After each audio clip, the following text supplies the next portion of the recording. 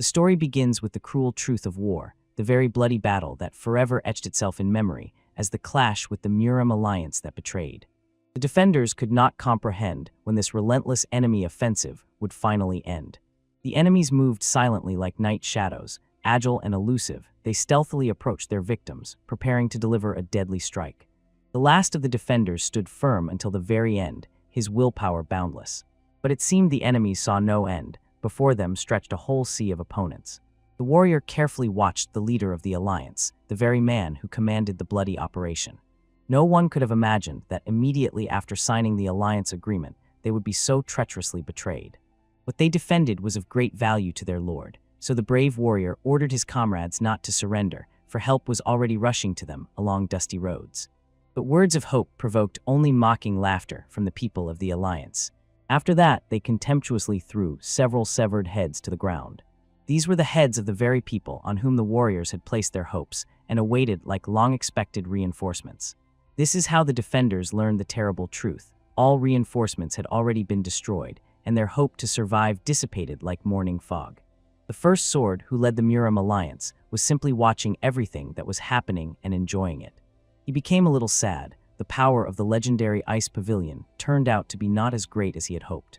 Despite the disappointment, he still praised the warriors for at least trying to offer some resistance. Hearing these mocking words, a fighter from the snowlands only laughed bitterly, amazed at the confidence of his opponent.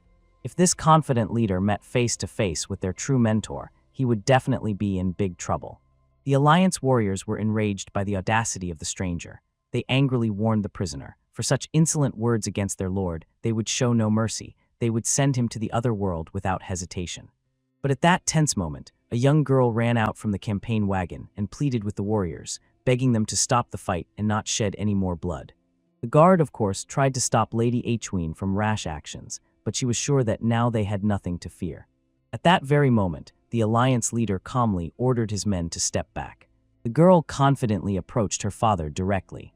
The man was overwhelmed with furious anger. Not only had those miserable monkeys deceived him, but his daughter had also left their home against his will. He felt such humiliation for the first time in his life. But the father assured that he would forgive his disobedient daughter. After all, everyone can make mistakes in life. Therefore, he decided to give her one more chance to return home. The man sincerely hoped that the girl would be wise enough to make the only right decision. But Achween was very worried about these people. She sincerely wished for them to remain alive. It was enough just to look at the leader of the alliance to understand. There was no point in expecting forgiveness from him.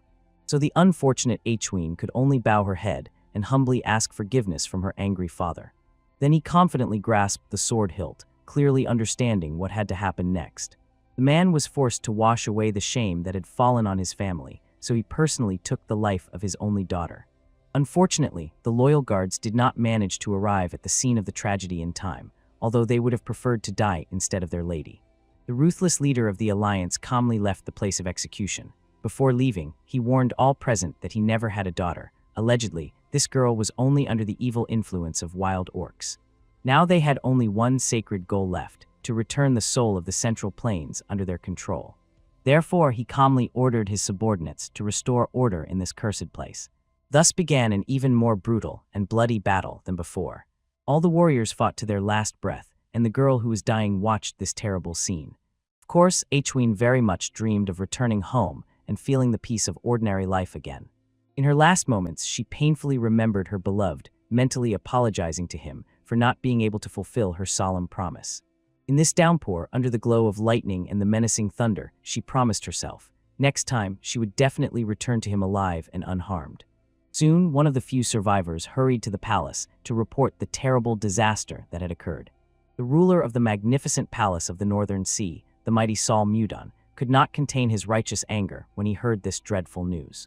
The assistant, with a trembling voice, reported that all members of the Ice Pavilion, even their mistress who had gone as an envoy for peace negotiations with the War Alliance, were treacherously killed by people from the Muram Alliance. In the end, they were all mercilessly destroyed.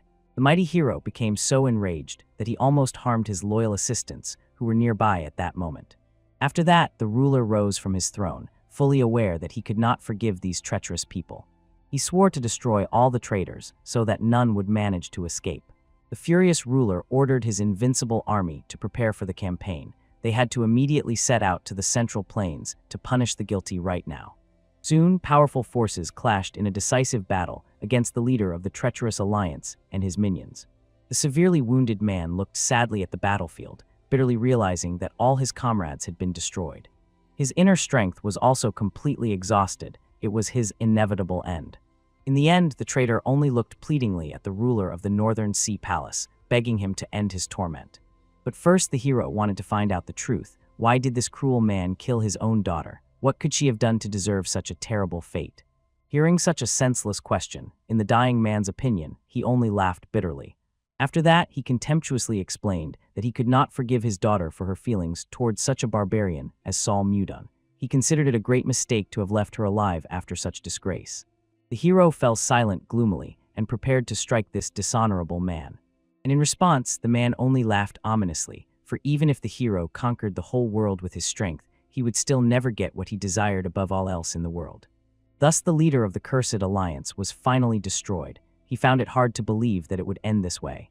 In his last moments of life, he remembered his little daughter, painfully trying to understand why she betrayed her own father and chose the path with this despised barbarian. At that fatal moment, when he was taking her life, the man was driven by uncontrollable, blind rage. On that mournful night, along with the death of the Alliance leader, the great bloody battle, which had lasted a whole half-year, finally ended. The living legend of the Northern Sea, the undefeated Master Sol Mudon, became the undisputed ruler of the Central Plains. But the winner showed no signs of joy or triumph.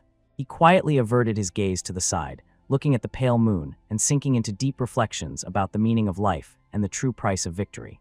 Soon, returning home, the ruler sat at the table and thoughtfully looked at the small and delicate flower. Now this fragile flower of love was the only thing left to him as a memento of dear Achween. The mighty warrior remembered that bright moment that happened some time ago. Joyful Achween brought the hero a flower of love, which finally bloomed in full beauty. This magical flower bloomed only when two people sincerely loved each other with true, pure love. Achween even cried with happiness, saying that she never doubted the ruler's feelings. She was just hurt that the symbol of their love had not bloomed for so long. Now the girl understood. These were not just her one-sided feelings. Sol Mudon also sincerely loved her with all his heart. The hero simply hugged his beloved tightly, wondering how anyone could not fall in love with such a special woman as she was. Looking at how incredibly happy his beloved was, Sol Mudon felt sincere gratitude to this magical flower.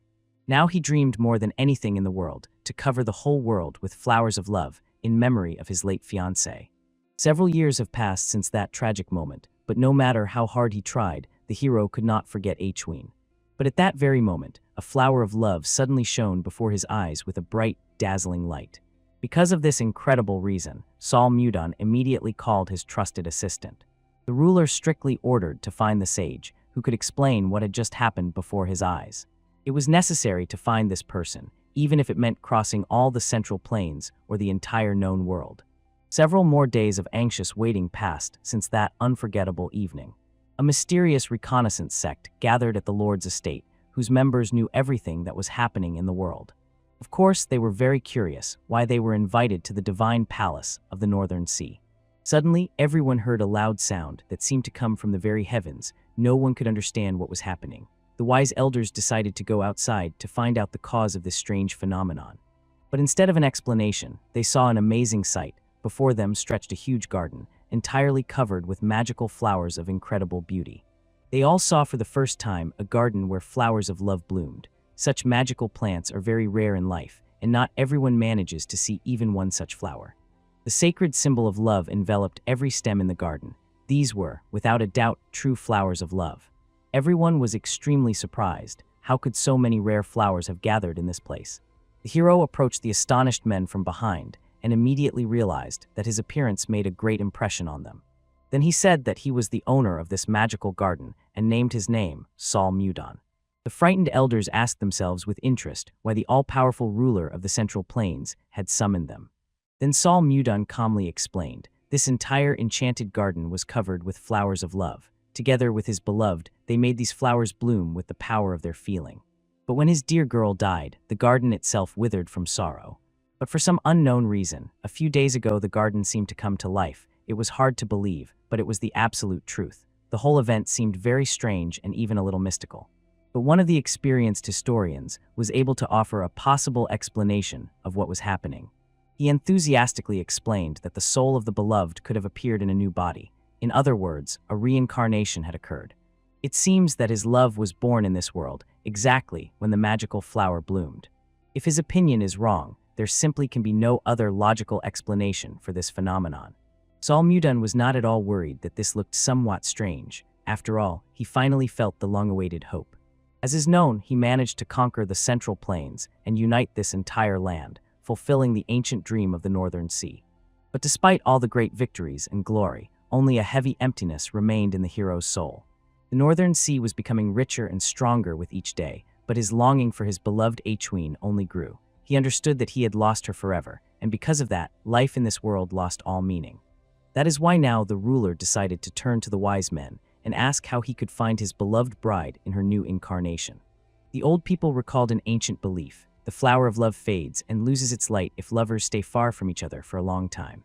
And when the palace ruler finally meets his beloved, who has returned to him in another life, this flower will bloom and shine even brighter than before. Earlier, Sol Mudan had not even suspected this secret, but when he remembered the moment when Achween brought this flower, he recalled how brightly it shone with divine light.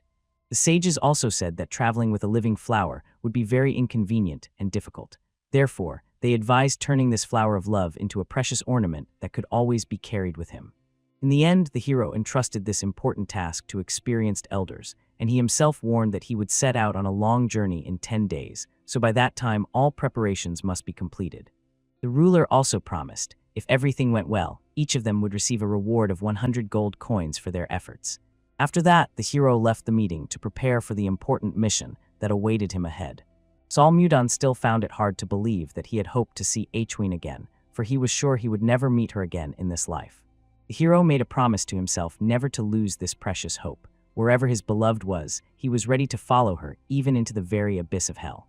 He only asked fate for one thing: that this girl in her new life would wait for him again.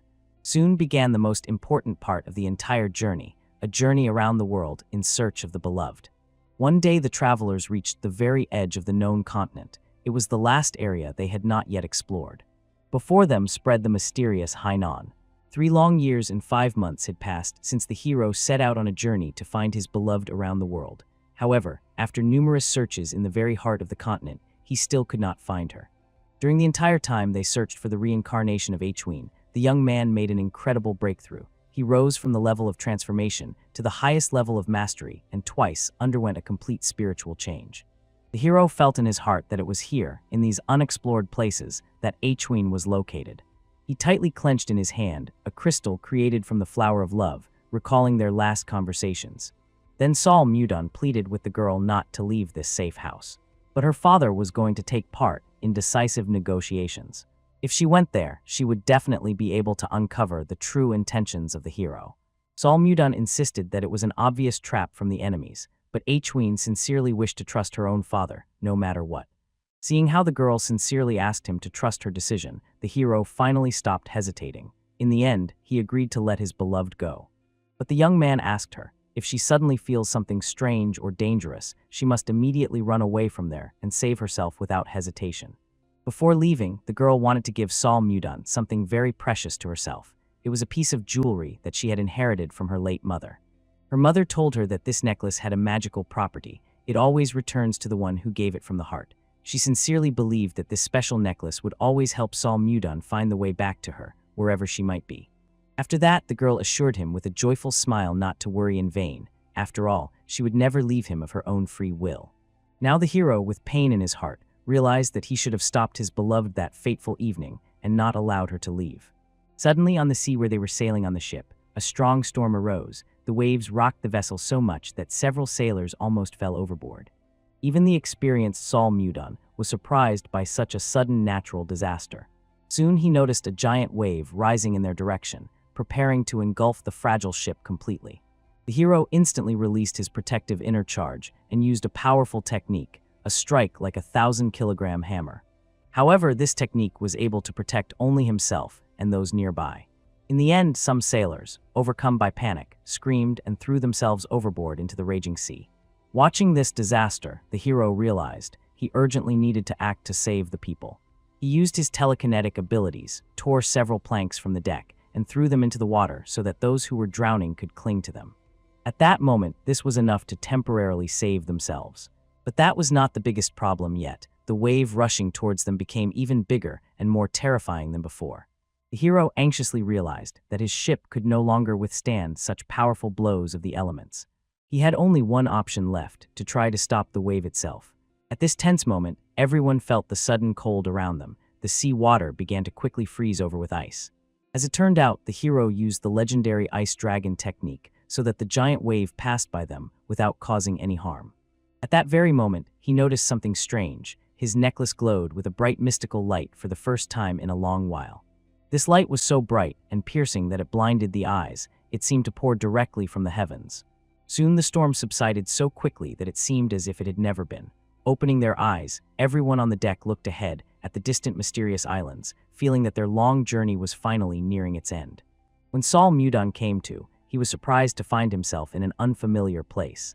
Only the memory of the desperate struggle against the storm at sea remained in his mind. The young man could not remember how he ended up in this strange place. Suddenly, loud cries of fear cut through the air, coming from behind the cart. People were fleeing in despair, escaping from giant insects of incredible size that suddenly attacked them. The frightened crowd had no idea how to fight these terrible creatures. But suddenly the hero, swinging his sword and clearing a path, stepped out of his cart and began looking around, carefully watching everything that was happening. It seemed to him as if he had found himself in a dense forest somewhere in the middle of the Central Plains. Then suddenly, for the first time in his life, he saw people with colored eyes, a feature that, according to ancient legends, the inhabitants of the West had. This meant only one thing: he was quite far from his native home. At that moment, huge flies rushed at the Lord himself. The hero was so stunned when he saw their amazing size that he froze in shock. Realizing that he needed to defeat these creatures, the mighty warrior used his divine ice shot. The huge fly instantly became covered in ice, then shattered into small pieces. Sol Mudon openly became angry. Some ordinary creature dared to attack him just because it had grown bigger. He definitely could not forgive such audacity. After this, the ruler flew into the air and destroyed all the other insects that dared to threaten human life.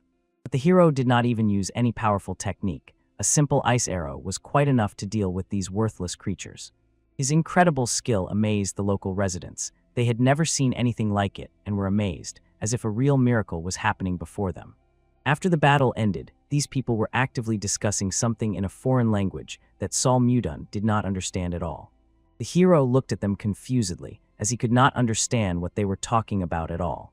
An old man approached him, who introduced himself as Edmund, the head of the local trade guild. The old man bowed respectfully, thanked the hero for saving the people, and asked the name of this strong master. Sol Mudon could clearly see that these people wanted to thank him, but he did not know how to explain to them that he did not understand their language with bright eyes.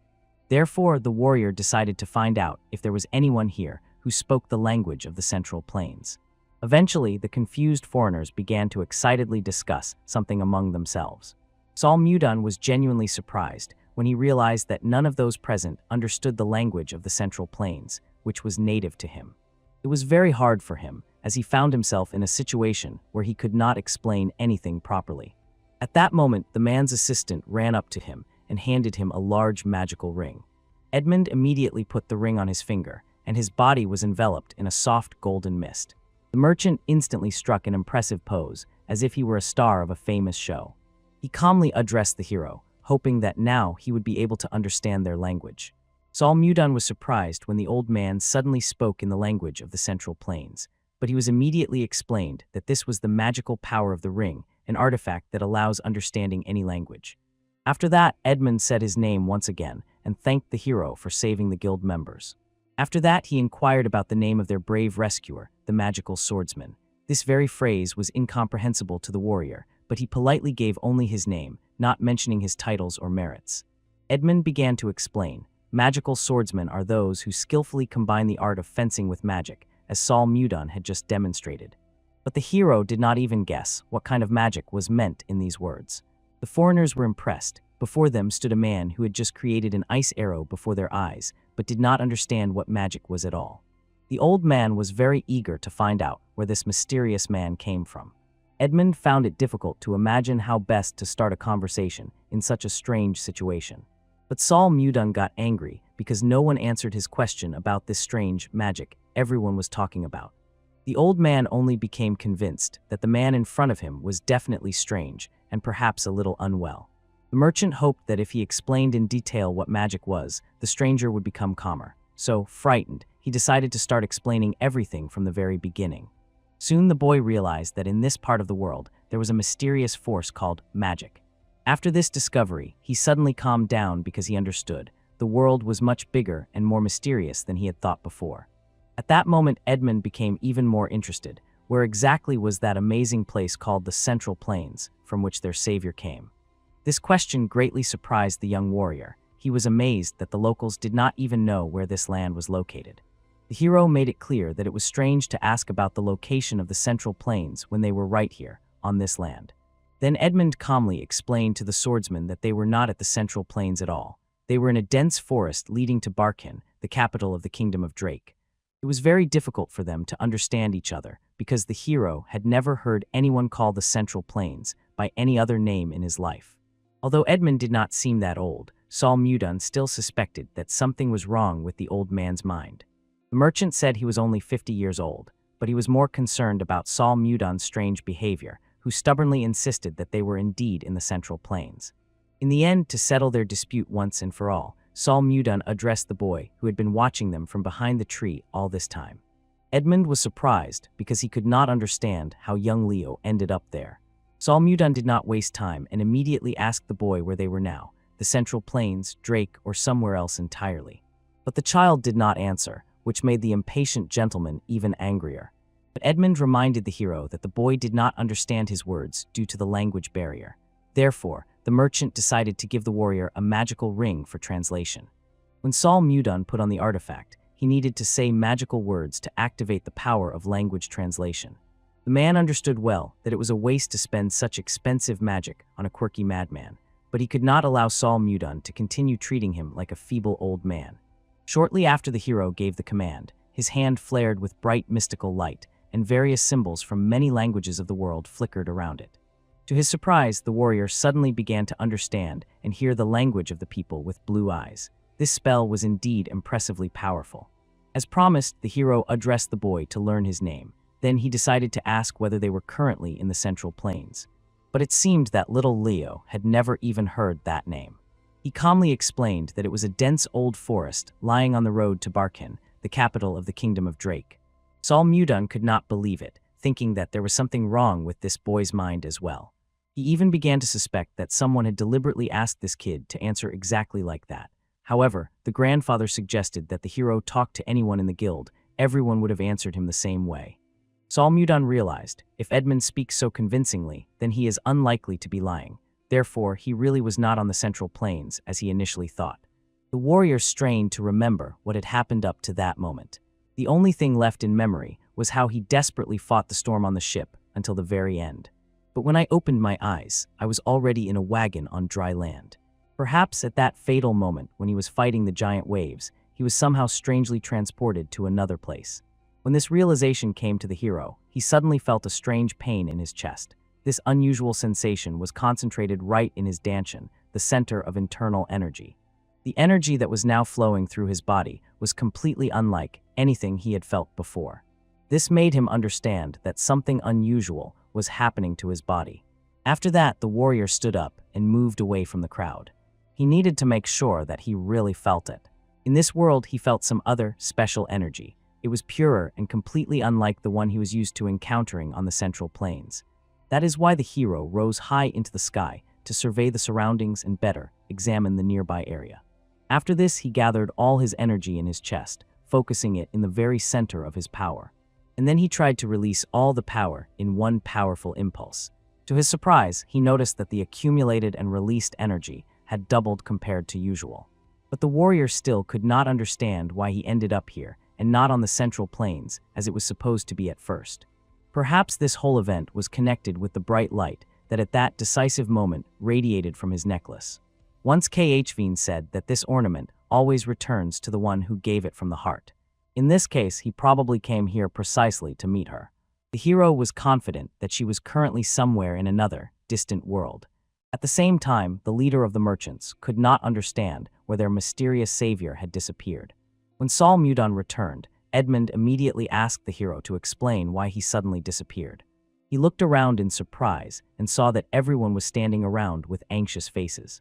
So he calmly explained that he had some urgent matters, because of which he had stepped away briefly, but now he had returned.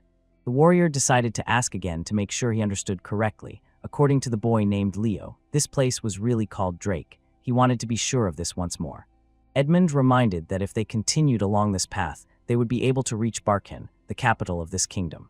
Sol Mudon, of course, had no idea where exactly this place was, so one of the children suggested that their mysterious rescuer had probably lived and studied in the mountains as a hermit for many years, which is why he knew so little about the surrounding world. Edmund had heard many stories about eccentrics like Sol Mudon, but he met such a person with his own eyes for the first time. The hero decided to play along with the clever boy. After all, seclusion perfectly explains why he knows so little. Sol Mudon really knew nothing about this world. From everything he heard, only one thing became clear to him. The city of Barkin is the capital of the kingdom of Drake. To learn more, Sol decided to talk to these people before they dispersed. When the warrior first saw people here with blue eyes, he decided that he had met Western barbarians, about whom he had only heard in ancient tales and legends. At that moment, the boy felt pity for the poor swordsman who had spent his whole life alone in the mountains, and decided to at least tell him a little about the world. This inquisitive boy was named Laffy. Watching their warm conversation, Edmund felt irritation. He did not understand why the child suddenly befriended the stranger so easily. This strange boy caused disgust in the merchant. It seemed that anything could be expected from him. That same night, Sol Mudon set out to get acquainted with the new place and began asking the locals about everything around. He could not believe it, but he did find out. This was not the land of Western barbarians, but a completely different, parallel world. The area seemed remarkably strange and full of mysteries. Moreover, the writing here was completely different, not at all like on the Central Plains. In this amazing world lived other intelligent beings as well, for example, graceful elves. And there were also skillful dwarves, known for their incredible strength. Here also lived races similar to beast people. These were creatures combining traits of humans and animals. The most powerful beings in this world were ancient dragons, gigantic winged lizards, or similar creatures. The boy also told about mages. Experienced wizards of the fifth circle and above could use special teleportation magic. For this, they needed to draw complex magical symbols on the ground and recite special spells. After that, they could instantly appear anywhere they wished. They say that the stronger a mage's abilities, the farther he can teleport in one go. However, despite the boy's detailed explanations, magic remained a complete mystery to Sol Mudon. He was incredibly eager to find out how many more amazing things exist in this world. But suddenly the hero noticed the night sky. Instead of the usual single moon, there were as many as 3 in this sky. In the end, Sol Mudon finally understood that this was truly another world, one you wouldn't find on the Central Plains. Perhaps Khveen deliberately called him here, using the power of the magical necklace. At that moment, the hero heard a loud male scream, full of horror. Noise came from the camp, and Sol Mudon immediately rushed there to help. At this tense moment, a girl named Sabina grabbed one of the little girls and, pressing a sharp knife to her, took her hostage. She screamed hysterically that no one should come closer, otherwise she would kill both the child and herself. Everyone tried their best to calm the distressed Sabina, assuring her that everyone could be healed in the capital. Many talented mages live there, and they could ask Edmund himself for help. But the girl objected indignantly, calling them foolish. She reminded them that there were very few healer mages in the capital, and they demanded large sums of money for their services. At that moment, the killer beetle eggs were already actively growing right in their hearts, and no one knew when they would turn into dangerous larvae. It was unlikely that even in the capital, there would be someone who could cure such poisoning. With tears in her eyes, the girl reminded, as soon as the eggs turn into larvae, they will start tearing them apart from the inside. Therefore, it is better to die now while they are still whole and unharmed. But as soon as the hero appeared, he firmly ordered her to stop immediately. From her anxious words, he already roughly guessed what was happening. After that, the warrior used telekinesis and carefully pulled the sword from the girl's hands. He promised that he would heal everyone who was infected, so they had nothing to worry about. Then he asked 2 wounded girls to sit on the ground, as they urgently needed help and could not wait. Edmund was amazed when he learned that their mysterious guest possessed healing magic, but Sol Mudon explained that he did not understand the magic of this world at all. He knows healing methods from the place where he used to live, so he asked everyone to calm down while he took care of it. At that moment, Edmund grabbed the hero by the hands and begged him, so that Mr. Swordsman with magical power would save these poor children. He could not thank him generously, but was ready to do everything possible if he helped in a difficult moment. However, the hero intended to heal people completely free of charge. For him, the most important thing was to save lives as quickly as possible. Because of this, the warrior asked everyone to step back and give him space to act. Edmund immediately ordered his people to move back a little to ensure safety for everyone. At that moment, Sol Mudon approached the frightened girl and calmly told her not to worry, assuring her that the treatment would not take long. After that, I asked both patients to close their eyes and relax calmly to begin the procedure. When the hero placed his hands on their bodies, even the girl's bones became slightly visible through the skin. As mentioned earlier, insect eggs were lying near the heart. But in order to start the treatment, he first needed to carefully check this assumption. Soon the warrior noticed something very suspicious in the rhythm of the two hearts. Fortunately, he was lucky. The deadly dangerous larvae had not yet hatched from the eggs. Now the hero needed to carefully control his inner energy to completely destroy these parasitic eggs without damaging an important vital organ. After that, Sol Mudon directed his healing energy into the bodies, and their organs shone with a bright mystical light. Soon the girls felt a strong warmth ignite in their bodies. The hero withdrew his hands from their backs and with a satisfied smile announced that now they were completely healthy. All the insect eggs were destroyed to the last one. Now the girls could be calm. Nothing bad would happen to them. Edmund found it very hard to believe that Sabina and Anna would really be safe after such a quick treatment. However, the hero confidently assured that nothing threatened them anymore. Moreover, the procedure has no side effects, so they have nothing to worry about.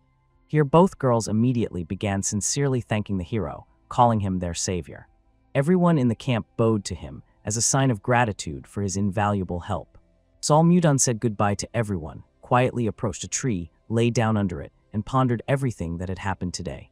It was truly a long and eventful day. He missed his beloved more than usual and hoped very much that they would soon meet again and live happily, as they once did before. Soon the entire caravan set off again, heading to the capital of the magnificent kingdom. The day turned out to be incredibly hot. The heat was so terrible that the travelers even began to feel dizzy. Even the hero, who was not used to such a hot climate, had already started to sweat profusely. Seeing his companions suffer, kind Laffy extended his flask of water to the boy.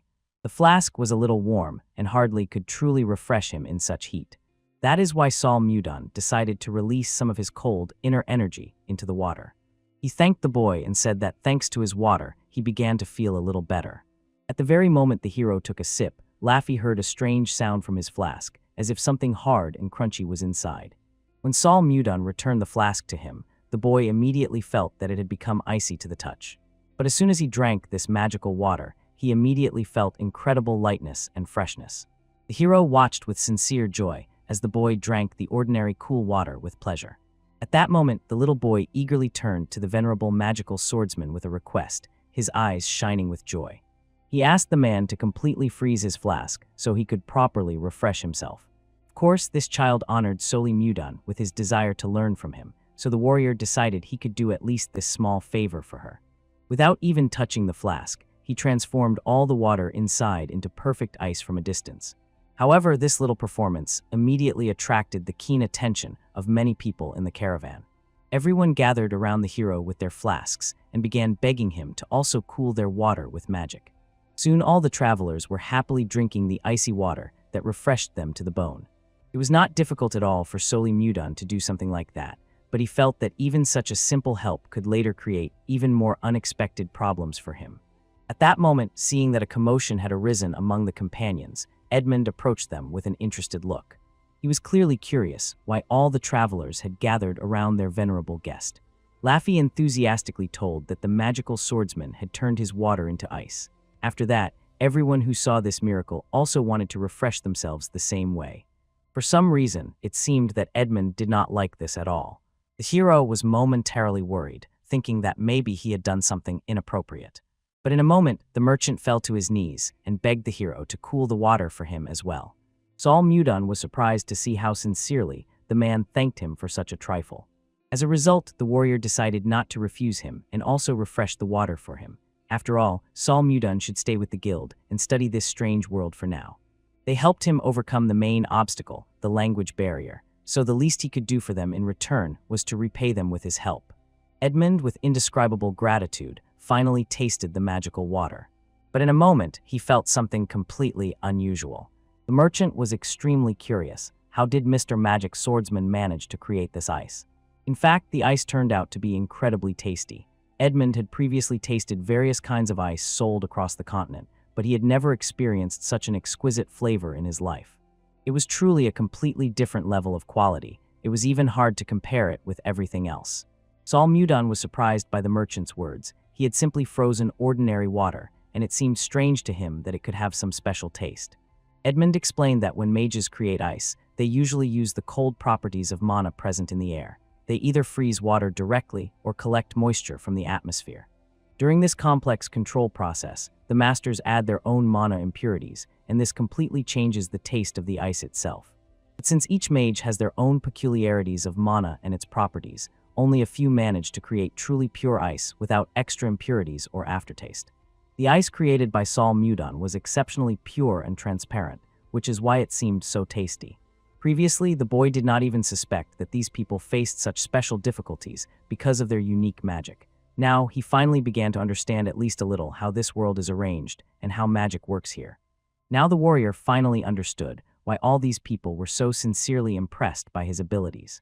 Such a strong reaction to ordinary ice, at first glance, even caused the hero to feel a bit of sympathy for them. But at that very moment, the cautious Edmund jumped up to the magical swordsman. It turned out that the merchant had exactly the perfect commercial offer that suited the hero with his unique abilities. Thus, within a few days, they settled in the kingdom. The workers diligently worked on setting up the new store. At this time, the hero was engaged in freezing water, which the workers constantly brought to him. With his amazing magic, he could turn several buckets of ordinary water into perfectly even cubes of the highest quality ice in a matter of seconds. Everyone applauded enthusiastically, marveling at the amazing abilities of the honored guest. At that moment, Sol Mudon recalled how he reacted when he first heard this business proposal. Of course, he was very surprised and even a little angry at such audacity. As it turned out, Edmund intended to fully restore the affairs of his trade guild by selling the ice created by the hero. Edmund also explained that mages of the fourth circle can create ice, but often due to their confidence in their high status, they do it poorly. That is why he turned to the hero for help. Sol Mudon understood well. There was no deceit in the merchant's words. He simply sincerely wanted to restore his family's lost honor. But the warrior was not going to help for free, so he began to bargain stubbornly. Since Sol Mudon himself produced the ice, and Edmund only sold it, he decided to take 70% of all the profits for himself. The merchant understood perfectly that their ice would sell like hotcakes, so the offer seemed profitable to him. Still, he decided to take a risk and try to negotiate even better terms. After all, there was nothing to lose by trying. The man explained that for successful ice sales, he needed not only to rent a wagon for transporting the goods, but also to hire workers who could pull this heavy wagon, and mages who would ensure the ice did not melt on the way. For this reason, Edmund asked Sol Mudon to make certain concessions, and he agreed to an honest income split, 60% to 40%. The merchant was genuinely surprised, as the agreement was reached so easily. And immediately, without wasting time, he handed the boy a sheet of paper so they could officially conclude the contract. In fact, Sol Mudon agreed to the deal only because he decided, this is a great opportunity to learn more about how this world is arranged. However, everything was going even better for them than the hero initially thought. Suddenly, an excited assistant ran up to them and hurriedly called his master. He asked him to step outside together for a moment to see what was happening there. Obviously, both Edmund himself and Sol Mudon were surprised by what had happened. It turned out that a huge number of potential customers had gathered near their establishment. All these people gathered here because they had heard about the legendary ice sold here and wanted to get at least some of it. Among the ordinary buyers were influential merchants looking for opportunities to make a profitable deal with the local trade guild.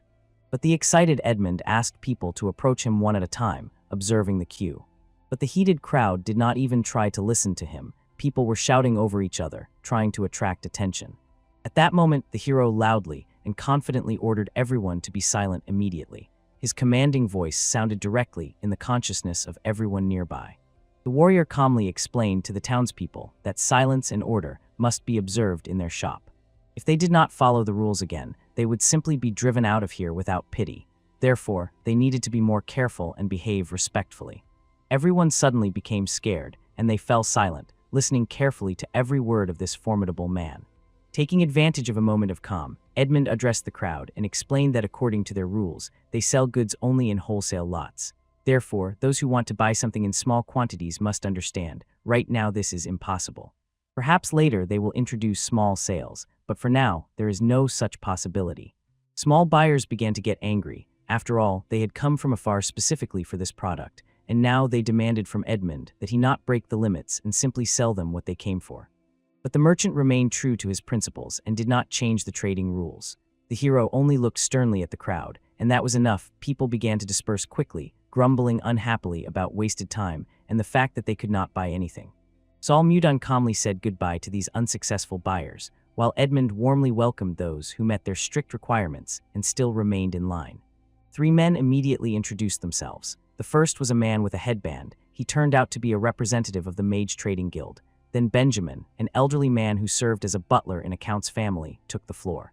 The last was a dark-haired man with brown eyes from an aristocratic family.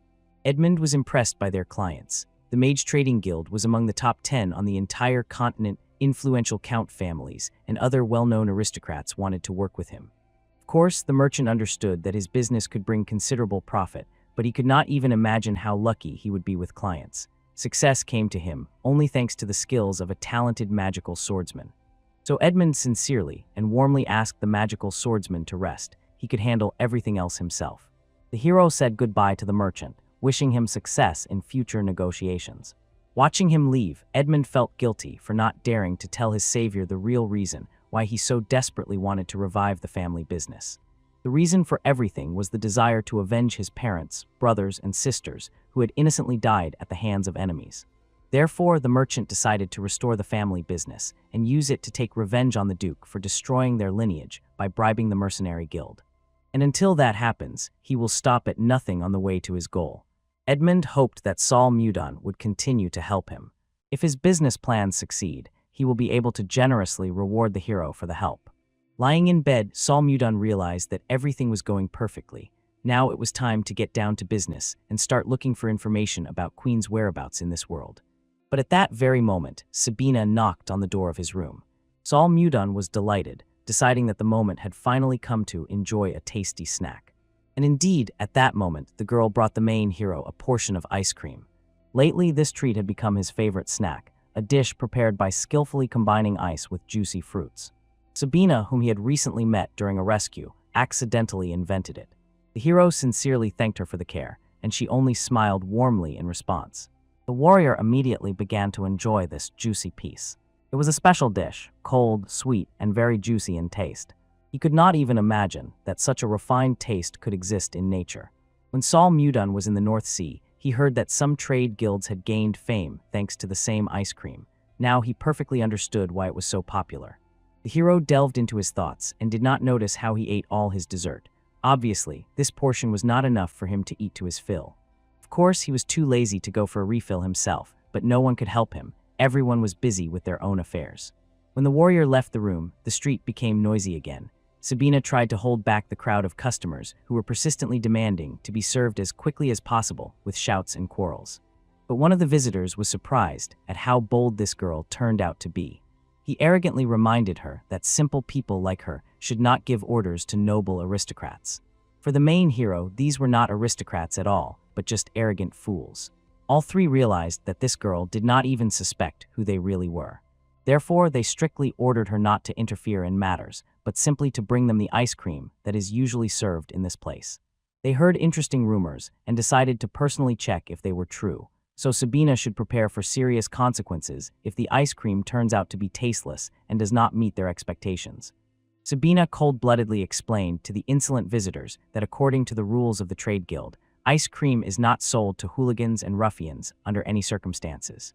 One of the boys was clearly offended. How could a simple girl dare to address him like that, a true aristocrat? They were already very uncomfortable being in the same room with common folk, and now this girl was even suggesting standing in line with everyone else. What audacity on her part. But Sabina calmly explained that the ice cream she had made with her own hands was not something that could only be obtained through aristocratic origin.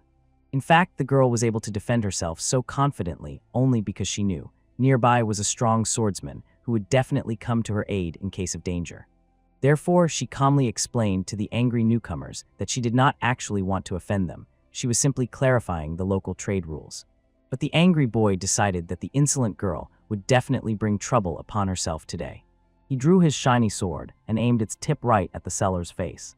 But his companion quickly asked his friend to restrain himself and not act so rashly. With such actions, he was only disgracing the dignity of their noble family. After that, the leader of the group approached the counter and in a cold voice explained that they really wanted to try the famous ice cream. Sabina met his icy, piercing gaze. It took her breath away. It seemed that the heart clenched with fear and became icy. The young man calmly explained that he could not stand waiting, so he asked the girl to immediately fulfill their order. At the same time, he smiled threateningly and added that she better not tell them that they would have to wait. Sabina was embarrassed, but stammering a little, immediately agreed to fulfill this request. At this tense moment, Edmund himself approached the counter. He firmly reminded them that they never sell ice cream to hooligans and upstarts. The merchant was stunned that Sabina had completely forgotten this very important rule. The hero felt it subconsciously. Probably something important had happened once between the trade guild and these confident boys. Otherwise, Edmund would not behave so coldly and sharply with them. At that moment, the owner of the establishment sternly ordered the uninvited guests to immediately leave the premises. Any further violations of the guild rules will be categorically prohibited. Of course, the aristocrats were angered by the fact that some simple merchant dared to insult them so boldly. Edmund sighed with disappointment and noted that those rascals did not even guess the real reason why he refused to sell them the goods. It was not only because they shamelessly cut in line. Only one of those present dared to directly ask what the real reason for this hostility was. Edmund smiled wickedly and advised the young man to find out all the details from Duke von Icarus. One of the boys was very interested in how this vile merchant knew the name of his father. The young man looked closely at the man's face. It seemed to him that there was something familiar and close in these features. Soon he recognized the familiar features of the head of the once mighty trade guild. Then he only laughed contemptuously, recalling the sad fate of the L Guild, which had long since declined. His close associates instantly recognized this sinister smile. It always appeared on Justin's face when he fell into uncontrollable rage. After that, the boy smiled slyly and drew his sharp sword. With cold cruelty, he reminded Edmund that the insult of an aristocrat was punishable by death. Then the boy suddenly rushed to attack the head of the trade guild without even warning him.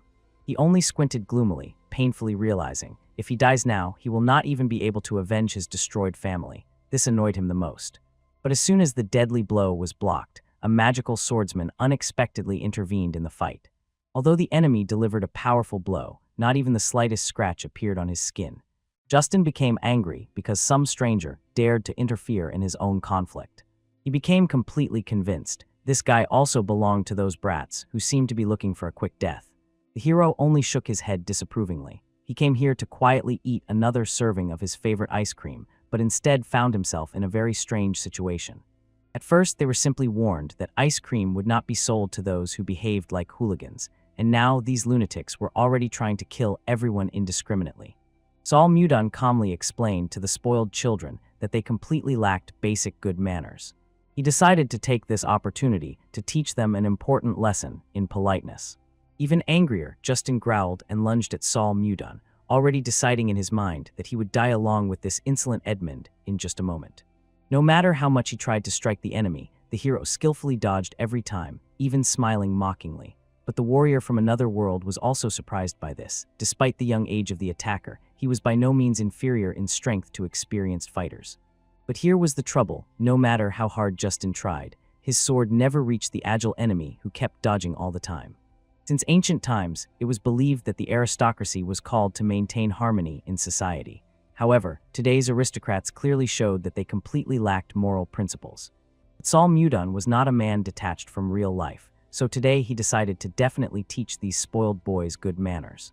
Justin became even angrier. How could this commoner allow himself to speak so insolently in the presence of a highborn aristocrat? But Saul Mudon paid no attention at all to the chatter of this self-satisfied brat. Only strict discipline can teach such people true respect for others.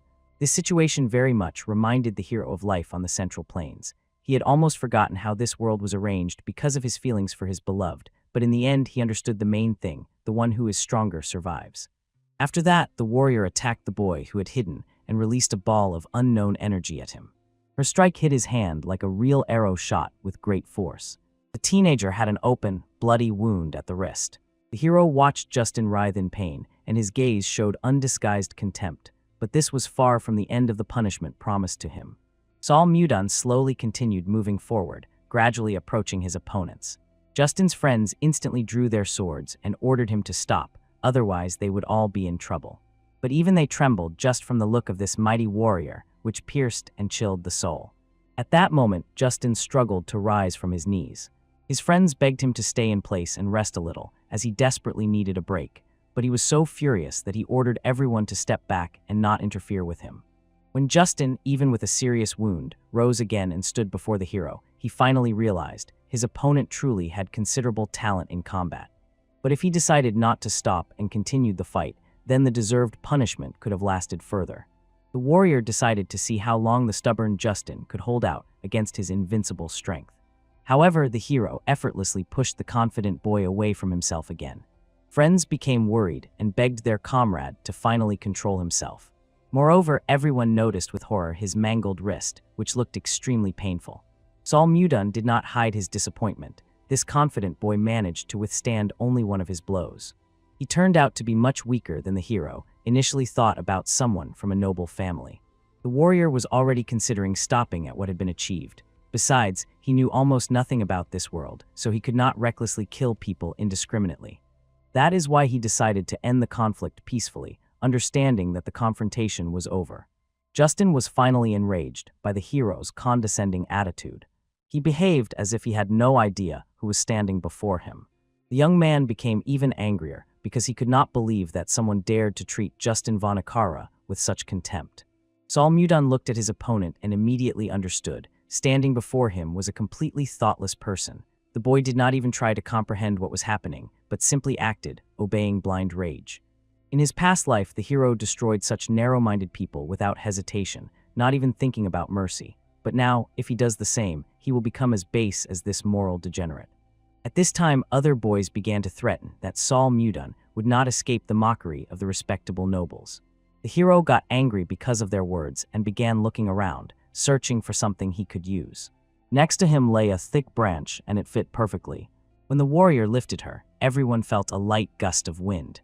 It turned out that Sol Mudan gave her the power of his sword. At that moment, the hero filled his staff with the energy of the sword, then calmly explained that he wanted to test the true abilities of the boastful Justin a little.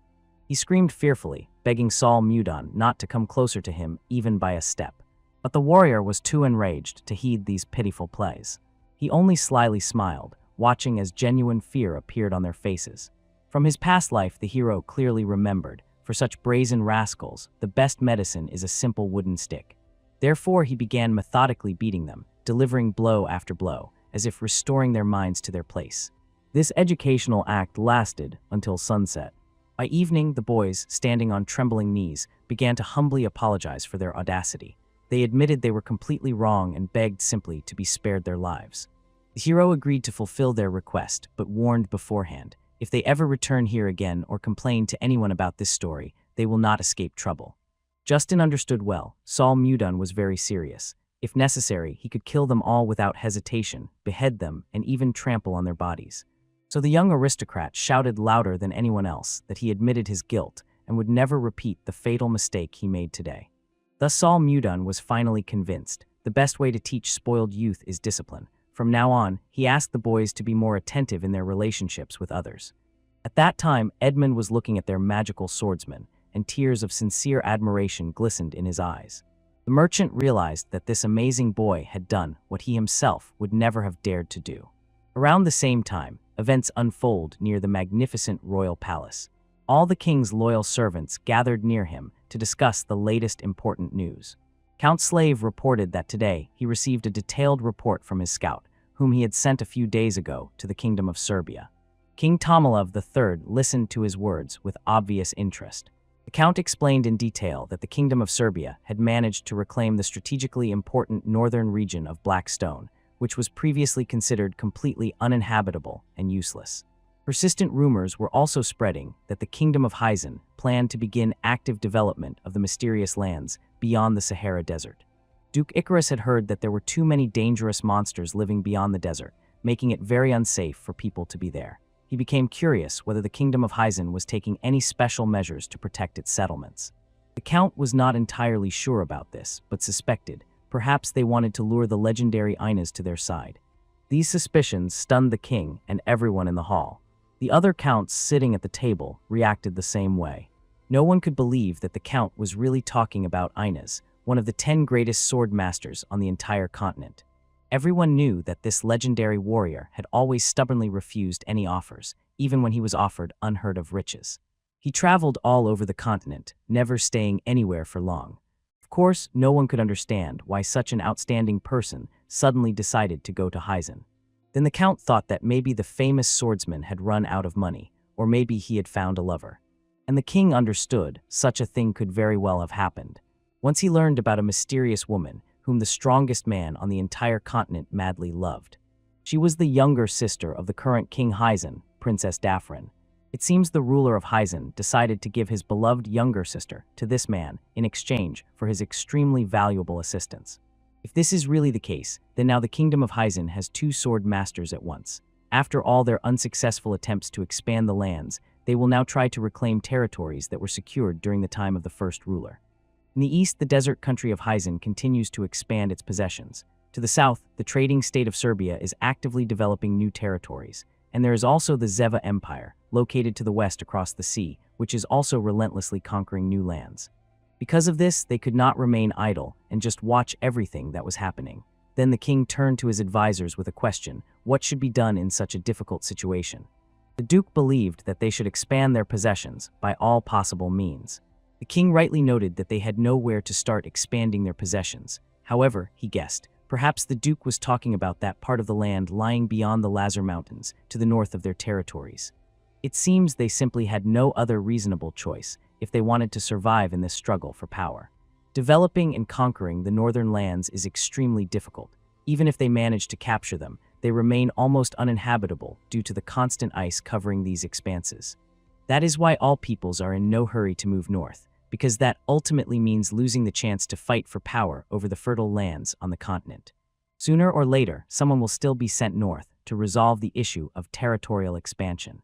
The king suggested ending today's meeting to have time to think everything over and to discuss all the details more thoroughly next time. The duke bowed respectfully and left the hall, but looking at the count beside the king, he realized there was clearly some secret agreement between these two. Soon the count and the king were left alone in a cozy study. The ruler asked his close aide if he had made any serious mistakes recently. If nothing of the sort had happened, then it remained unclear why the duke was acting so selfishly again. For the last 10 years, he had exiled everyone who rebelled against him to the north. Yet despite this, the count believed that only he himself was to blame for everything that had happened. Of course, the king did not think so. The count remained the only one among all his close aides whom the ruler could still fully trust. Count Katin was deeply moved by such trust. Seeing sadness on the face of his faithful friend, the king decided to change the topic of conversation to something lighter. The ruler recalled that recently a special ice cream had appeared in the capital. This ice cream was sold by the L Trading Guild. At first, the king imagined an ordinary lollipop on a stick. However, this ice cream got its name because it was incredibly sweet, completely unlike other frozen desserts. The king became curious about how long this mysterious shop had existed. The count replied that the shop's history stretched far back and had many complicated moments. Suddenly, Katin suggested to the king to visit the trading guild before going to bed. He was sure that the ruler would be pleased by the opportunity to taste this exquisite dessert. It seems that this was exactly the proposal the king had been waiting for deep in his soul. He just laughed, realizing how well his old friend knew and understood him. After all, this was an important trait for a person who helped the king himself govern the entire state. Then the ruler inquired when they would be able to visit the trade guild and taste that very famous ice cream. At the same time, a quiet night reigned on the city streets.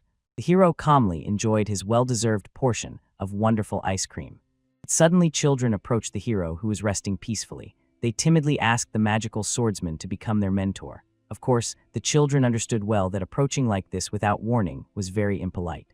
Moreover, the boys understood well, not everyone can master magic. However, it was truly important for them, because if trouble happened to the guild again, as before, only the ability to protect themselves and their friends could save them.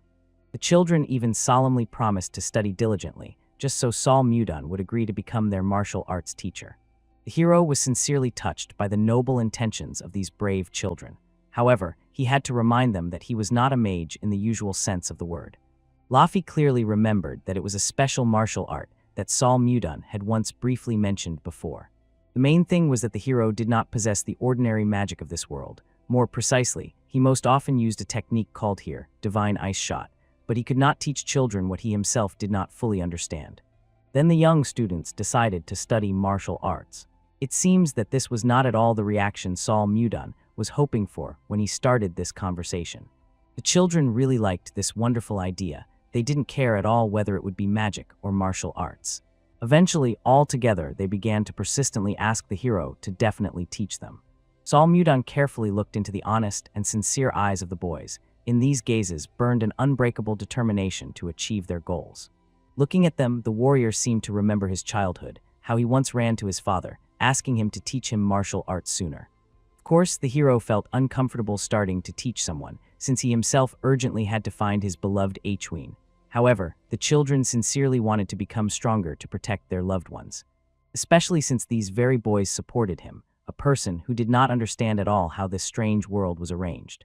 According to internal rules, he had no right to simply teach them the martial arts of the Northern Sea, but now this was a completely different world, so it should not cause serious consequences. However, he decided to think everything over carefully, so he asked the boys to come to him tomorrow at the same time. Then he would inform them of his final decision. They all instantly shone with joy, just imagining that the hero could become their mentor. The children immediately began to thank him, assuring that they would always remember this kind act and remain grateful to him for life. At that moment, Sol Mudon realized the children had already taken his words as full consent. And even before he could object, they had already happily run away. The embarrassed swordsman had no idea how everything had changed so suddenly. But he understood these children well because he himself was very impatient in childhood. Then his mentor had a hard time with him. But suddenly, looking out onto the street, the hero heard a terrible clatter of metal. This made him wary, and he only sighed heavily. Even after such a busy day, he could not simply relax. At the very same time, a fierce battle was raging. Count Catan and the king found themselves in serious trouble. They did not expect such a treacherous attack at all, and were not even sure if they could hold out until reinforcements arrived. No one even thought that they could be attacked when they calmly went for a walk to enjoy the famous ice cream. But at that tense moment, they heard a suspicious rustle behind their backs. At that moment, the enemy mage began attacking them with powerful fire magic. Catan understood that avoiding or defending against such a powerful attack would be extremely difficult. Eventually, the count was caught in the explosion, and it caused a strong detonation. The king screamed in fear and rushed to his faithful friend. Fortunately, he was more or less okay. At the last moment, he managed to fend off the attack with his sword. But still, the ruler noticed that his comrade's hand was badly injured. Catan only apologized to his majesty for the forced rudeness, but he had no time now to explain why he himself felt so bad. The count realized if there is a powerful mage among the enemies, something must be done immediately. Earlier, he had not noticed the sorcerer because he was dressed like ordinary mercenaries. At that moment, Catan ordered his men not to waste time, to gather together and attack again, this time with double the strength. The opponents, armed with various weapons, moved forward, intending to leave no member of the royal retinue alive. They were only waiting for the right moment to deal with these naive aristocrats. After these threatening words, the count instantly rushed into battle, consumed by even greater fury. But he was completely exhausted, so immediately two experienced mercenaries managed to approach him unnoticed from behind. But even in this state, having lured the enemies into a trap, the count with his skillful sword managed to chop the attackers into small pieces. After that, he rushed into battle with another mercenary, sternly demanding to confess, who ordered them to come here to kill. But the mercenary saw no point in telling anything, as he was sure these people would die soon anyway. Catan noticed that due to the powerful magic of their enemies, there were far fewer of them left, and now the opponents had a significant numerical advantage over them. Moreover, these guys had no intention of leaving the royal retinue alive. If they lose this battle, it will be over for them forever. For the prosperity of the kingdom, they had to protect His Majesty, even if it cost them their lives. But at that very moment, one of the opponents began preparing a powerful magical attack again. So the Count ordered everyone who remained to gather and guard the king, even if it meant giving their own lives for it. But the adversary understood. They reacted too late. After all, he had already finished preparing the deadly spell. However, the mage did not manage to complete his incantation. An unknown icy force sharply stopped him, freezing him with frost. Everyone around held their breath, not understanding who dared to intervene in this deadly battle. The only thing clear was that an incredibly powerful warrior stood before them. At that moment, the hero looked at the king's enemies with irony. The enemies immediately began looking around for the opponent, but the sorcerer suddenly disappeared from the tree branch where he had stood just a moment ago. The frightened mercenaries immediately began looking around fearfully, trying to find the mysterious enemy. In the next moment, he was already standing right behind them. Sol Mudan reproached the impudent strangers for disturbing his peaceful admiration of the beautiful moon. Then he asked to finish this senseless bloody show quickly because he did not want his ice cream to completely melt. At that moment, the enemies realized this man was truly incredibly strong. One could not afford to lose vigilance around him even for a moment. Although the hero caught the enemies by surprise, there were still many more of them. Therefore, it was necessary to reach the king as quickly as possible and kill him to prevent any unexpected problems. At that moment, one of the mercenaries rushed at the hero and ordered his comrades to immediately kill the king. However, all this turned out to be a futile matter. Sol Mudan swiftly drew his sword, then decided to show his opponent a new technique created in the legendary ice palace of the Northern Sea. The hero politely addressed the enemy with a smile, suggesting not to delay and to attack him without fear. He was literally boiling with anger at the hero's arrogance and rushing into battle, warned, the wizard definitely won't come out of this fight alive. But persistence only amused Sol Mudan. Although the hero was upset by how predictable the enemy's attacks were, he still managed to defend himself easily without even getting tired.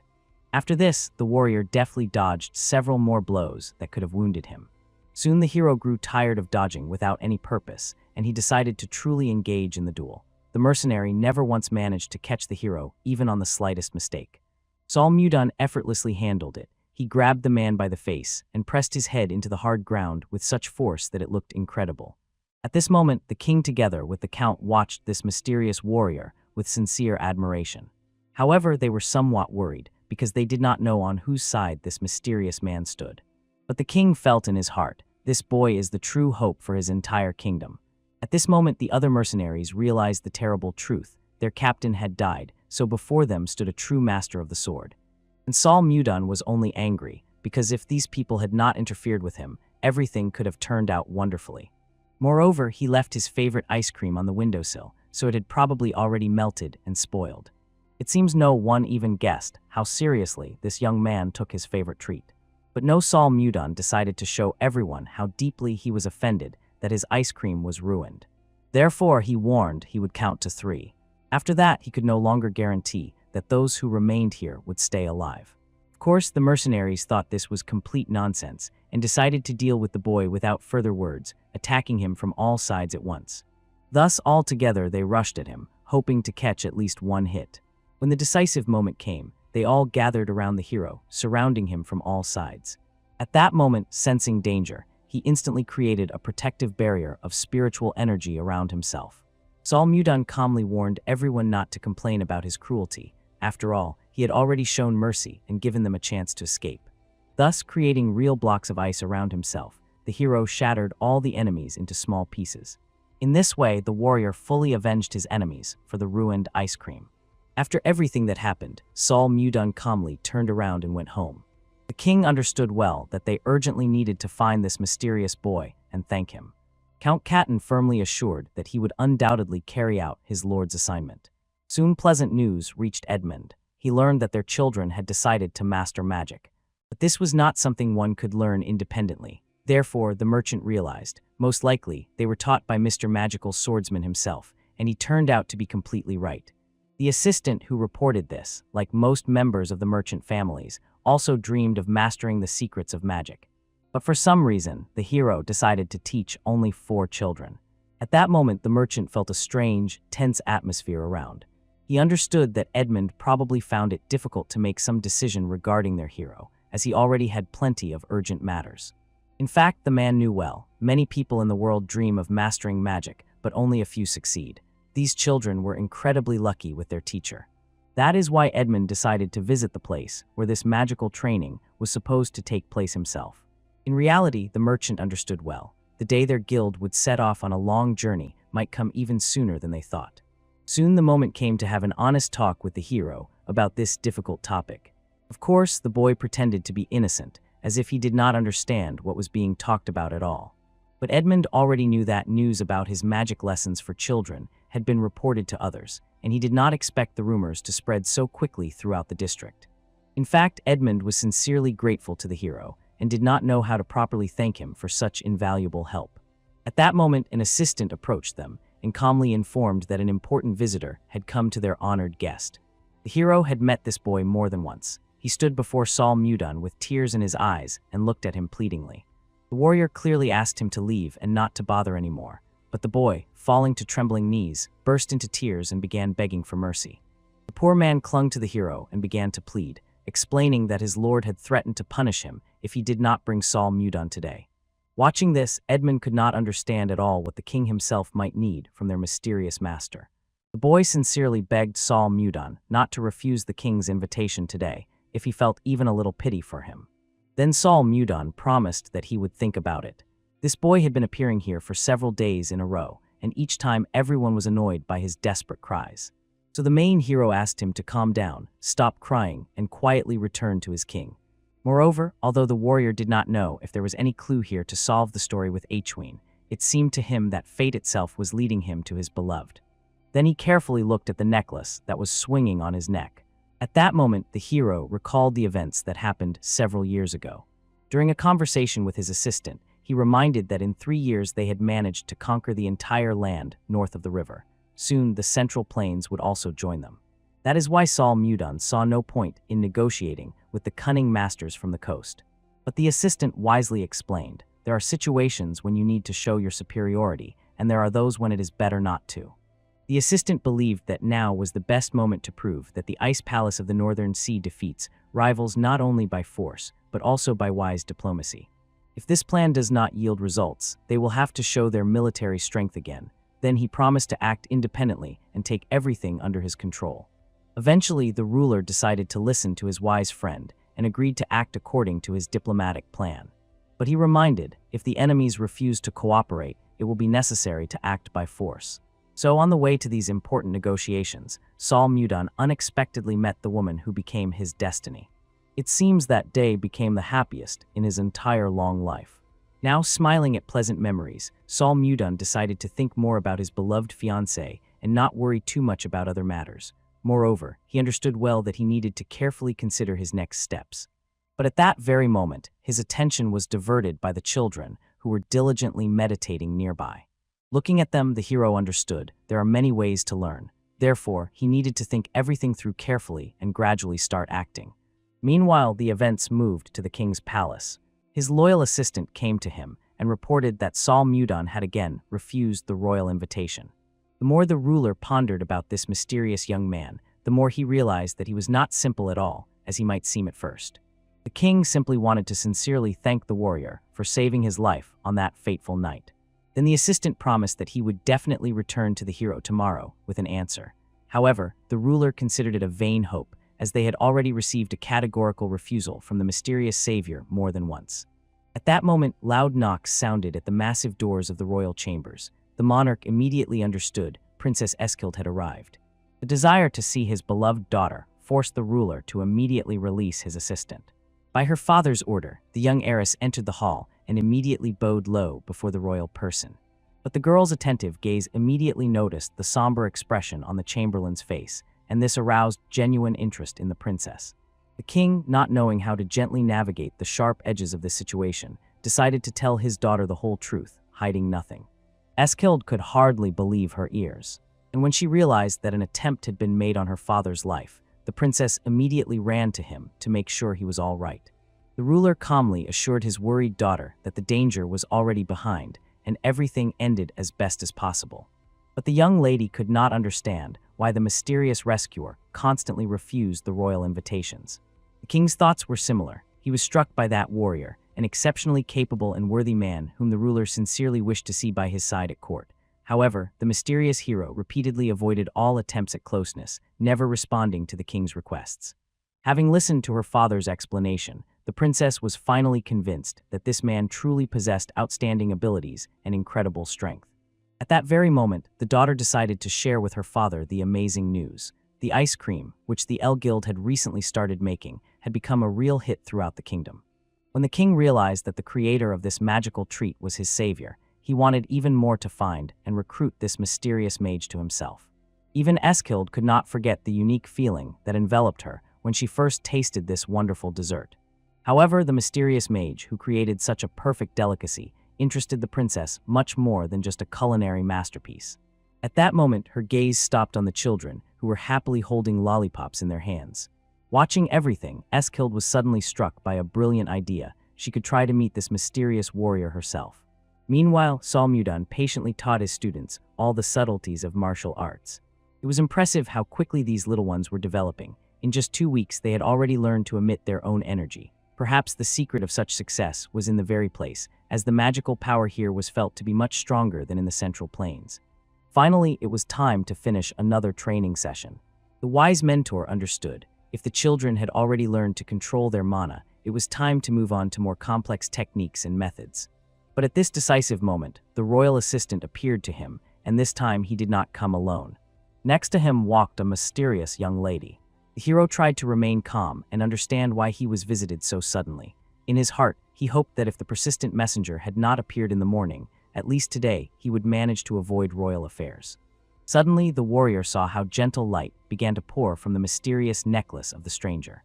At this exciting moment, the young lady took off her hood, revealing her delicate facial features. She politely greeted the hero and introduced herself as the princess of the kingdom of Drake, Eskild. Hearing this name, Salmudan immediately understood. He had finally found the one he had been searching for so long. They were even slightly similar in appearance, although it was only a distant resemblance, like a faint echo of distant memories. Soon they were already talking near the walls of the guild. The princess shared that she had already heard about how Salmudan himself saved her father's life. The hero was noticeably embarrassed by the unexpected turn of events and hardly listened to her. The princess thought that he was behaving too rudely. She forced a smile at the interlocutor and reminded him of the royal invitation to the palace as a thank you. Eshelda was incredibly curious why this mysterious savior constantly rejects her father's proposals. At this moment, the warrior remembered that even the angry look and tone of voice of this girl amazingly reminded him of his deceased beloved. While the hero was lost in his thoughts, the princess became angry because of his stubborn silence. Salmudan calmly explained that he understood what was wanted from him. Then Eskild asked when it would be convenient for him to come to the palace. At first, the princess could not even believe that she had received consent so quickly, and then she was stunned by a real shock from the surprise. Salmudan calmly said that he perfectly understood why she had come. She wanted to invite him to the palace, and in fact, he saw no reason to argue with the king's wish. The warrior addressed Eskild with a request to inform him of the exact date and time when he should appear at the palace. The princess of the East invited him to come tomorrow at about 11 in the morning. As soon as the hero agreed to this proposal, the girl decided to leave. After she left, Salmudan pondered for a long time. Tomorrow he would go to the palace again and meet this girl, but she was a princess, the daughter of the king, the most influential person in the entire kingdom. Ordinary warriors could hardly dream of getting close to such a noble person, let alone marrying her. This time he decided to think everything through carefully and plan. After all, he could not allow everything to happen again as it did when he had to leave his world and end up in another. Salmudan realized that he could not manage without Edmund's help. The hero came to the wise old man and directly said that he wanted to marry Princess Eskild. It seems the man decided that the young warrior had completely lost his mind. Such a reaction could not but anger the hero, but he quickly composed himself. Salmudan, a little upset, decided to ask the old man why he thought he would fail. The reason turned out to be harsh. Princess Eskild was the only daughter of His Majesty's late wife, Queen Suan. She was the only legitimate heir to the throne. The hero was an ordinary warrior, without ranks, titles, or position, a stranger in a foreign land. It would be strange even to think that he would dare to propose to the princess. No one would allow that. To become the heir's fiancé, a man must be a prince, a grand duke, or at least the son of a noble aristocratic family. The hero was not happy at all upon seeing such obstacles on his path. However, he realized, if he had the necessary status and fame, it would greatly help him marry Eskild. Edmund calmly explained that first the hero must prove that he deserves all these privileges. The warrior immediately decided to move forward as quickly as possible to earn the deserved respect. But the wise mentor stopped the hot-headed youth and asked if he knew how to behave in the palace. As expected, the hero did not understand etiquette at all. After that, Edmund placed 6 thick books before the boy. Each contained the basics of court etiquette. The old man decided to teach the warrior everything he knew, understanding that if nothing changed and some misfortune occurred, not only Sol Mudon would suffer. The main hero could not understand why Edmund wanted to help him and why he looked so worried. But since this was a foreign country with its unique traditions, he had to submit to local customs and trust this training. That very evening, Sol Mudon carefully listened to Edmund's instructions, and this continued all night and the next day. At least until the moment came to set off for the palace. Dressed in exquisite clothes, the hero headed to the castle, where they were already waiting for him. Soon the royal carriage arrived right at the gates of the royal palace, and the servants announced to everyone the arrival of the magical swordsman. As soon as Sol Mudon saw the king, he immediately bowed low, paying homage to his majesty. The monarch opened his arms wide, sincerely rejoicing that the young warrior had finally come to him. The hero was surprised. Today he was awaited not only by a meeting with the king. He hoped for a tete-a-tete conversation, but many influential and noble people had gathered in the palace. The princess apologized to Mr. Sol Mudon. She had not intentionally scheduled the meeting on such a crowded day. Seeing her anxious face, the boy believed that the girl had truly done it by accident. Suddenly, from the side where Duke Ikar was sitting, an indignant voice sounded. Sol Mudon calmly turned to the person whose voice seemed familiar to him. He immediately recognized in him the same audacious boy whom he had once taught a lesson. Therefore, the hero simply smiled slyly, and this greatly frightened the aristocrat. He immediately began to swear, insulting Sol Mudon with the worst words. But the father strictly ordered his son to be silent, as his actions made him look like a fool right in front of the king. There was no choice left, so the aristocrat had to submit. The king, talking with the count, realized it seemed the rumors that the savior had treated that boy rudely during his walks with friends were well-founded. After that, the ruler decided to find out why Sol Mudon so unexpectedly accepted the king's invitation. The monarch openly admitted that he was very upset by the constant refusals. Sol Mudon calmly explained that he indeed had a valid reason for this. As the king knew, there was currently a lot of work in the trade guilds, and due to a shortage of labor, he himself was the busiest, as he had to produce ice. That is why the warrior decided to first prepare well and gather all the necessary supplies, and only then set out to the king. Orders were increasing every day, and even when he prepared more goods, everything sold out quickly. Days passed like this, and something was always postponed until finally a free day appeared. The king simply apologized. Earlier, he had not even considered such a reason. Now, when their ice cream sells like hotcakes, Sol Mudon really must be very busy. The hero sincerely smiled and thanked the ruler for his understanding. In fact, he understood. Compared to the father of his fiancée from his past life, this man was like a real good fairy. At that moment, the kind monarch wanted to learn the name of the young savior. However, the hero had no name. Everyone simply called him the magical swordsman. The king felt uncomfortable addressing his savior too formally every time, so it created certain difficulties. While the ruler was pondering this problem, Sol Mudon decided that it was probably better to come up with a name for himself, since it bothered the king so much. Suddenly, Eskild made an unexpected proposal. In fact, the princess wanted not just to give the hero a name, she also proposed to reward him with the title of savior. This very person saved her father's life, so the title would be a real reward for him. The duke praised the princess for her excellent decision. This very warrior saved the king's life and deserved to receive a reward for it. Moreover, he believed that the princess's thoughts truly suited the future ruler. The king realized that he could no longer ignore the one who saved his life.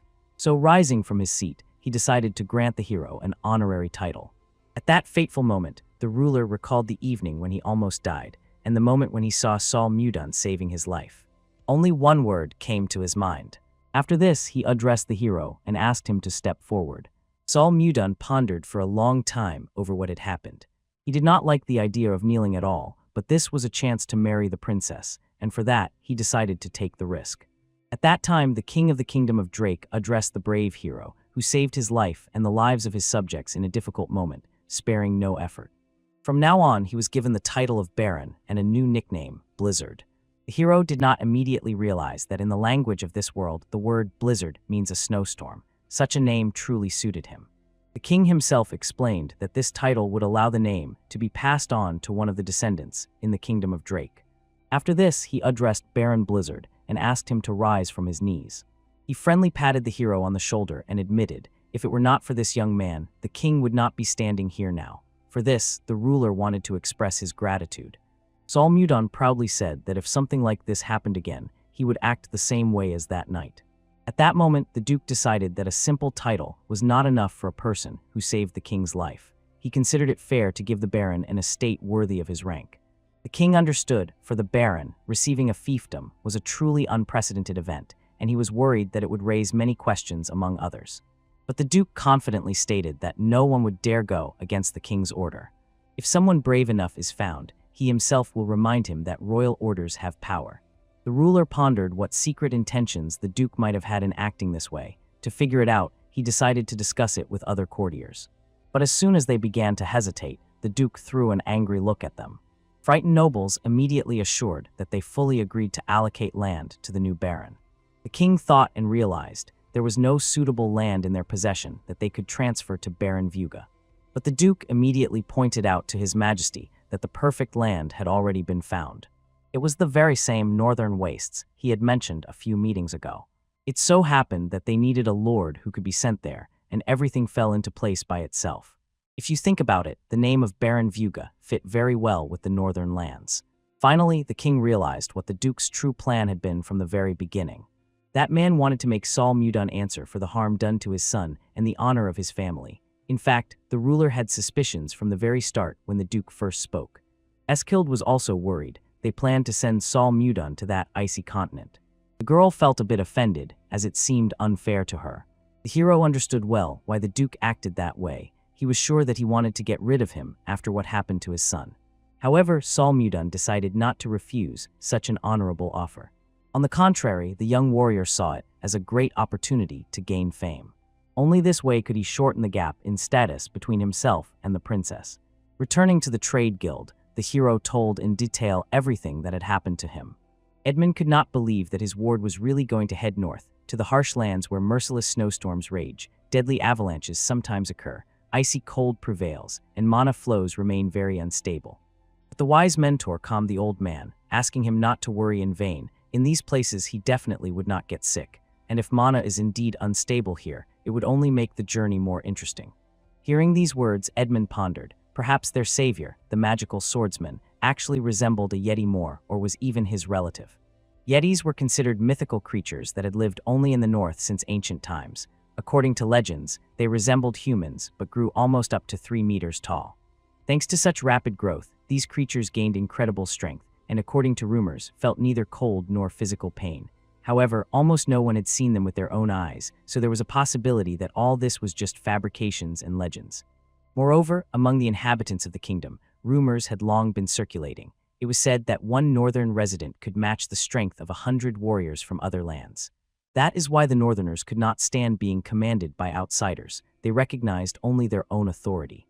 This news seemed very exciting to the hero. If he managed to gain the support of the northern residents, his fame would grow significantly. At first glance, everything seemed very simple, but in reality, everything could be much more difficult.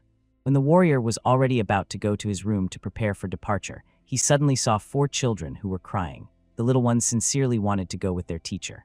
But for the children who had only recently begun to study martial arts, the northern lands were extremely dangerous and could even become a deadly trap for them. The children calmly explained that they still had much to learn, and if the teacher left, they would not be able to fully master the combat techniques. That is why the young students begged the hero to have mercy and take them with him. Suddenly, at this emotional moment, the hero noticed that Princess Eskild had come to visit him. The girl awkwardly greeted Baron Vuga, and he immediately felt that something unusual was happening with the princess. She clearly wanted to speak with the newly minted Baron personally, waiting for the children to leave. So the hero politely asked the young students to leave them alone for a moment. The little ones exchanged mysterious glances, as if discussing something with each other without words. Then they said they would leave only when Sol Mudon listened to their request to the end. In the end, the warrior had no choice but to make such a promise. As soon as the hero agreed, the children happily ran away, leaving the adults alone. Eshelda only smiled, seeing the whole scene. She had no idea that Sol Mudun had such lively and fiery students. However, the warrior with a barely noticeable smile clarified to her. These students were not just energetic, but rather inclined to rebellion. Hearing these words, the girl laughed cheerfully, and it seemed that her heart became a little lighter. In fact, the princess came with an important matter. She wanted to apologize to the Baron. After all, it was she who asked her father to give the hero the title, having no bad intentions. But because of this, he was now sent to the cold, harsh northern lands. Earlier, Sol Mudun had already noticed that the princess resembled Achwina, but he could not even imagine how similar they were in character. Eshelda apologized to him for her father's actions, just as Achwina did. Recalling those moments, the warrior only smiled and was not angry at fate at all. However, he calmly explained to the girl that if he had not received this title, he would never have gone north. The princess apologized again for her actions, showing that she truly regretted what had happened. But the hero made it clear that even after her apologies, nothing significant would change. Eventually, he would still have to go somewhere to strengthen his positions. As the Baron predicted, the beauty suggested finding a way to comfort him.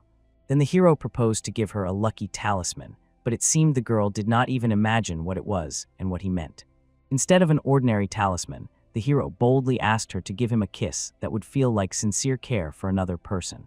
At first, the princess was so confused by these words that she shyly looked away in embarrassment. Then she suddenly got scared and exclaimed in surprise. At that moment, the warrior realized he had rushed too much with his fearless plan.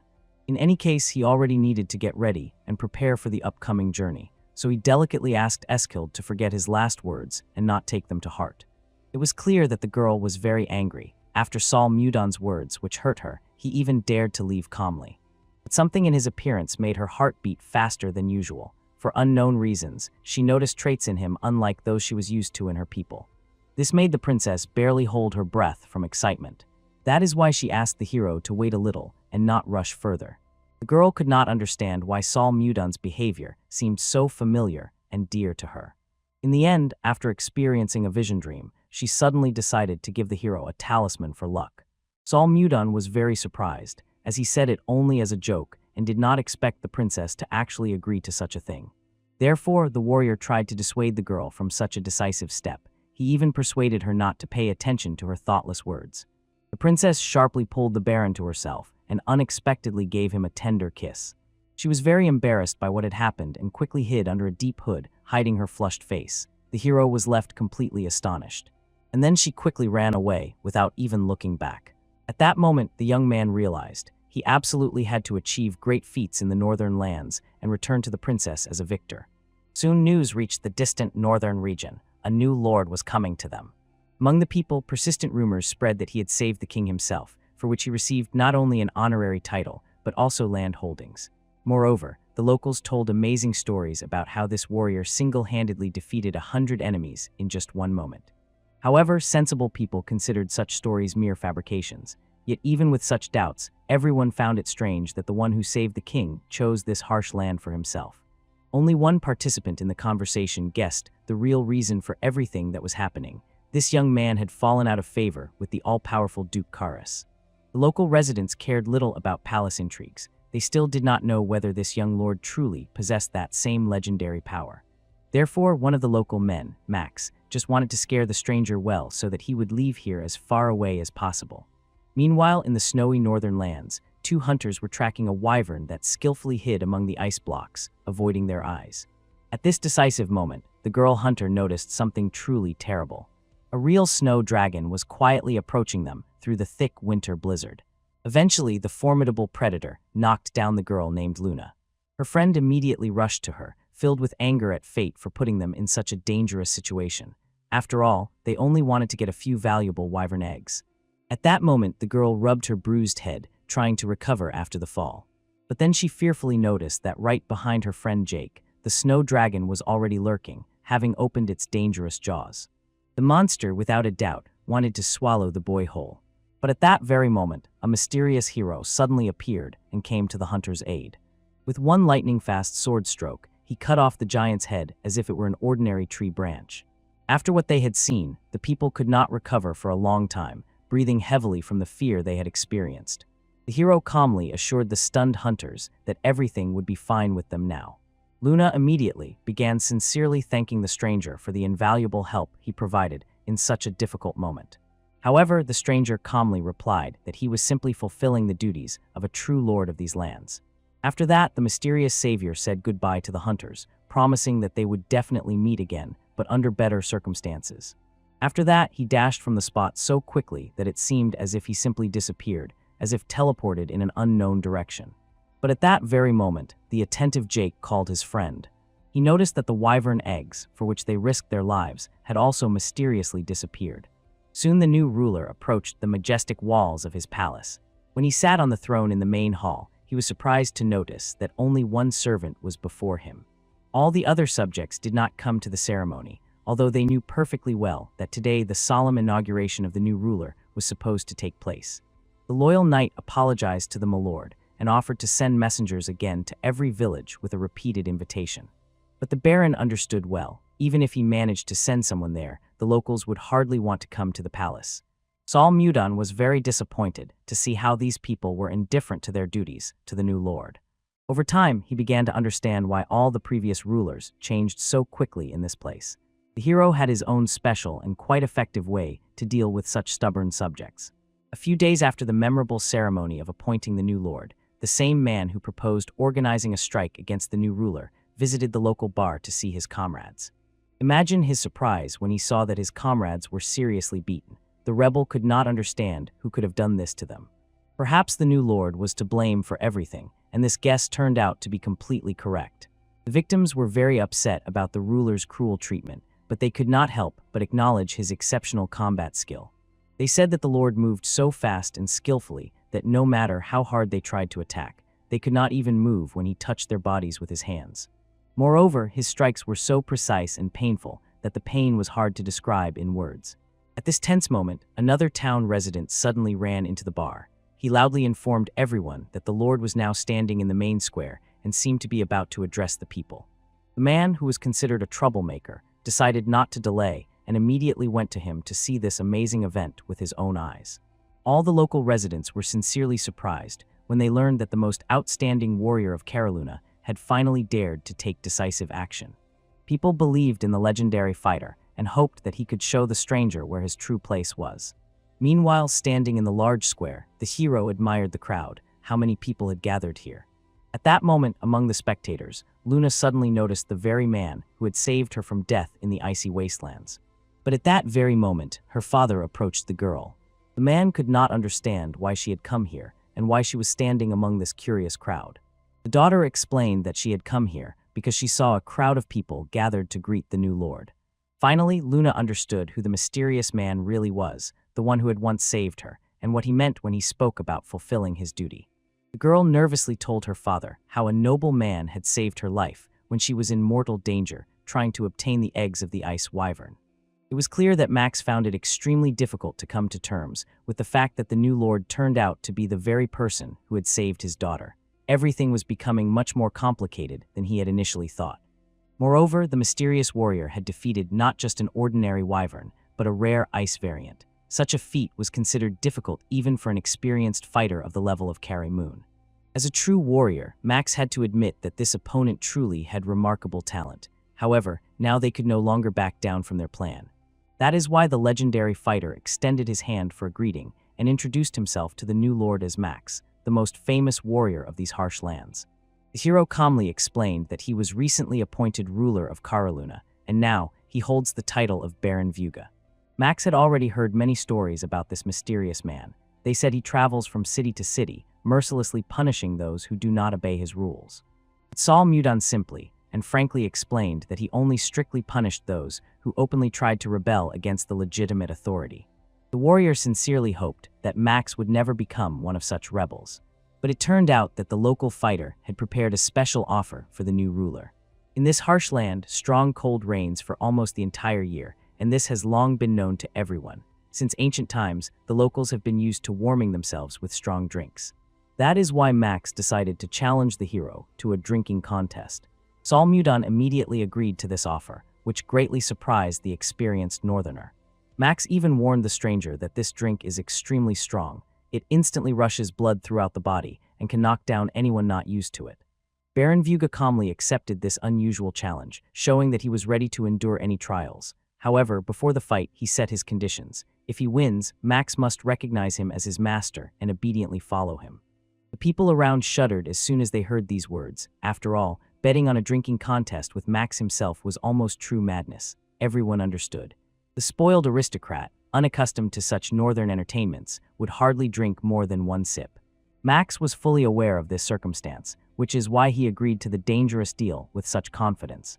Soon the opponents found themselves face to face at a large wooden table, and the local warrior sincerely hoped that the newly minted lord would keep his solemn word. At this tense moment, Max himself generously offered the aristocrat to surrender, while it was still not too late to make a wise choice and retreat. Yet the Baron was a true lord who always kept his word. Therefore, without unnecessary ceremonies, he proposed to start the competition. Such confidence of the new ruler only angered the experienced Max. The stern northerner simply warned the arrogant aristocrat not to regret later that he did not flee when he had the chance. Soon, the legendary Max almost no longer felt his legs and arms, and his consciousness began to cloud from the unusually large amount he had drunk. Of course, his loyal friends did everything possible to bring the mighty warrior to his senses. They did not give up and searched for any way to save their comrade. But at this decisive moment, the famous fighter fainted right at the table. Of course, it was extremely hard for Max to come to terms with the fact that he, the best reveler in the entire northern land, had disgraced himself and fainted right during the drinking competition. However, the proud warrior stubbornly refused to stop the fight because he could not allow himself to lose so ingloriously in front of everyone present. He asked for another shot to be poured, and Baron Vuga only smiled indulgently and advised not to try too hard. Even looking at the calm hero, the drunk Max saw two blurred silhouettes before him. The northern warrior could not understand why everything was fine with the new lord, as if he was just drinking ordinary spring water. While Baron Vuga kindly offered the stubborn man to surrender and at least preserve some of his dignity, he persistently asked to continue the fight. When the local warrior so insistently demanded to continue the competition, Saul Mudon did not argue and allowed him to see the matter through to the end. Eventually, the man in despair drank another cup of strong alcohol in one gulp. The hero drank that fiery drink as if it were ordinary spring water. Although Saul Mudon had not drunk for a long time, today everything was going perfectly for the new ruler. Soon the warrior heard a loud and dull blow. Turning around, he realized that this sharp sound was evidence of his brilliant victory over the legendary local fighter. Even Max's closest friends could not believe that their invincible friend suddenly fainted due to excessive alcohol consumption. Then Saul Mudon solemnly addressed all the townspeople and ordered them to gather in his castle in 5 days. The new lord decided to find out who among his subjects truly kept their promises and who only talked a lot and did nothing. The appointed 5 days passed very quickly, and the events again returned to the magnificent castle of the lord. The baron, sitting on his throne in the main hall, looked ahead and saw a large group of local residents before him. Of course, he did not at all believe that they would really come to fulfill their promises after such a humiliating fall of their idol. But the northerners truly kept their vows. It was natural for their stern character. However, Saul Mudon immediately stopped any attempts at excuses. Everyone present knew well who he was and what he was capable of. The new lord did not want to waste time on talks, so he immediately got to the point. He gave the gathered exactly 10 days to prepare for the large-scale relocation. When the townspeople heard such an unexpected statement, they just gaped in surprise but could not respond properly to the ruler's words. Luna did not understand at all what the mysterious hero really wanted. Could it be that he really dreamed that they would all settle right in his castle? Saul Mudon calmly explained to the surprised people that even though his lands were large, it was simply impossible to accommodate all the inhabitants there. But he really advised them to pack their suitcases and prepare for the journey. The thing was that the wise ruler decided to resettle his entire people to the far north, where it was safer and living was easier.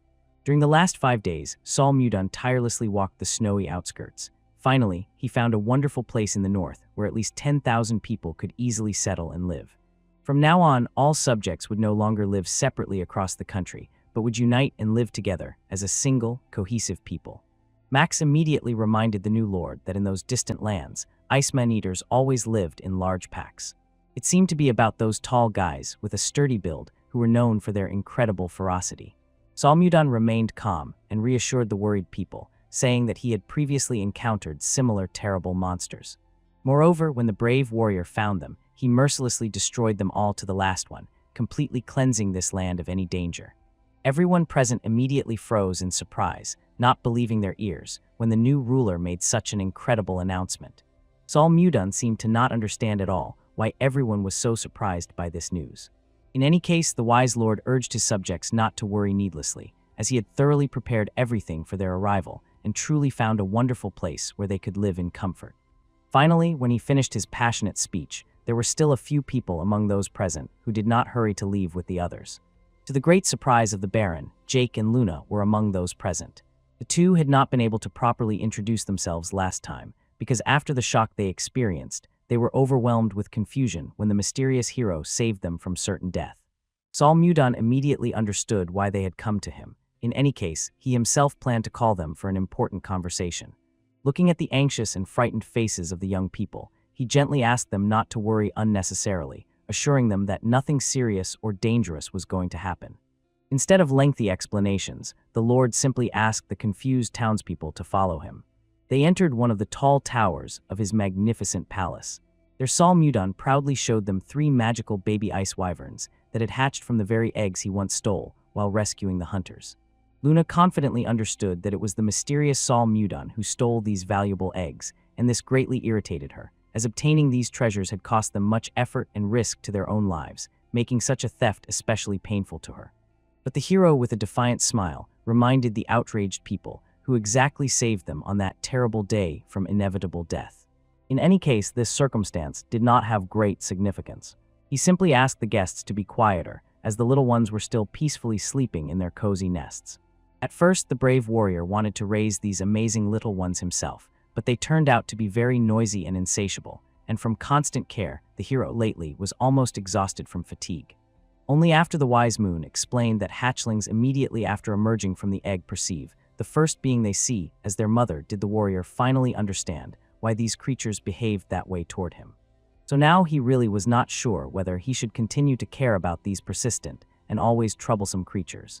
Luna calmly explained to the confused lord that ice wyverns are much larger and stronger than ordinary ones, and for the hero, a real opportunity arose to tame these rare creatures for his own benefit. If any other hunter were in his place, he would definitely try to tame such wyverns. On these plains, it was possible to easily reach Tenstan itself, the second capital of the kingdom, located 1,000 kilometers west of their city. Tenstan was a place where nothing unusual ever happened. Moreover, traveling there and back on fast wyverns would take only an hour, or at most an hour and a half. Of course, such a fast way of moving greatly interested this practical warrior. Therefore, the Baron decided to ask experienced people in detail to find out how best to tame these unusual creatures. As it turned out, the clever lord came up with a truly wonderful idea regarding these little winged friends. A few days after that momentous conversation, the people of Karaluna began a great migration by the solemn order of their new lord. Next to the hero, at the head of the column of settlers, walked his faithful pupil. It turned out that ordinary people found this exhausting journey through the snowy expanses incredibly difficult. Of course, this did not surprise anyone, since they had already spent 3 days and 3 nights of continuous travel through harsh lands. Moreover, the attentive warrior saw among the settlers many who still did not trust him and hesitated whether they had done the right thing. Very soon they will reach their long-awaited goal, and then their uncertain hearts will change for the better. Because of this, the Lord soon loudly called all the exhausted travelers. Solemnly addressing everyone, he announced that the goal was very close. Even if it is hard and painful for everyone now, they must endure just a little longer. Some remained skeptical. They did not understand where this path through the snowy desert led. Furthermore, the settlers were still not sure whether there really were no Iceman-eaters left in that mysterious place. Such open distrust only angered the impatient Lord more. He reminded everyone who doubted that he had already declared his victory over all possible enemies in this area. Moreover, the wise ruler reminded these people that they are brave warriors of the legendary Karaluna and have no right to behave so fearfully. Hearing what he said, the Baron decisively turned around and went further forward, confidently leading his people behind him. It was noticeable that Sabina doubted a little whether such words could really encourage others. However, the wise mentor understood. Now the people would finally understand him and truly appreciate him, and all the settlers would also be convinced of the truth of his words as soon as they happily reached the new place. Soon the tired column reached the entrance to a huge cave hidden among icy cliffs. The students could not believe their eyes. Before them was truly the same legendary place about which their teacher had spoken with such confidence. The warrior calmly told the astonished students that it had taken him a long time to find this unique cave among the endless northern expanses. Moreover, all the other settlers also began to feel much better and more confident. They could not even imagine that in harsh Karaluna there could be something so comfortable for living. Here from the depths of the earth burst a pleasant, warm spring, a true miracle for these places. At this solemn moment, the Lord loudly called everyone gathered around to come to him. He reminded the settlers that once this mysterious place was a reliable refuge for fierce, icy giant man-eaters, and now they rightfully occupied the freed territory to establish their new life here. Since all the people were now going to live here permanently, it was logical to give this important place a new name that would correspond to the new circumstances. Earlier, he lived in the magnificent northern ice palace, so he wanted to choose something equally noble for the new home. In the end, the ruler thought for a long time but could not come up with anything better, and he named their dwelling the White Castle. But it seems the ordinary residents sincerely liked such a solemn name for their new home. Now the prudent hero had only one thing left, to bring here a few more ice wyvern hatchlings, since there was enough space for them here. But at that very moment, the warrior suddenly heard a sharp, piercing sound that seemed to cut through the icy air. At that very moment, all the settlers screamed in fear, seeing a bright lightning ball that suddenly appeared right in front of them. From this strange lightning, immediately appeared small twists with scratches, which someone definitely brought here using magic. The unfamiliar wizard apparently did not understand at all why magic transported these very creatures to such a distant place. Sol Mudan had no idea he would meet a foreign mage in such a wilderness, especially one conducting strange experiments on his favorites. The enraged lord immediately lunged at the audacious youth, eager to punish him with his own hands for such impudence. After this, the enraged warrior pressed several important acupuncture points of the stranger, and his body instantly became completely immobilized. The powerful baron firmly grabbed the mage by the neck, and with all his might threw him onto the icy ground. The terrible ruler immediately showed that he does not like to repeat his questions and has no intention of doing so. Therefore, he strictly ordered the frightened man to immediately state who he was and where he came from, and most importantly, how he even dared to attack the newly appointed ruler. At that moment, the scared mage realized that his body was completely paralyzed. He could not even move or submit it to his will. Sol Mudan calmly explained to the frightened prisoner that his mouth was fine and he could speak, so it was better not to delay and answer all the questions as quickly as possible. Trembling with fear, the boy quickly introduced himself as Count Jaren von Kerwin, hoping that his noble origin would somehow protect him from the fury of the enraged warrior. Sol Mudan could not even imagine that he would meet a true aristocrat of such a high rank in this wilderness. Especially considering that he himself was only a baron, this Jaren far surpassed him in the noble hierarchy. At that very moment, the Count suddenly realized that before him stood the legendary Baron Vuga, the man who saved His Majesty's life, and for that received a title along with vast estates. Sol Mudan was truly surprised when he learned that this random boy knew something about him. But then the inquisitive warrior decided to find out whether this man was the same former lord who was once appointed to govern these lands, and then shamefully expelled for inactivity. Looking at the magical weapon in the stranger's hands, the Baron understood that his assumption was most likely completely correct. The former lord hastened to justify himself, assuring that he had very important reasons for his sudden escape. However, such weak excuses did not concern Sol Mudan at all. The frightened Jaren hastily reminded that now, since the warrior knew his true identity, they could end up on the same side of the barricades. Only upon seeing Sol Mudan's stern expression did the former count realize that he had clearly miscalculated. The enraged hero grabbed him firmly by the head and explained in a cold tone to the trembling Jaren that he was no more useful than an ordinary yard dog. The cowardly aristocrat failed to fulfill his duties to the people and the king.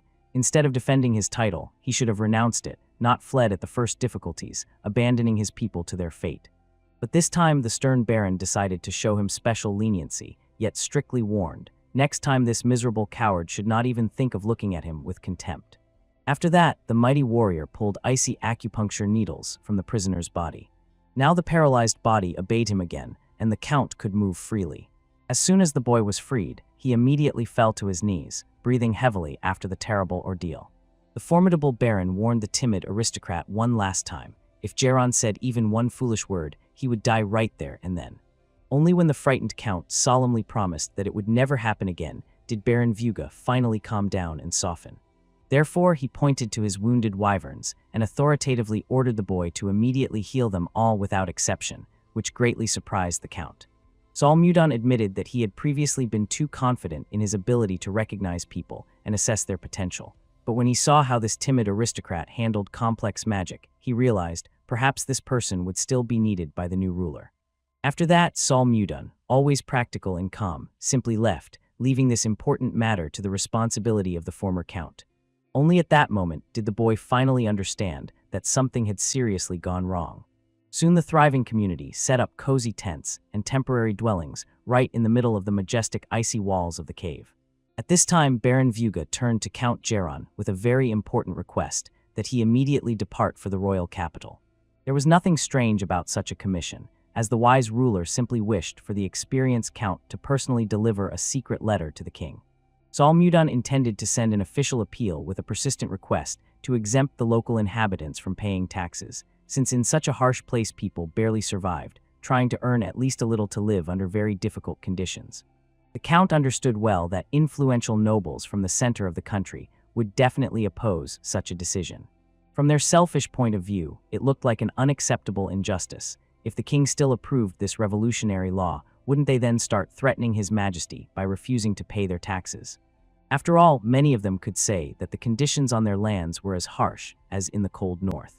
No matter how favorable His Majesty was to the legendary hero, the king would still refuse such a bold proposal due to political circumstances.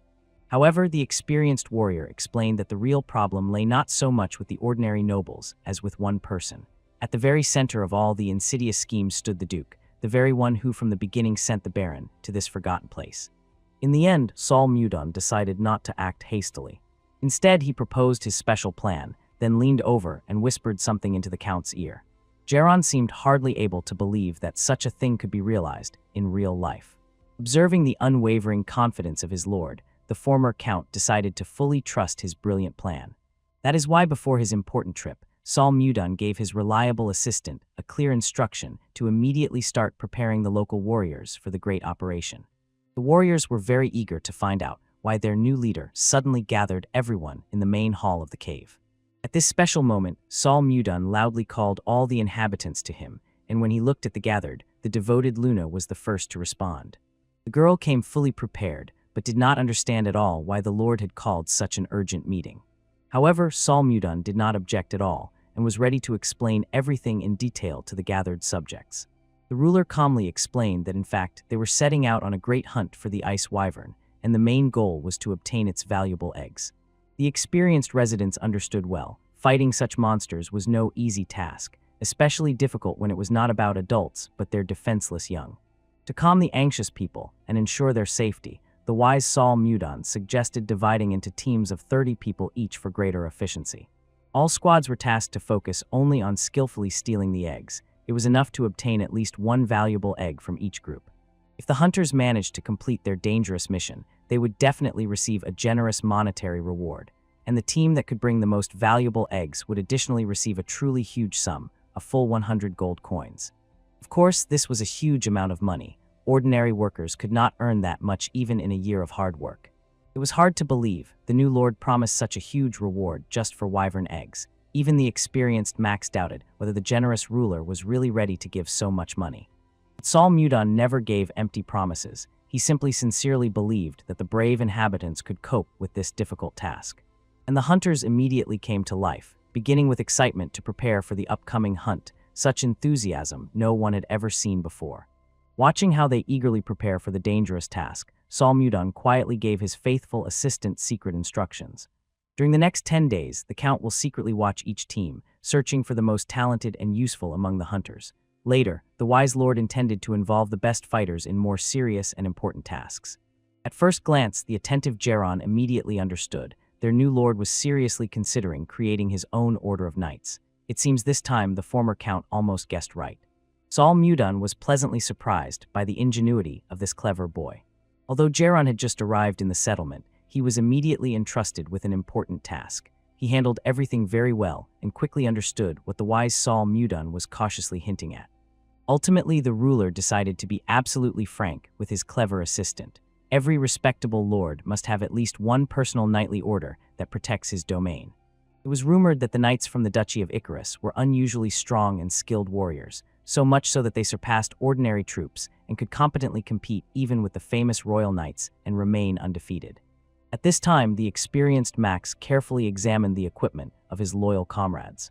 Looking at their determined faces, Sol Mudan was sure that sooner or later these people would become the best warriors of the kingdom. This time he will build an army much larger and stronger than the legendary Snow Lion squads from his past life, for the brave hero could not allow his beloved to die again because of his weakness. Then he loudly and solemnly announced to his loyal warriors to set out to carry out the tasks assigned to them. Soon the hunting parties noticed one of the majestic ice wyverns among the snow-covered cliffs. The wise hero stood aside and carefully watched everything that was happening, patiently waiting to see how one of the teams would cope with this dangerous trial.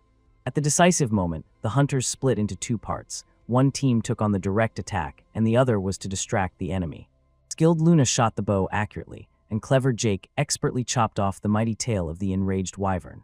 Experienced Max boldly moved straight to the monster's face at the decisive moment to finally confuse it with his spells. Meanwhile, the commander ordered the second squad to immediately deploy the pre-prepared hunting net. Thanks to coordinated actions, they managed to lure a powerful wyvern into a cleverly crafted handmade trap. It was truly an impressive result for the first joint hunt, and Count Geron enthusiastically noted that the people had been hunting so harmoniously and coordinated for several tense days. Now their hands and feet moved perfectly in sync, like a well-tuned combat mechanism. In fact, clever Geron understood that it would never even occur to him to steal the eggs of the ice wyvern and try to tame these creatures from a very young age. But if everything goes according to Lord's brilliant plan, the locals will get a chance to earn well. They will be able to transport and sell hunting trophies, for example, exotic pelts or rare bones, to distant cities using tamed ice wyverns. At this triumphant moment, the warrior loudly praised the second squad and reminded them that if they brought many valuable wyvern eggs from the hunt, they would receive a truly good material reward. And all the fighters became even more intensely ignited, with an irresistible desire, this time, to show themselves as best as possible. Thus Count Geron was finally convinced. The new lord managed to gather the headstrong loners into a truly cohesive team.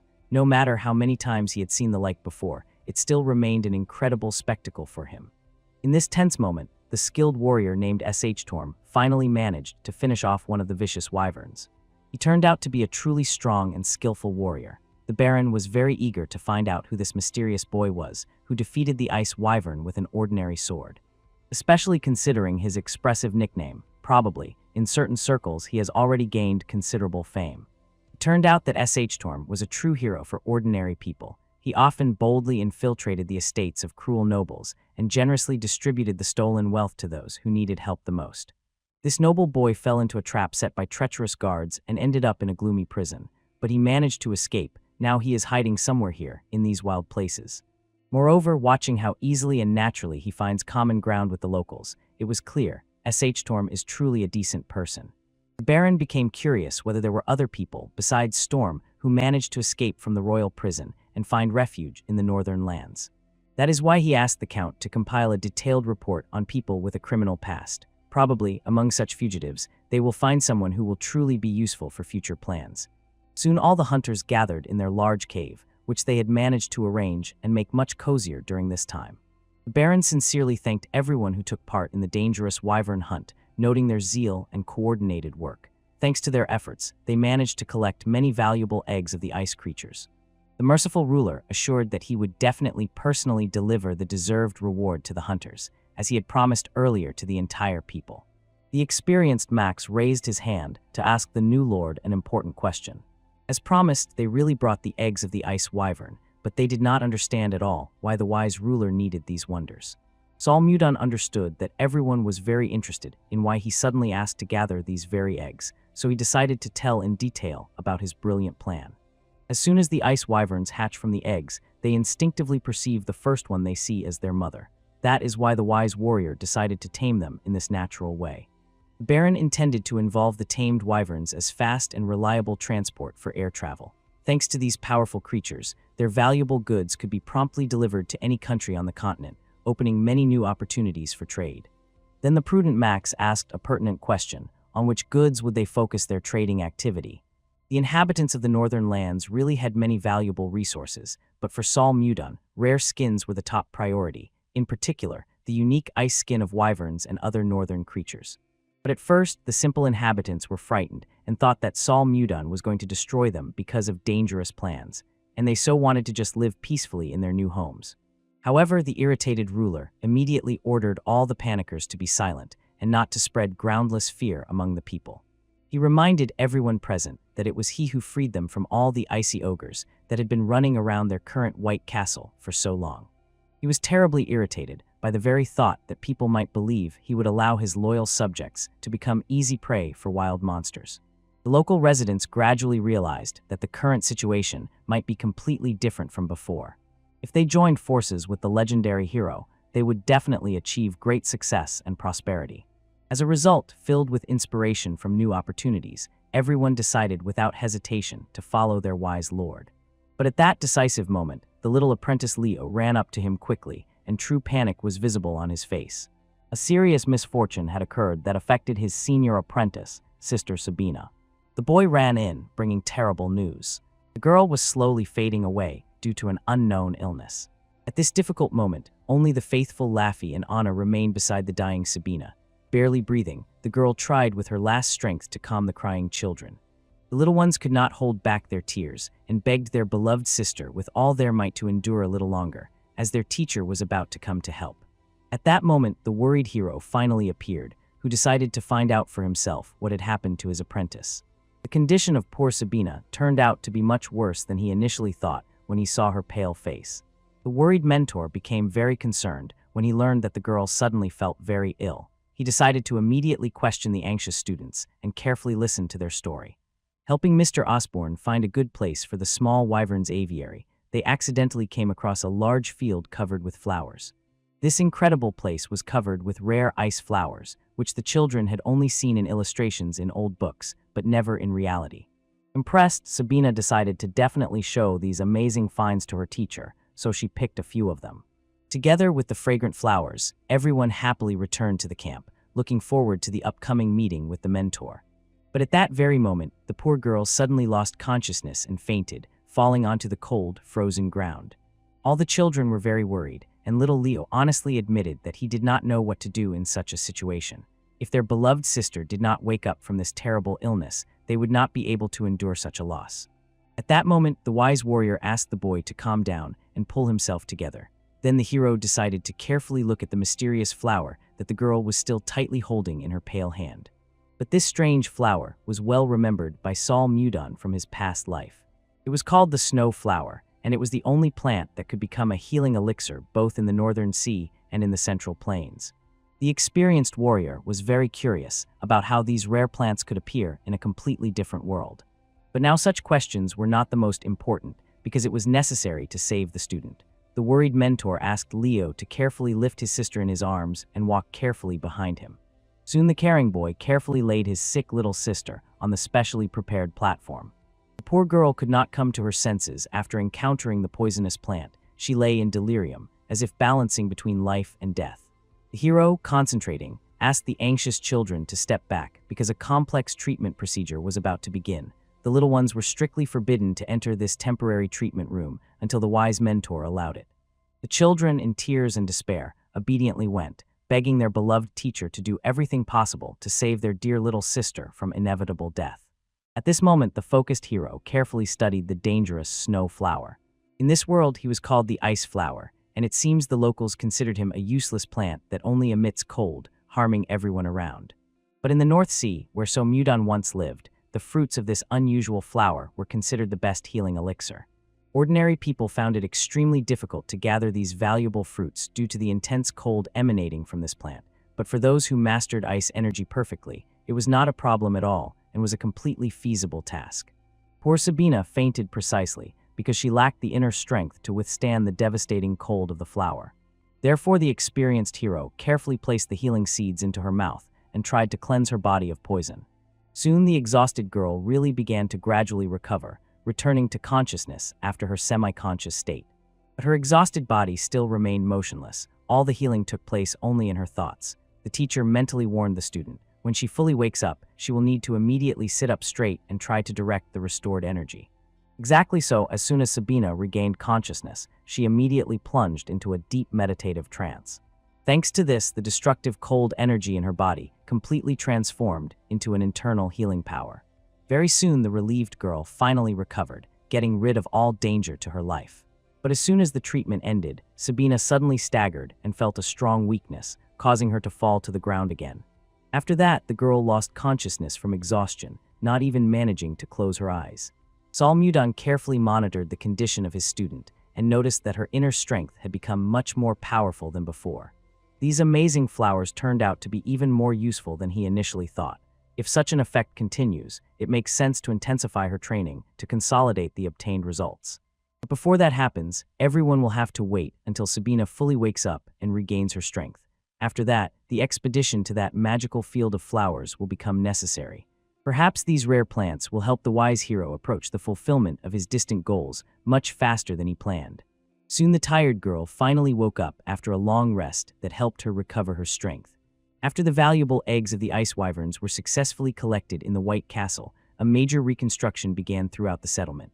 First of all, the cautious Saul Mudon carefully familiarized himself with the detailed list that Count Geron had compiled earlier.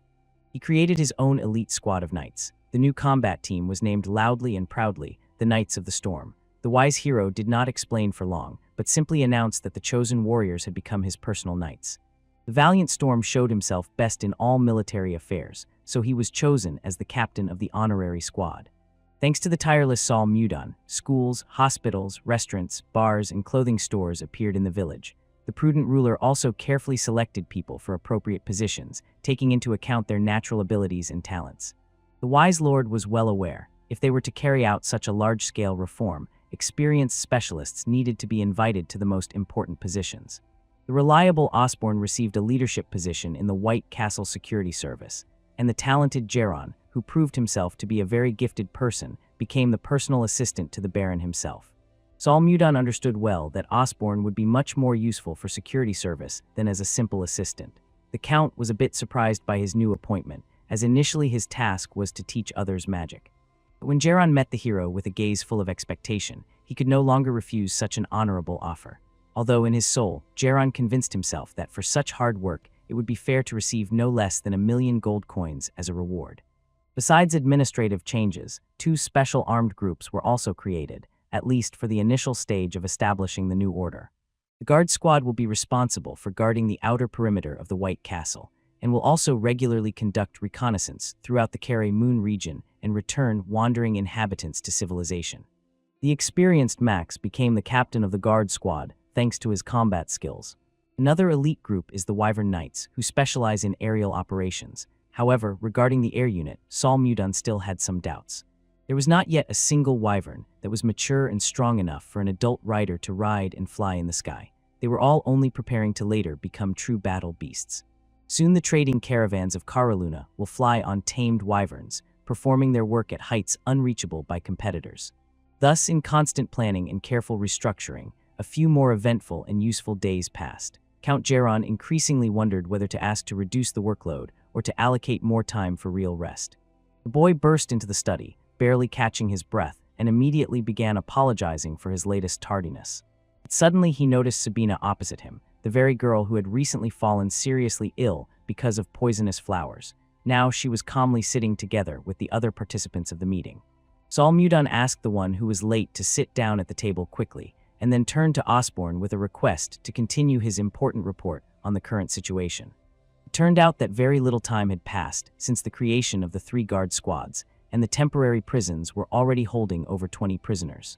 The main problem was that more than half of them were fugitives who came from other parts of the kingdom. Max immediately said that these people are dangerous criminals who must all be caught to the last one and locked under reliable guard so that they no longer harm peaceful people. But the clever hero understood. In such a case, Max and other local rebels should have been arrested first as the main culprits of the uprising, because of which such a capable leader as Count Geron was unjustly expelled. Max insisted on his point and claimed that this was a completely different situation. He acted legally, protecting Carolyn from the arbitrary decisions of the central authority. But the wise hero considered it unfair to say that their rebellion was a noble fight for freedom, while the actions of Captain Storm's squad were called mere thievery. Max had no choice but to apologize to the Honorable Knight Storm. He calmly explained that his goal was to remind Max of the real reason for the suffering of ordinary people. An official meeting was currently underway, so they could discuss personal matters later. At that very moment, the wise Sabina also decided to share her opinion. This noticeably surprised the main character, and it was clear that he sincerely wanted to listen carefully to his senior student, whose opinion he greatly respected. The girl realized, if even such a prudent man as Osborne began to speak in this manner, it meant that a very negative attitude towards the fugitives had developed in the settlement. The hunt for the cannibals was supposed to start today, and this was very important from a strategic point of view.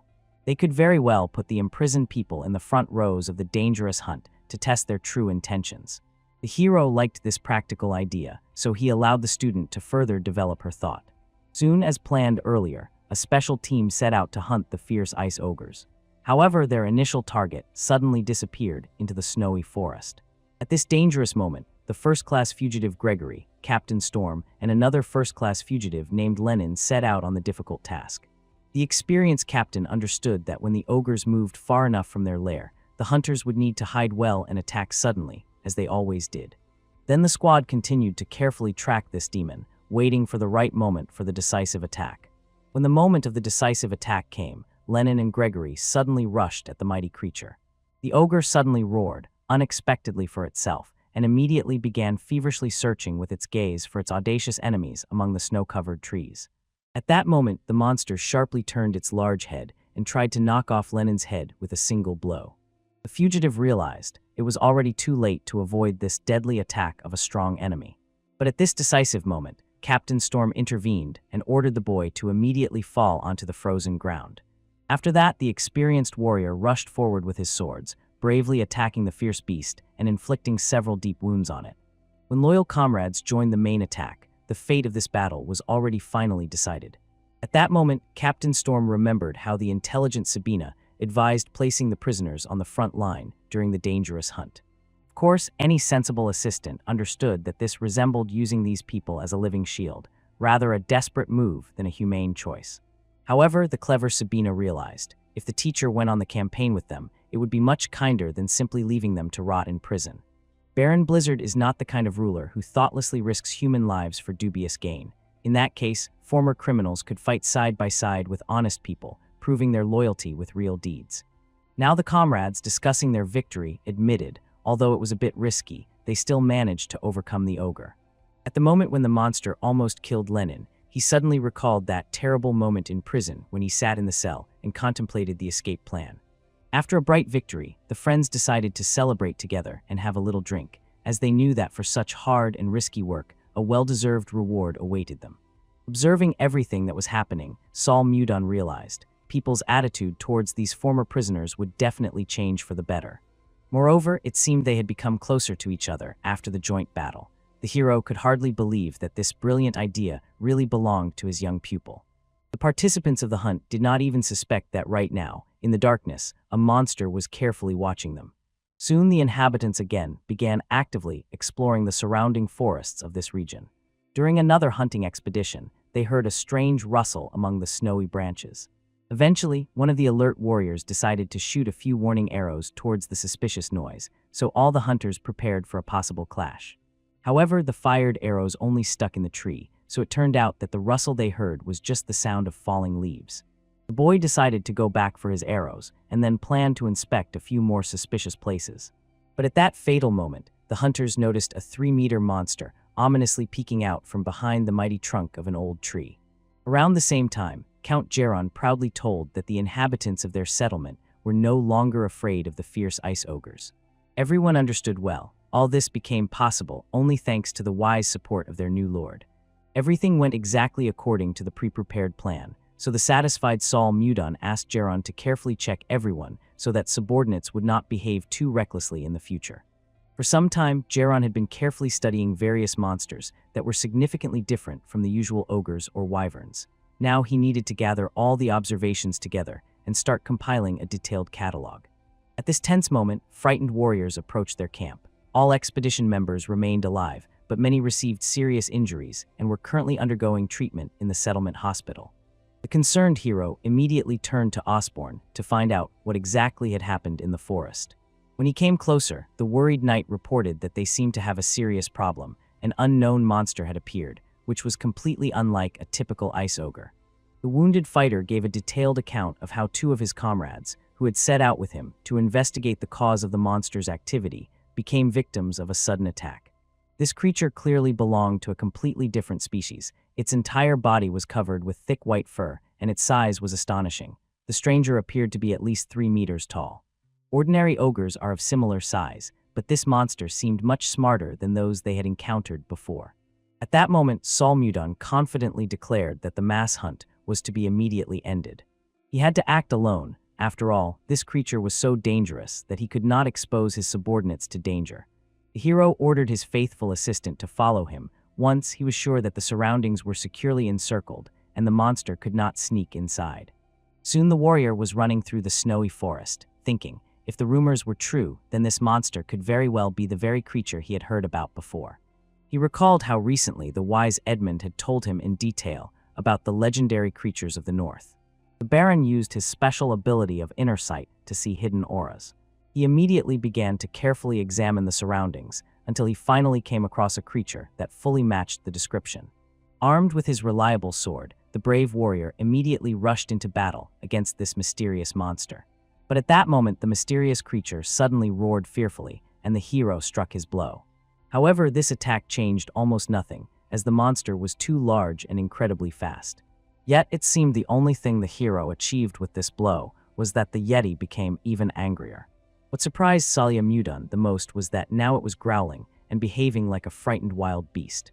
It seemed that the creature immediately understood the warrior's intentions just by meeting his gaze. In its eyes burned the rage of a predator, but one could also notice something else hidden deep within. That is why Saul Mudon wanted to find out whether this creature belonged to humans or not. He was terribly eager to solve this mystery, but he understood well, one cannot leave alive someone who causes serious harm to the inhabitants of his domain. So boldly rushing at the monster, the warrior wished it in the next life to become a simple person and no longer do evil. But just as he was about to deliver the decisive blow, suddenly a bright green light flashed ahead. When the bright flash dissipated, the mysterious monster vanished just at the moment Saul Mudon was raising his sword to cut it down. Perhaps this mysterious creature used special magic to save everyone. Therefore, the hero, surprised by what he saw, began feverishly recalling everything he knew about such green glow. He remembered how Laffy told him that wizards of the fifth circle and above are capable of using special displacement magic, teleportation. However, most mages remain only at the first or second level their entire lives. In that case, the fifth level of magic should be somewhere between the Hwangan, Enlightenment of Fire, and Hwangan, Enlightenment of Wisdom stages. But how could this humanoid creature, covered in thick white fur, possess such powerful magic? In any case, there was only speculation left. The spell used was indeed complex teleportation. However, this did not at all mean that the hero would not be able to catch the fugitive. Therefore, the brave warrior rushed forward to find the Yeti who had escaped. But soon he still failed to find him. This giant really knew how to skillfully disappear from sight. However, from the fact that Saul Mudon still felt someone's presence nearby, it was clear, even with the help of powerful teleportation, this creature could not have escaped too far, at most 2 kilometers. So the mysterious snowman is definitely somewhere nearby, so the hunt patiently continues. But at this decisive moment, the attentive hero noticed a pile of branches with which someone had specially camouflaged the entrance to the mysterious cave. It was clear that the mysterious creature was trying to hide this place from prying eyes. When the brave warrior descended the stone stairs, he realized with surprise that he had found himself in an abandoned ancient library that held many secrets of the past. It was very strange to see such a magnificent building suddenly appear in the middle of a vast snowy field. It was there that he came across the very same Yeti, which greatly surprised him. The hero immediately understood that this creature was trying to hide here, fleeing from someone or something. However, to truly be safe, it would have to hide much more carefully. But suddenly this mysterious creature humanly asked Salia Mudon not to come closer. When the hero heard that the stranger spoke a common language, he became curious and decided to ask several important questions. It turned out that the Yeti was not an ordinary monster at all. He called himself Condor, a great warrior from the legendary Hori tribe. At that moment behind the Baron, a breathless Geron suddenly appeared. he wisely explained that the word condor in the language of the hoary warriors means snow wind. The Count also said that he had found them because nearby there were visible signs of destruction and traces of magic. He understood that these people could only obey such a powerful being as their lord, so he managed to find the Baron very quickly. Jaron was very interested in why this legendary creature from the ancient mythical clan ended up in this abandoned library. This was exactly what the hero wanted to ask him first. The wise warrior wanted to find out where this mysterious creature came from and what was the reason for its appearance in their lands. From Condor's frightened expression, it was immediately clear. He was thinking of running away again at the first chance. This angered Sol Mudon, who sternly warned that his patience had limits and he was not going to play hide and seek with him. Eventually the Yeti, barely holding back tears of fear, admitted that he came from the distant city of Jurak, his hometown hidden among icy mountains. It became clear that many more such Yetis live in that distant city, but that did not matter much for what is happening now. Sol Mudon was more concerned about why Condor decided to attack his people without any reason. Depending on the received answer, the ruler will decide whether to forgive the alien or punish him severely. But the offended Yeti solemnly declared that he was a great warrior of Kairi and never killed or harmed peaceful people without a good reason. Jaron still leaned more towards trusting the words of the Yeti. From what he noticed, most of their warriors received only serious injuries, but no one actually died. Then the hero remembered the words of the very same warrior he had met earlier in the camp. That one really said nothing about the death of comrades, but his face was so frightened, as if someone from their squad had died in battle. Then Condor explained in detail that in fact the people were the first to attack him, cruelly driving him out of the sacred lands of his ancestors. He never attacked first or anything like that. Everything he did was only defense. Eventually Sol Mudon and Jaron concluded that their hunters, probably hunting the ice ogre, accidentally entered the territory of the Yeti. Realizing this unfortunate misunderstanding, the just Sol Mudon asked Jaron to immediately heal their new friend from the received wounds. After that, the magnanimous hero calmly addressed Condor with a request to tell more about their sacred lands. In return, he promised to strictly order his people never to enter their lands without permission again. The Yeti was sincerely pleased and immediately blossomed with joy and relief at such a noble offer. But the hero was a little annoyed that Condor still addressed him too simply, as if he had not learned to speak politely when talking to a lord. It was clearly visible that this just reproach greatly embarrassed the simple-hearted creature, and it seemed to freeze from shame. Sol Mudon understood that there was nothing he could do with a creature that had not yet learned to speak properly according to all the rules of etiquette. Therefore, the wise ruler decided leniently not to demand official address in this situation. At that time, diligent Jaron had just finished the treatment, so all three decided to return to their camp to calmly discuss further actions there. But suddenly, the faithful assistant unexpectedly asked the master to stop. Finding themselves alone, he decided to address Sol Mudon with an important personal request.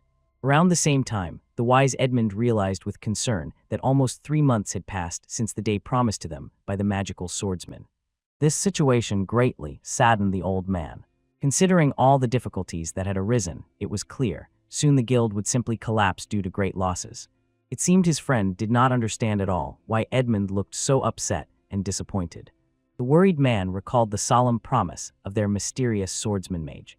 Then the hero said they needed to wait a little, just 3 months, and he would definitely send the long-awaited delivery of rare ice. But after that, there were no more comforting news, and that could not help but worry.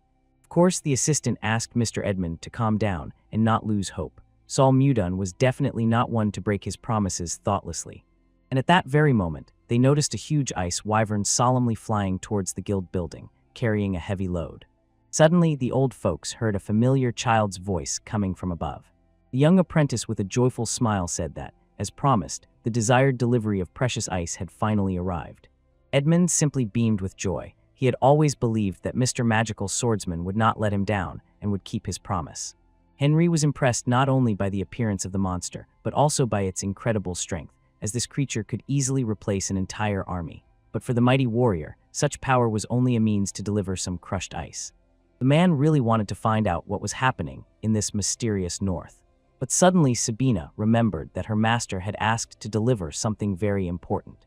After this, the girl handed Edmund a sealed envelope, which he was obliged to deliver to exactly the person who had just been mentioned. At first, Edmund thoughtfully stared at the letter, and in a moment, he understood exactly to whom it was addressed. The events quietly shifted to the luxurious royal halls, where Her Highness, Princess Eskild, was enjoying an exquisite lunch. Justin, the annoying one, was also there, who with feigned politeness thanked the girl for agreeing to his persistent invitation to meet. Moreover, the intrusive admirer showered the princess with banal compliments, saying that she was becoming more beautiful every day. Of course, the well-mannered Eskild politely thanked Sir Justin for such generous, though somewhat formal words. Justin could not hide his displeasure at the frankness of this unyielding girl.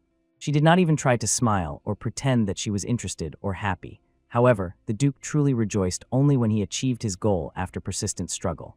Therefore, he decided to be patient and wait a little. He was confident that later he would definitely see a sincere smile on her usually indifferent aristocratic face. At that moment, a faithful maid approached the table and informed the young lady that she had received a personal letter from Baron Vuga. The letter was brought to the chancellery, so the girl immediately hurried there to collect it as soon as possible. Of course, Sir Justin was very upset that the lady was leaving so early. He had come since early morning to see her and spend this precious time with her.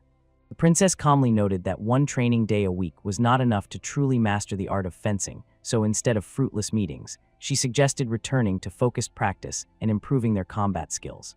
The girl confidently turned to her maid Lindsay, and together they headed to the exit.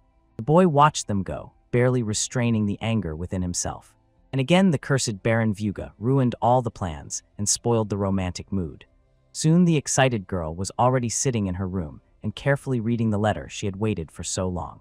The mysterious warrior inquired about how dear Eskild was feeling and said that everything was going wonderfully for him, thanks to the lucky talisman she generously gave him before his departure. The northern lands turned out to be a true paradise for a peaceful life. Here were magical crystal caves and healing warm water from hot springs. Inside a large cave, where pleasant weather always prevailed, they built a special city with a beautiful name, White Castle. This is truly an incredibly beautiful place, worthy of a real princess. But there was one big flaw here. The main drawback of this place was that Eskild was not nearby. This sad fact by itself made the paradise place empty and meaningless. Therefore, he sent the girl a small, exquisite gift to show how much he missed her. Attached to the letter was a small icy flower of incredible beauty, and the touching note ended with the hero's sincere promise to write to the princess again soon. The girl immediately carefully pressed this magical gift to her excited heart. She herself did not understand what was happening to her lately, but Eskild could not stop thinking about that mysterious man who so suddenly changed her peaceful life. Moreover, captivated by this amazing flower, the princess passionately dreamed of seeing with her own eyes the magical place among the eternal ice where it grows. So she dared and decided to go there herself to see everything with her own eyes. Meanwhile, far in the north, the hero patiently tried to create another perfect ice flower. But unfortunately, this delicate work of art shattered into tiny pieces from one careless movement. The master was not surprised at all. He had too much inner strength, and because of this it became increasingly difficult for him to restrain the flow of energy while creating fine, delicate details. But at this tense moment, his devoted assistant Geron quickly ran up to the agitated master. He anxiously asked the hero to follow him immediately, for they had made an extraordinary discovery, a true jackpot of ancient wisdom. The hero carelessly threw another failed flower onto the large pile of previous attempts and set off after his excited assistant without much enthusiasm. Soon the Baron was informed of stunning news. It turned out that the library they found belonged to an extraordinarily powerful ancient sorcerer. Geron could not understand at all why the gentleman remained indifferent to such a discovery. After all, in his opinion, it was a real historical event. Before their eyes was the priceless heritage of an ancient magical lineage. It was the foundation for the revival of long-forgotten secret arts and a unique chance to rise above the fifth circle of magic. But suddenly the attentive hero felt a strange, unfamiliar energy emanating from the assistant. Therefore, he decided to find out what exactly was hidden in Geron's secret pockets. The boy fell silent guiltily, trying to hide a small pouch under the folds of his cloak. But Saul Mudon instantly pulled the hidden object to himself, using strong telekinesis. Eventually, Geron, embarrassed, began to justify himself, saying there was nothing special there. But when people notice something well hidden, their curiosity only grows. The Baron had no idea what he would find inside what he saw. The entire pouch turned out to be filled with bright precious stones of incredible beauty. As it turned out, these were legendary gems that contained densely concentrated mana. That is why they were called mana stones. Saul Mudon became very interested, where the Count planned to use this, and why he decided to hide his intentions from the master. A little embarrassed, the boy sincerely admitted that he was currently a magic wielder of the fourth circle. Jaron was almost at the desired fifth level, but encountered an invisible barrier that held back his progress. He hoped that the magical mana stones would help him overcome this insidious barrier and gain new power. The hero was well aware of how incredibly difficult it was to cross such a boundary, so he sincerely understood his assistant's feelings. But he believed that in such a situation, acting so simply was not only wrong but absolutely unacceptable. Jaron noted that if his magical abilities grew significantly, it would benefit all of Karaluna. Therefore, he politely asked the master for permission to use the found treasures for his development. But the wise Saul Mudon never gave permission for this. He asked an important question. If Jaron uses the mana stones to overcome this obstacle, what will he do when he encounters difficulties again further on? Most likely, he will again set out to find other mana stones to solve all problems faster. But this is not the path that leads to a new stage of development. True understanding of magical laws can only be achieved through one's own work. Real growth is possible only through perseverance and time. There are no quick ways to become a master. At first, Jaron was upset by the refusal, but later he realized there was no reason to be angry or offended. Although it was upsetting, the wise lord made a completely correct decision. Moreover, it was thanks to his persistent work that the Count was able to reach the fourth circle himself. He remembered the wise words of his late teacher: mastering magic will not work if you rush or look for easy ways. The mentor asked him to calmly accept the course of events and study magic gradually, step by step. The boy felt ashamed because he had not even noticed how he began to forget the wise instructions of his grandfather. Meanwhile, the hero was glad that Jaron was able to overcome his own inner temptation independently. Then they wondered how else these priceless stones could be used with maximum benefit. Magical crystals had an impressively wide range of applications. Almost any complex spells became possible thanks to these magical stones. In addition, the jewels helped quickly accumulate mana, create strong protective barriers, and even allowed magical communication over a distance. It was exactly like that the hero learned with surprise, that with the help of such stones one could communicate over long distances, and for this, not even an experienced mage was needed. The boy calmly explained, if he cast a special magical spell on a prepared stone, then even those who do not know how to use magic at all would be able to communicate with each other.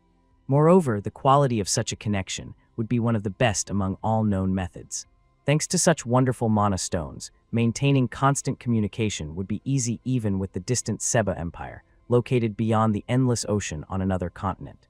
Then the wise hero decided to check whether his faithful friend guessed the main truth in the art of state governance. The most important thing was the speed at which news traveled from one edge of the country to the other. The rules of the political game changed fundamentally depending on who could tell important information faster and more extensively. So the prudent Baron immediately entrusted his capable assistant to turn all the mana stones into special communication stones without wasting a minute. Soon the hero, full of enthusiasm, together with his faithful friends, decided to test the new magical radio simply in field conditions. Soon he heard the clear voice of his comrade Jake, which sounded through the crystal. The hero could not hide his genuine joy from this success and immediately wanted to find out exactly where the tester was now. It turned out that Jake, together with his faithful wyvern, was as far as 10 kilometers from their white castle. Moreover, he heard every word perfectly, which once again confirmed that the magical stones worked perfectly, without any failures. The Baron sincerely rejoiced that their bold experiment with communication turned out to be remarkably successful. The voices were heard clearly, without any interference or distortion. Salmudon also warned that from now on, he would regularly get in touch with the warrior through this channel to coordinate joint actions. This message greatly pleased Jake. But already in a moment, when the main hero ordered his subordinate to immediately return home, he heard in response that the latter was clearly idling and not hurrying to carry out the order. The enraged lord clenched the stone in his hand and immediately ordered Osborne. As soon as Jake returns to the castle, his training should be noticeably intensified as a sign of punishment. At that very moment, the other students also returned on their winged favorites to respectfully greet their wise mentor. The hero immediately called them to the main hall. It was extremely important for him to find out as soon as possible what had happened during their reconnaissance. Soon everyone gathered around the large oak table to calmly and thoroughly discuss important news from the world. The hero clearly did not like the letter from Mr. Edmund. He was silent for a long time with a gloomy look, carefully rereading the troubling message. As it turned out, a little earlier Saul Mudon had entrusted Edmund to collect and thoroughly document information about the political situation in neighboring countries. The old friend described everything in detail in his letter.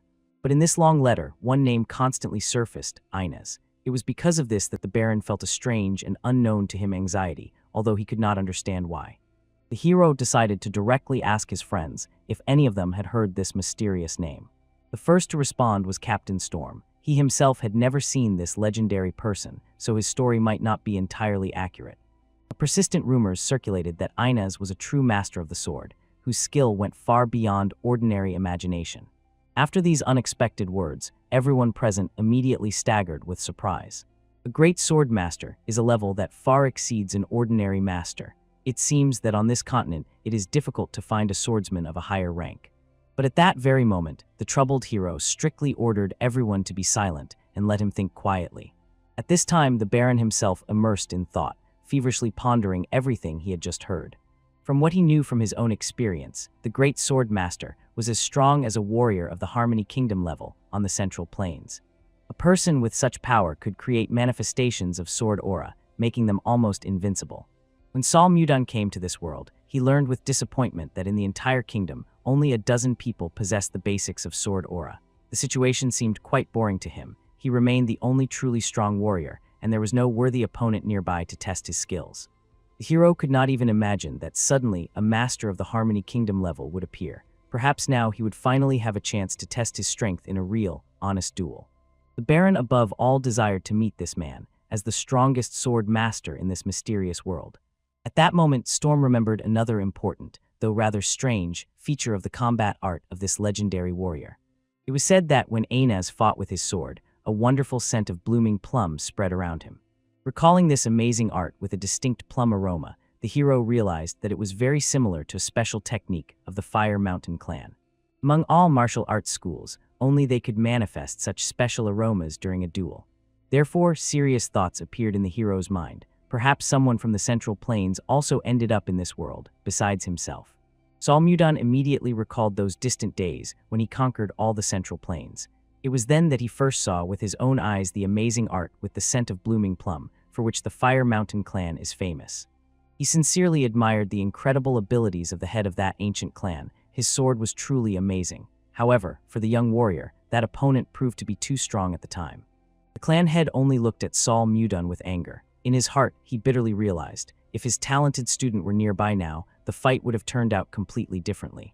It was about that promising boy who disappeared without a trace a few days before the decisive battle. The teacher was fully convinced that the young warrior disappeared during independent training in the mountains. It seemed he simply vanished from this world without any reason or trace. Then Saul Mudon decided that this was just a failed excuse of a defeated opponent. However, it seems that the clan head was closer to the truth than everyone thought at the time. Geron was even more interested in what important thing was writ in the alarming letter from Edmund. There was nothing particularly interesting there. It only mentioned that the kingdom officially sends a group of observers to their region. At that very moment, everyone around shouted so loudly that it seemed even the strong city walls trembled from the news. But Saul Mudon was not worried at all about this scheduled inspection and saw no reason for panic. Geron calmly explained to the host that usually the royal group of observers arrives for only two reasons, either to conduct ceremonial inspections or to search for and detain state traitors. They definitely had to prepare for everything, as important guests were expected to arrive very soon. When the worried Geron asked how much time they had left to prepare, the hero mysteriously made the pig hour sign in the air. They discussed all this so seriously, not even suspecting that the very observers had already appeared on their territory. All the residents were amazed when they suddenly saw even royal knights in full battle gear among them. At this solemn moment, the proud Justin spoke loudly. He officially addressed the Lord of the White Castle, Baron Vuga, and authoritatively ordered him to come down immediately to properly greet the group of arriving observers. The hero calmly went downstairs and politely greeted Justin, whom he had not seen for a long time. The Baron smiled slyly and ironically asked if the young aristocrat's hand still hurt after their memorable meeting. All witnesses froze in surprise, watching how Saul Mudon treated this influential young man as if completely forgetting the strict rules of their estate. What the Baron was doing now could quite rightly be considered treason to the state. At this tense moment, the hero only smiled, watching the anxious soldiers. Then he politely addressed the princess, asking her to stop hiding behind the guards' backs and finally come out to him for a personal conversation. At that moment, the worried Eschil asked the hero not to behave threateningly towards the official representatives of the royal authority. Then the girl calmly inquired how the Baron had lived all this time in his distant possessions. Soon the princess set out on a journey through the hero's lands to see with her own eyes all the wonders she had heard about. She literally held her breath when she first saw the dazzlingly shining crystal cave, which Sol Mudon had written about so beautifully in his letter. The curious girl really wanted to see with her own eyes the famous healing hot springs she had heard so much about, so the attentive Sol Mudon decided to accompany her and show all the interesting places in the area. That is how they learned the true purpose of this visit. The group of observers was simply conducting a routine royal inspection in the remote provinces. Eschil sincerely admitted that after reading his touching letter, she persuaded her father to add the northern lands to the travel route of their group of observers.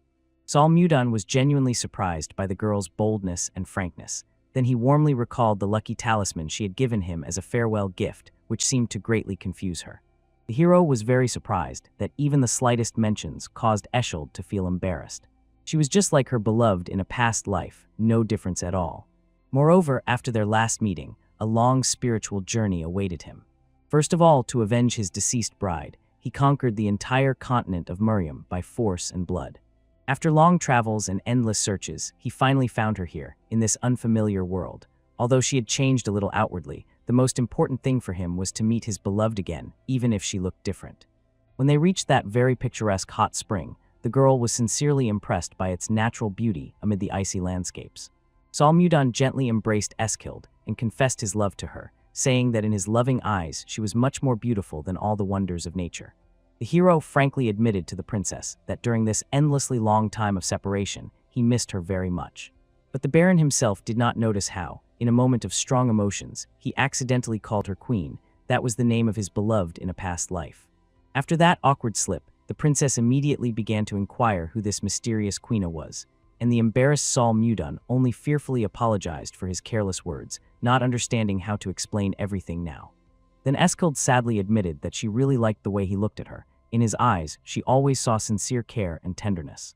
But only today did the girl realize that the Baron's sincere affection was directed not at her at all, but at the mysterious woman named Quina. The hero desperately tried to say something, to justify himself before the offended Eschil, but the princess only covered his mouth with her palm, not wanting to hear anything. She said that she did not want to hear anything more from him, and he did not need to justify himself at all. After this, the girl turned away to hide the tears that treacherously glistened in her eyes, and quickly walked away from that place. Thus, Sol Mudon, without realizing it himself, gave her a comprehensive answer to the painful question about his true feelings. At that tragic moment, the boy was stunned and did not know at all how to fix the situation. Even if the Baron confessed to the girl the whole truth about reincarnation and soul transmigration, he still would not have been able to explain all those long years and feelings accumulated in his heart. That is why, wandering along the gloomy snowy shore, he incessantly racked his brains about what to do next in this hopeless situation. Suddenly, from behind, a hired killer with a sharp sword in hand rushed at him swiftly. The professional killer aimed directly at the head of the unsuspecting victim. Soon the pure white snow was stained bright red with blood after a strong blow. A few days before this fatal moment, the cunning Justin approached the experienced hired killer with an attractive offer. Now the Duke's son eagerly awaited when the professional named Arven would bring him a detailed report on the successfully completed task. Justin felt wild happiness when he learned that the sudden attack on the hated Sol Mudon ended in complete success. At this time, on the cold ground still lay a small icy pendant, the very gift the hero had made to find his beloved. Meanwhile, the princess was staying in her temporary residence in the White Castle. She was still crying bitterly and harshly reproaching herself for how miserable she looked in this situation. Earlier, Eschil had never cried nonstop because she was treated so rudely. She still clearly remembered how confused the hero's face was during their last conversation. However, every time the princess recalled that difficult moment, she considered herself naive and foolish. Moreover, if she really mattered to the hero, he would have at least once tried to stop her or explained everything that happened. At that moment, the soldiers by the door announced to Her Highness about a late guest. Eschil seemed to shine with joy when she imagined that it might be the Baron himself coming to apologize. When she quickly dressed and opened the door, the princess decided to ask coquettishly what had prompted the Baron to come to her so late at night. The girl sincerely believed that he had come to apologize to her for causing her pain. What she saw stunned her. Justin stood before her with an evil smile on his face, having already gotten rid of all her loyal subordinates. He apologized for disturbing her so late, doing so with a sly, almost demonic smile. In that terrifying moment, the girl rushed to the door handle, trying to quickly close the door and barricade the entrance. But Justin swiftly cuts through the door with his sword, and in the princess's hands remains only a small splinter. After that, the mad aristocrat smashed all the furniture in the room to pieces, and the girl managed to jump aside at the last moment. She realized only a sword filled with powerful magic can slice through massive doors in an instant. In this tense moment, the princess did not lose her composure and indignantly asked how Justin could allow himself such behavior. She reminded him that he dared to harm members of the royal retinue and also entered her personal residence without permission. Justin only laughed sinisterly. He had guessed earlier what she would say and what punishment supposedly awaited him in the future. Yet, clouded by anger, the heir coldly reminded that it was the princess who had behaved rudely and brusquely toward him from the very beginning of their meeting. All this time, she ignored his sincere feelings and care, and then suddenly she started clinging to some guy who appeared literally out of nowhere. The girl could not understand why he was committing such serious crimes over what seemed to her trivial matters. The princess warned that Baron Vuga would definitely react to everything happening, since Justin was disturbing the order on his lands. But Justin laughed even louder and more cruelly, wondering how the princess could so naively hope for rescue from someone who had long been dead. Seeing her shock and horror, the self-satisfied son of the Duke explained that he had sent an elite squad of mercenary assassins after Sol Mudon. Now, with professional killers having successfully carried out a sudden attack, no one will even be able to find his body among the endless snowy expanses. However, the girl did not believe until the very end that the hero had died. Clenching her fists, she desperately waited for the Baron to appear any moment and save her from this horror. And at that decisive moment, he really appeared in the doorway. With a strong blow, the warrior pressed the body of the frenzied boy into the stone wall so powerfully that even the sturdy masonry shattered into large pieces. Having dealt with the attacker, the hero immediately turned back to the lady, giving her a calm and gentle smile, as if nothing unusual had happened. After that, the Baron calmly explained that he was fine and looked attentively at the girl, checking if the scoundrel had done her any harm. But the warrior did not even have time to do anything when the magical sword in the Duke's son's hands suddenly lunged at him again, controlled by magical power. As a result, a tense battle erupted between the main hero and the enchanted sword. Then the surprised Baron realized that this sword could be wielded so skillfully only thanks to the special inner strength of its owner. At that decisive moment, the enchanted sword swiftly returned directly to the hands of its owner. The frightened princess anxiously gazed into the distance, and then they noticed dark demonic forces surrounding the enemy. It was clearly visible that Justin had seriously prepared for this decisive attack and left nothing to chance. A few days before this tragic event, the heir came to his influential father and frankly admitted that he very much wanted to deal with such a brazen scoundrel as Sol Mudon once and for all. He persistently begged the Duke to grant him permission to use the elite group of mercenary assassins.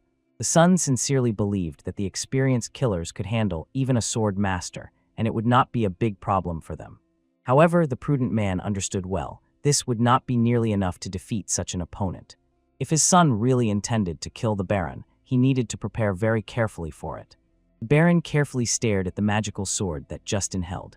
This weapon fully obeyed the will of its owner and could also create a protective magical armor around him. At that moment, a deadly attack flew straight at the princess, but the Baron managed at the last moment to push her away from himself and took the blow himself. Justin, approaching the defeated enemy closer and closer, felt genuine admiration for the power of his magical armor and magical sword. The aristocrat realized, thanks to this artifact, he would be able to defeat even the legendary Great Sword Master. Seeing the damage his blow caused, the heir could not contain his sincere joy. Even the oldest cave began to dangerously crack from the powerful magical force. The Duke's son confidently felt his indisputable advantage. In his soul, he even rejoiced that the mercenary assassins had failed their task. After all, now he had a chance to deal with this hateful scoundrel himself and taste full revenge. At this tense moment, the frightened princess noticed the hero's bloodied hand, but he strictly ordered her to stay away and not come close, remaining at a safe distance. The only thing left for Eskild was to hope and pray that the Baron would return to her alive and unharmed. The warrior simply gave the girl a gentle, encouraging smile, asking her to hide and not worry needlessly. After that, he gathered his strength and decisively stood up, ready to face his confident enemy again. Sol Mudan sincerely noted that the boy had changed a lot since their last meeting. Now he had magical power. But deep in his soul, he remained the same inconspicuous weak boy.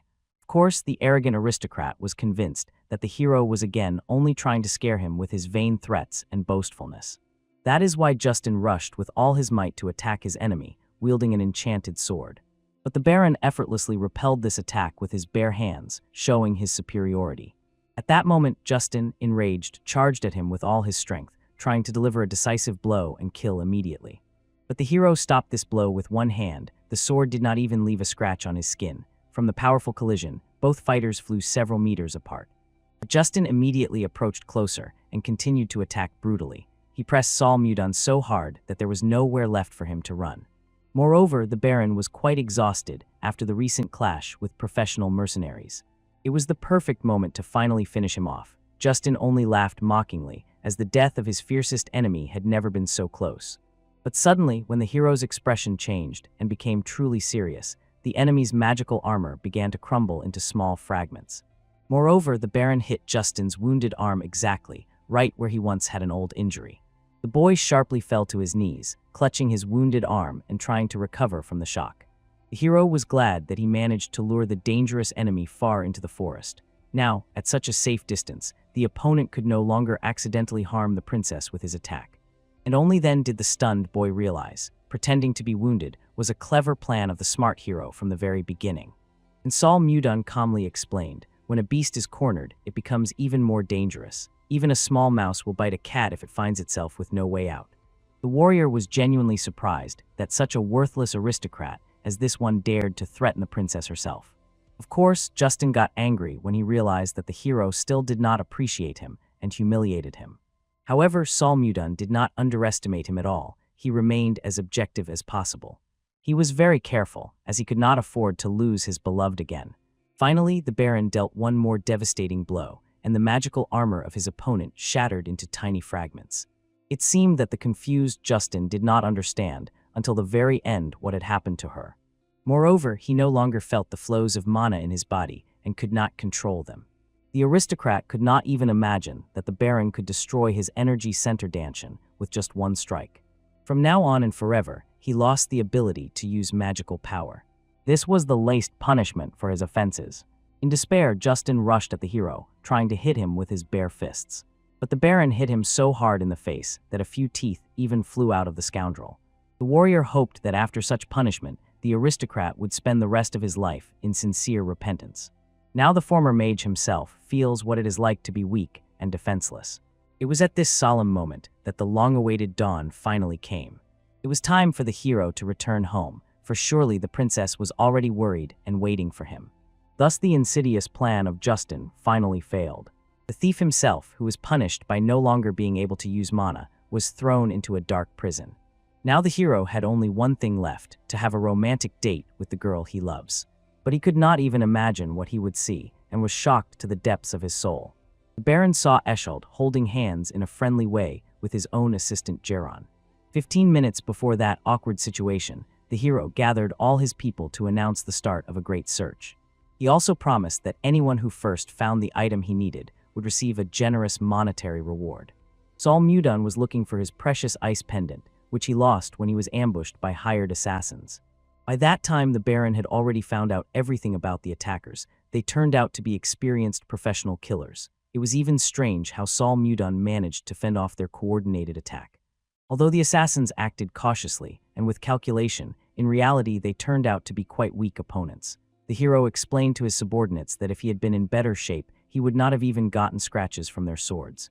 At that moment, the princess herself appeared. She had already guessed that Sol Mudan had lost something very valuable to him, and she was truly ashamed of what had happened.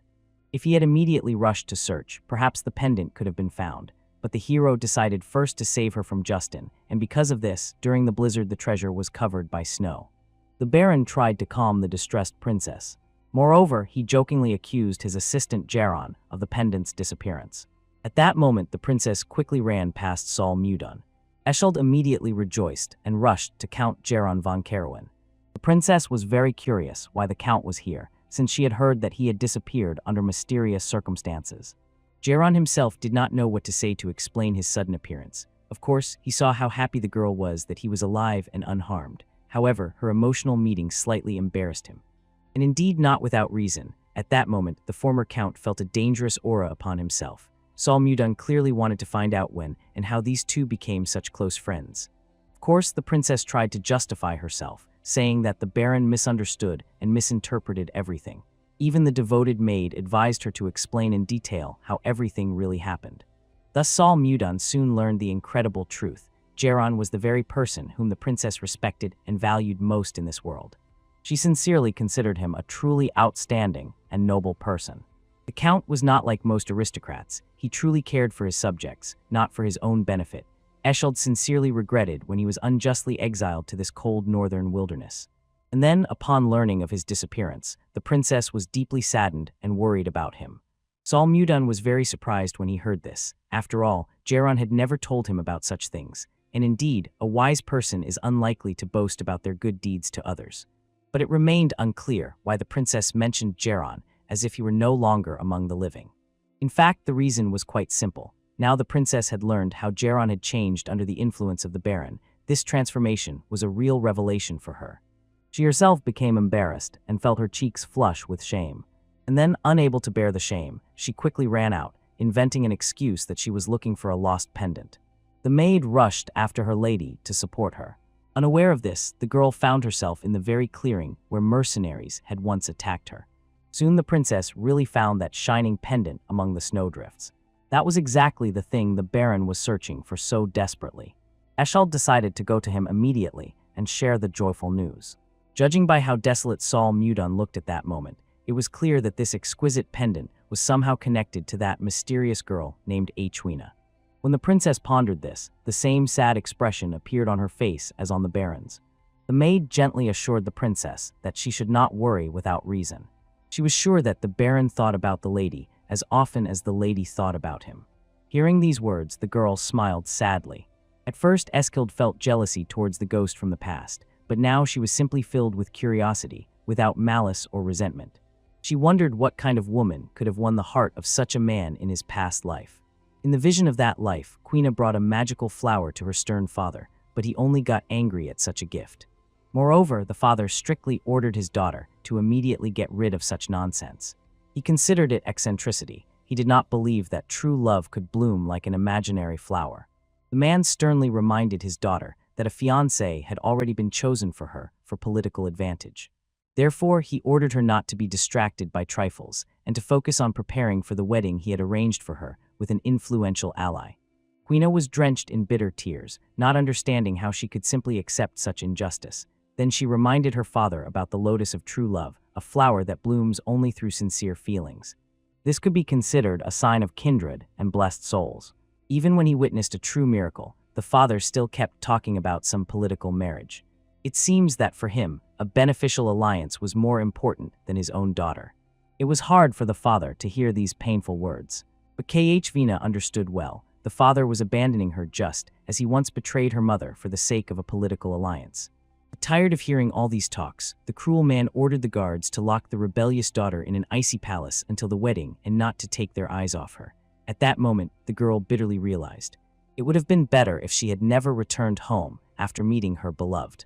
After this heavy dream, Princess Eskild finally woke up, sighing heavily.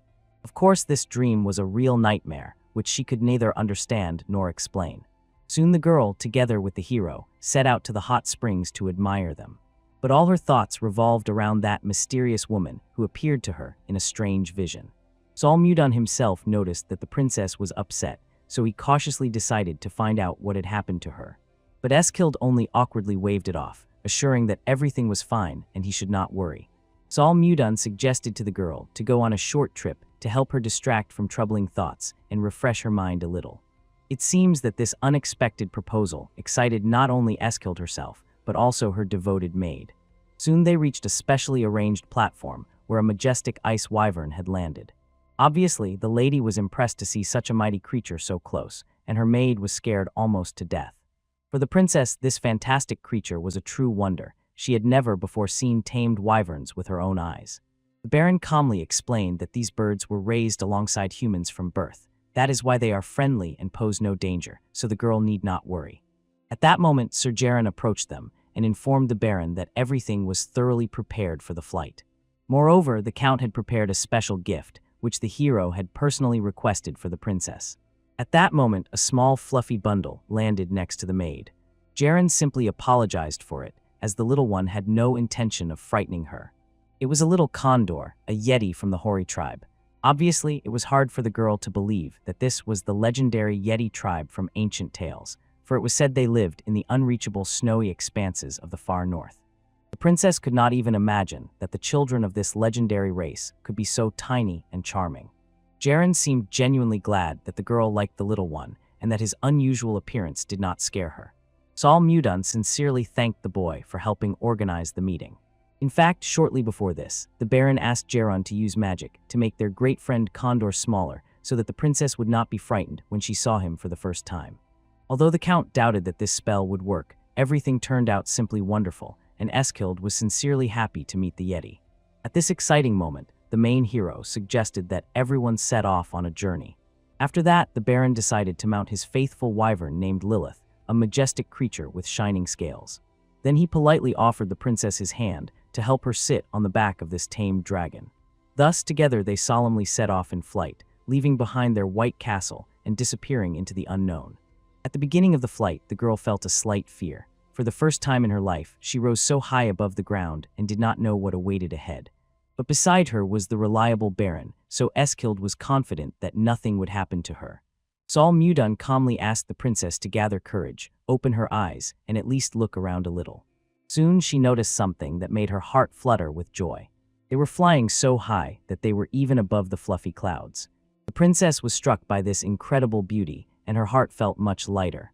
The girl was deeply moved by the fact that all this time the hero had sincerely cared about her sadness and worried about her. Then Eskild pressed herself more firmly against the Baron and asked him to fly as fast as he could.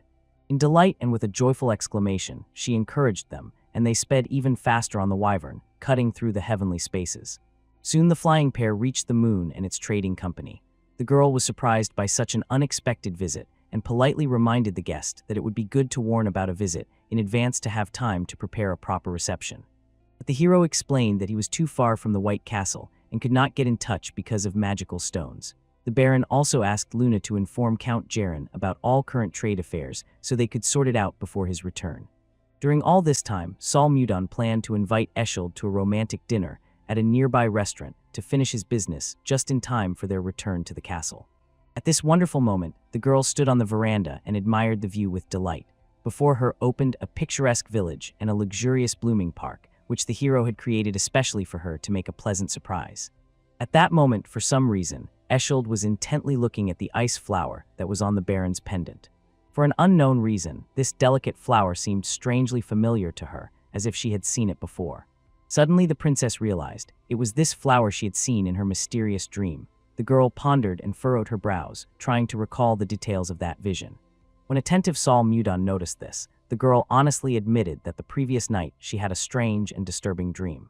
She saw people in unusual clothing, who lived in strange houses. She had never seen anything like it with her own eyes before. In the dream, it seemed to her that she was a little over 20. She was a woman with light skin, long black hair, and sad dark eyes. In this vision, sadness always shone on her face because she truly loved, but her father cruelly insisted that she marry for his own benefit. In any case, it was a very strange and painful dream. The hero smiled sadly and gently ran his hand over his precious pendant, understanding that Eskild was beginning to remember a past life when she was Achwina. At that moment, the princess realized that in the dream, she was calling someone by name with all her might. It seems that this man's name was Huge. This word meant older brother in the ancient language. Throughout his life, Sol Mudon tenderly called only one person, his beloved Achwina. The girl noticed that something was wrong with the hero. His face became pensive and sad. But the Baron simply apologized and admitted that he had briefly lost himself in his own memories. Then he invited the princess to sit at the table, as the exquisite dishes had already begun to cool. Eschild also had an important matter she wanted to address to the Lord. She felt that there was still some distance between them because he still addressed her formally, calling her princess. The girl wished that from now on there would be no formality between them. She would be happy if he called her simply by her name, without any titles. Similar words Achween had already said to him in a past life. Therefore, softly smiling, the hero agreed to fulfill his beloved's wish. Late in the evening, when the Lord was calmly finishing his dinner, Jaren entered with a businesslike appearance. After negotiations with the trading company, the Count had news to report. But it turned out that the princess had never even heard of the company they were cooperating with. It turned out that such a company did not exist in their kingdom, and the hero realized that he had not explained the matter at all. The detachment was outside the kingdom of Drake. This trading company came from the kingdom of Kaya, a powerful state in the northwest of the continent, where power has been held for many generations only by queens. This kingdom is also known as the Kingdom of Women, since all power is held by women here. Especially famous is the Knightly Order of Kai, a united community of women warriors who protect the kingdom and maintain order within it. Of course, the princess knew that their trade was going well, but she could not even imagine that their new partner would be the entire kingdom of Kaya. Eschild sincerely hoped that her arrival here would not create diplomatic difficulties with the neighboring country. At that moment, the curious girl asked Jaron not to stop, and to continue telling about his exciting trading adventures. So the Count explained in detail that the skins of various northern creatures they supplied to the kingdom of Kaya were in incredible demand among the local nobility. Today, the businesslike Luna came up with a great business idea. She proposed building her own factory to manufacture and sell finished leather goods, rather than just supplying raw materials. The hero could not understand why spend time on extra processing if ordinary leather sold perfectly well anyway. In the kingdom of Kaya, power and most influential positions are held by women. If you start sewing clothes and making luxurious bags from rare materials, aristocrats and women of the royal family will definitely like it. Such products will quickly become a fashionable passion among the nobility, and merchants will be able to earn even more gold. Moreover, the experienced Luna said that she was acquainted with a famous leather craftsman from the Carry Moon. She confidently said that they would be able to start large-scale production as soon as their ambitious plan was approved by the management.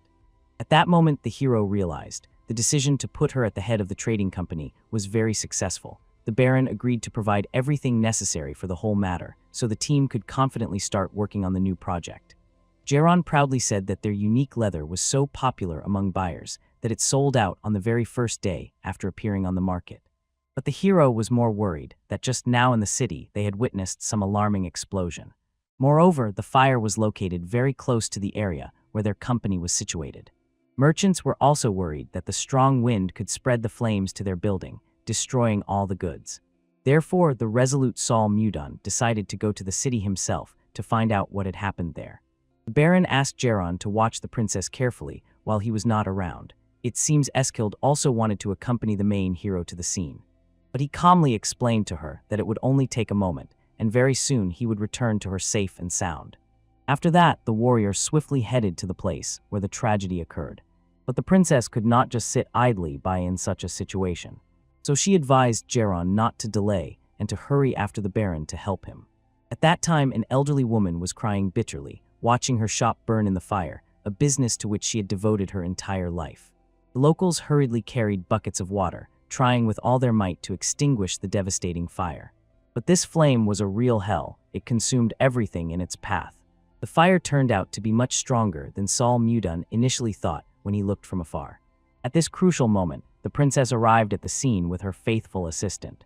Eskild apologized to the Baron for not heeding his request to stay safe. She was too worried about what was happening and could not just sit idly by knowing that people were suffering. He could not blame her for that. If they had switched places, he would have done the same. But suddenly, amid the raging fire, the Baron felt something strange and disturbing. Therefore, without warning anyone, he immediately threw himself right into the very flames. After that, the warrior struck the window frame with a strong blow and immediately began freezing everything around with his divine icy arrows. At that moment, he saw a girl who had lost consciousness from the smoke among the debris. Right there, the Baron checked her pulse and made sure that the victim was still alive. She was very lucky that Saul Mudon even noticed her in such a difficult situation. Moreover, by some miracle, she managed to survive after the huge fire, which could have easily taken the life of an ordinary person. At this dangerous moment, burning fragments of beams almost hit the hero right in the eye. Therefore, he immediately froze the entire building, forcing the destructive flames to completely extinguish. Watching this incredible spectacle, the impressed Geron realized this was the ice magic of the 8th, or perhaps even the 9th circle, a power subject only to the most outstanding mages. At this triumphant moment, the unscathed Baron emerged from the completely frozen room, carefully carrying the wounded girl on his shoulders. Shortly before the fire, this mysterious girl was having a conversation with one of her assistants. He warned her that they had noticed signs of a possible coup against her rule. She, it seems, did not even suspect who dared to challenge her so boldly. But at that very moment, the silhouette of her assistant began to dissolve into the air. That is how the mysterious fire happened, arranged by secret enemies. Soon the girl came to her senses in a cozy but unfamiliar room. When the girl entered the large hall, she noticed people calmly sitting at a big table and relaxing. Seeing the guest, Luna immediately stood up and politely asked how she felt after the nightmarish night. However, the victim really wanted to find out what kind of strange place this was. When Luna mentioned the trading company, Carolyn, the lady recalled that she had recently heard about it. This firm became popular due to trading in rare leather. But she still did not understand where these people knew about her from and why they decided to help her. It turned out that those who saved us came from the village of Carolyn, which is located far in the north of the kingdom of Drake. Their trading company bore the name of their native village, from which all its founders came. After that, Luna pointed to the man sitting at the Lord's table. He turned out to be the very Baron Vuga, who bravely saved the stranger from the burning building, risking his own life to pull her out of the deadly trap. Then the girl approached her rescuer and sincerely thanked him for his kind and courageous deed. After this, she politely introduced herself to everyone who was in the room. Her name was Princess Schiller McMahon, and this name made such an impression that everyone at the table opened their mouths in surprise. After all, before them stood the legendary Princess Schiller, the second daughter of the ruler of the mighty kingdom of Kaya. At 25 years old, she had achieved the honorable title of Sword Master and now headed the elite Royal Order of Knights. The princess was famous not only in her own country, but also far beyond its borders. Luna became embarrassed, quickly apologized, and politely bowed her head, regretting her unintentional sharpness. However, understanding that these simple people were not subjects of the kingdom of Kaya, the foreign princess decided to show leniency and not hold a grudge for not being recognized immediately. Eskilde was truly stunned. Out of all the people in the world, she met precisely the influential princess from another country. If such news became known to diplomatic circles, it could cause a loud international scandal. The clever hero noticed that the girl was noticeably worried about the possible consequences. The noble Schiller solemnly promised to personally award the hero for saving her life. As soon as they finish the meal, everyone will head to her luxurious palace, where the award ceremony will take place. However, with all due respect, Sol Mudon politely declined this generous offer, explaining that he needed to return home to his duties. It looked as if the second princess did not at all expect that an ordinary baron would dare to refuse her. The experienced Luna knew well that refusing an award in the kingdom of Kaya was always considered a great insult to the royal family. Therefore, the merchant woman cautiously tried to explain that their lord was simply very nervous in front of the princess and did not know how to behave properly in such an unusual situation. To ease the tension a little, Luna decided to change the topic of conversation and carefully inquired how exactly the princess ended up in the burning building. At that moment, Schiller finally remembered who was really to blame for what happened, Baron Palatine Rose. She had supported him until that fateful day, and he treacherously betrayed her and even tried to take her life. She could not tell strangers about political intrigues. Therefore, the princess cautiously said only that Palatine Rose turned out to be a coward and was afraid to face her in an honest duel. So he decided to poison her using poison, and probably arranged the arson of the building to be sure that he finished her off completely. One way or another, Schiller really wanted to thank Sol Mudon for saving her so wonderfully. The princess persistently asked the hero to say what exact reward he wanted to receive for his feat, but Sol Mudon noted that even with this request it was noticeable. In fact, this girl needed something from them much more. It became obvious that the proud princess was extremely outraged by the behavior of the audacious commoner who allowed himself to speak like that to a royal person. However, ignoring the blatant offense, the calm hero simply suggested they have breakfast together. During lunch, Schiller pondered why this mysterious baron stubbornly refused any reward. If he had not saved her life, for such audacity, she would have long sent him to a dark prison. But at that very moment, the princess noticed an exquisite sword standing in the corner of the room.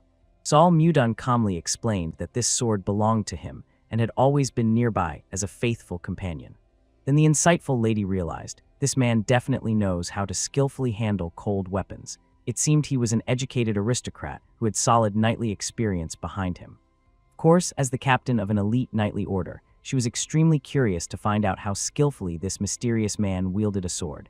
That is why Schiller directly proposed to the stranger to test their strength in an honest duel. Sol Mudon politely refused again, explaining that he does not like to fight those who are obviously weaker than him. The princess was struck that someone could say such a thing about her. Perhaps he really did not know that she was the famous sword master whom everyone respects. Previously, many foreign knightsmen refused to fight her simply because she was a woman. Convincing her to agree to the fight turned out to be quite easy. The princess only slightly smirked, hinting that Sol Mudon was probably just afraid of losing to her. The hero immediately fell for this obvious provocation. Grabbing his sword, he suggested to the girl to go outside to settle everything in an honest fight. He did not like such insolent people at all. He decided to teach her a proper lesson. After some time, when they were already standing in the open air, the lady officially announced that the duel would take place according to the strict rules of the knightly code. The winner would be the one whose blocked aura completely subdues the opponent. At this critical moment, Jeron anxiously reminded that one must not forget Sol Mudon. After all, she remained the princess of the influential kingdom of Kaya. If she had received serious injuries, it could have become a major diplomatic problem. Sol Mudon understood this well, so he promised not to attack her too harshly. In fact, the lady had already met many men who were confident in themselves, but they all eventually fell to their knees before her, admitting their defeat. She eagerly awaited the moment when she would see the hero's face twist in unexpected shock. As soon as the signal to start the battle was given, the princess instantly rushed forward, rapidly approaching the opponent. She tried to attack him with a powerful strike, but Sol Mudon surprisingly easily dodged the swift attack. She was amazed. The man was truly not pretending. He was extraordinarily strong. The warrior effortlessly deflected her sudden strike, but the princess did not retreat and continued to attack again and again. However, all her attempts were in vain. For some time, the hero skillfully evaded all attacks without delivering counterstrikes. The girl was genuinely surprised. The boy easily blocked all her precise strikes almost without any effort and barely moving. Although she was already recognized as a true sword master, Schiller honestly admitted, this mysterious man really had incredible talent. The Baron could not believe his eyes. This princess had an unusually harsh and ruthless fighting style.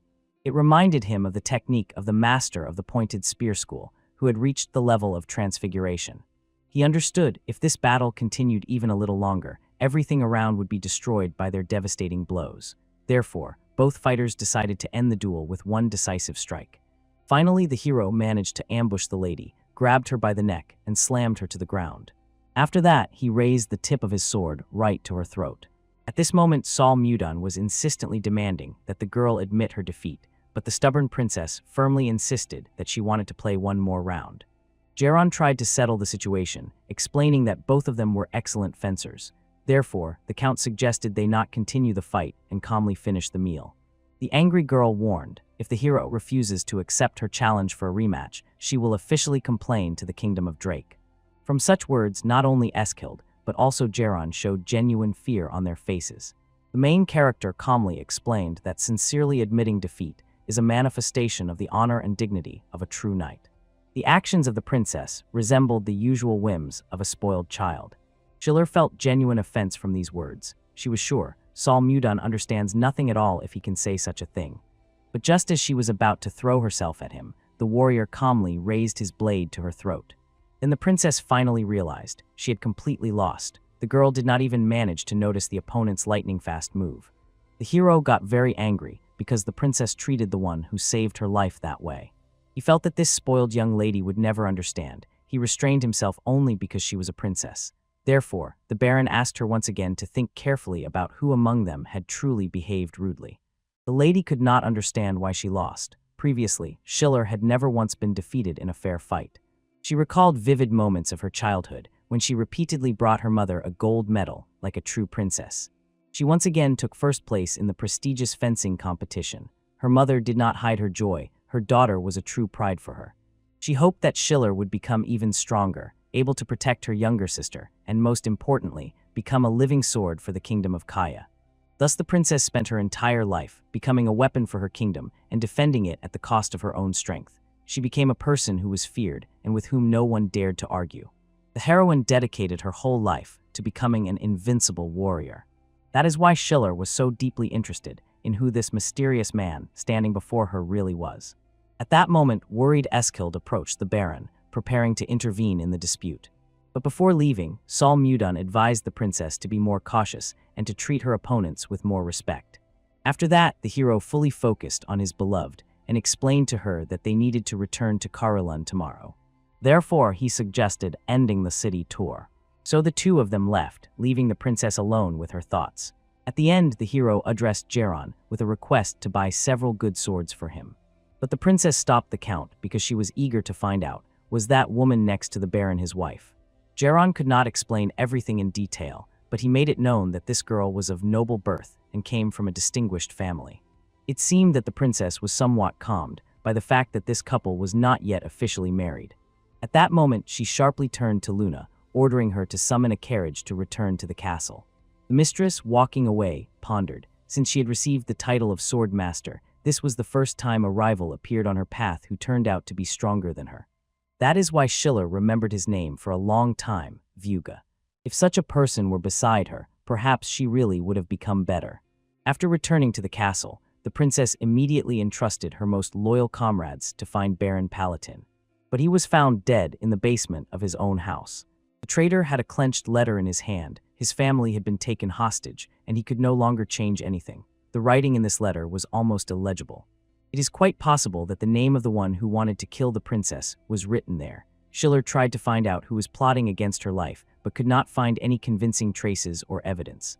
However, among all the people, she especially suspected one influential man, believing that he was the one involved in organizing the assassination attempt.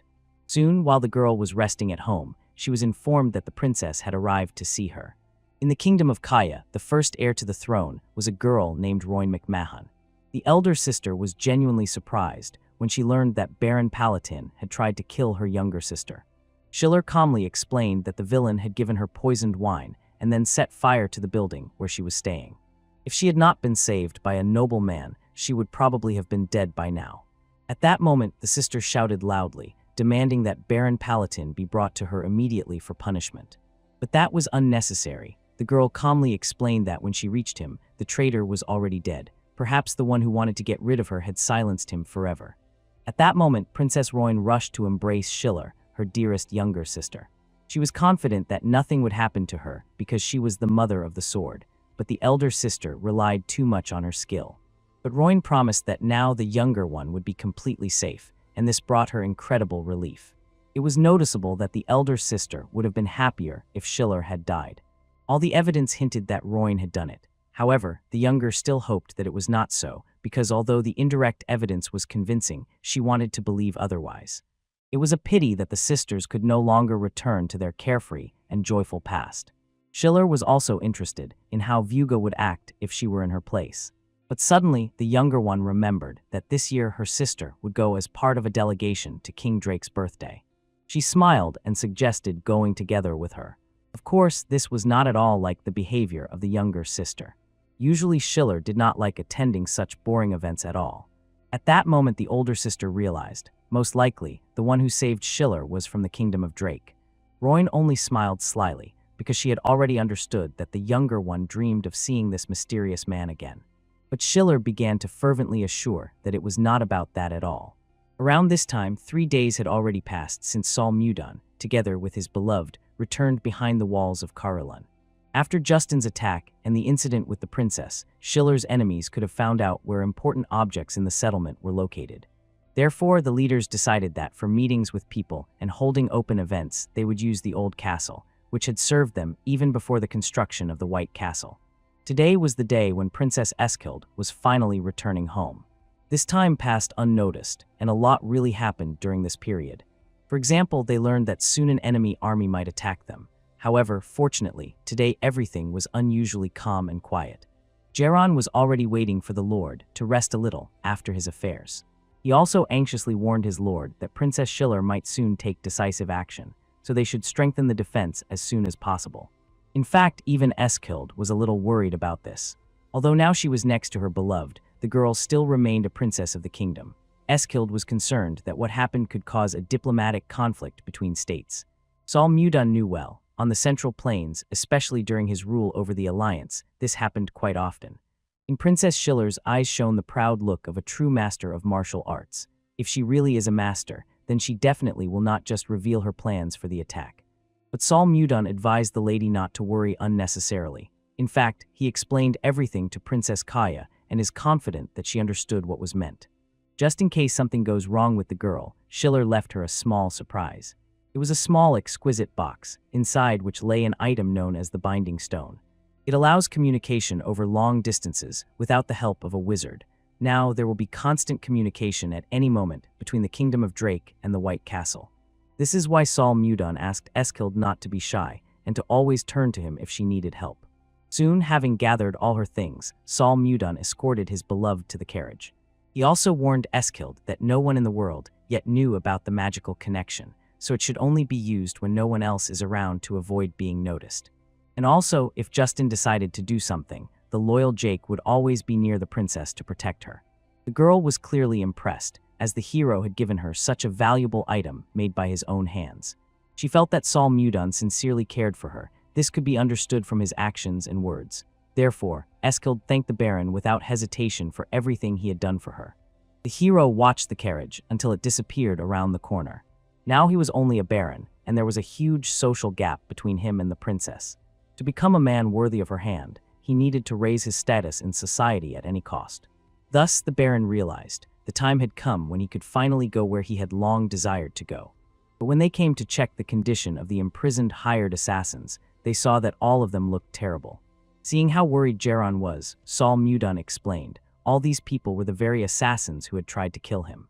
These were professional mercenaries brought by Duke Justin's son.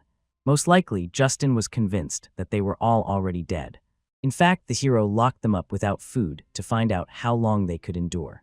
About 10 days passed, and it became clear that these connoisseurs of the art of killing lacked not only skill, but also the ability to survive in harsh conditions compared to the assassins from the Central Plains. But 2 from the entire group felt more or less normal. That is why the hero turned to Geron and stormed with a request to bring food to the guys.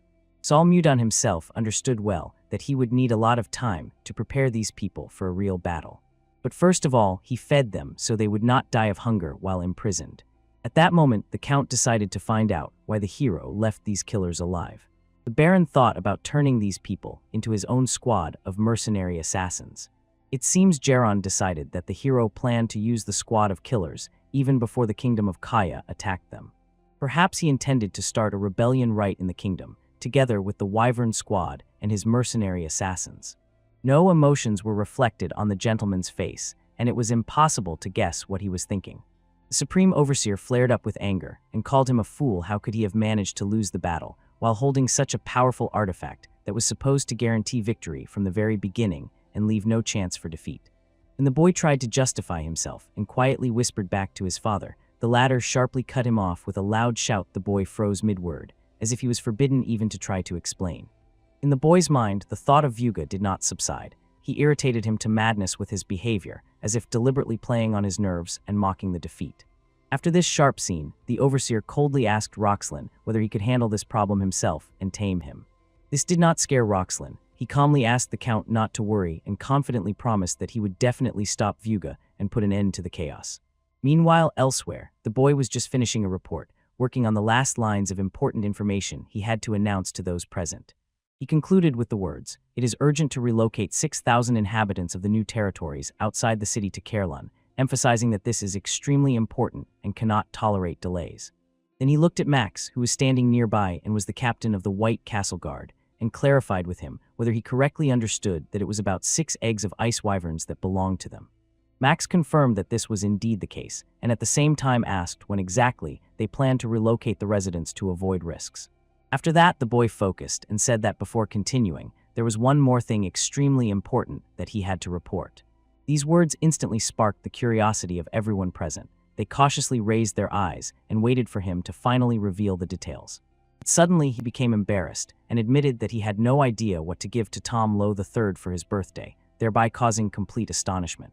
In response, silence fell. Everyone looked at each other in surprise, not understanding how he could be so worried about a gift, although the boy himself saw nothing strange in it. He insisted that he must give something more valuable and significant than what the Count and Karis would give, as he did not want to look pathetic next to them.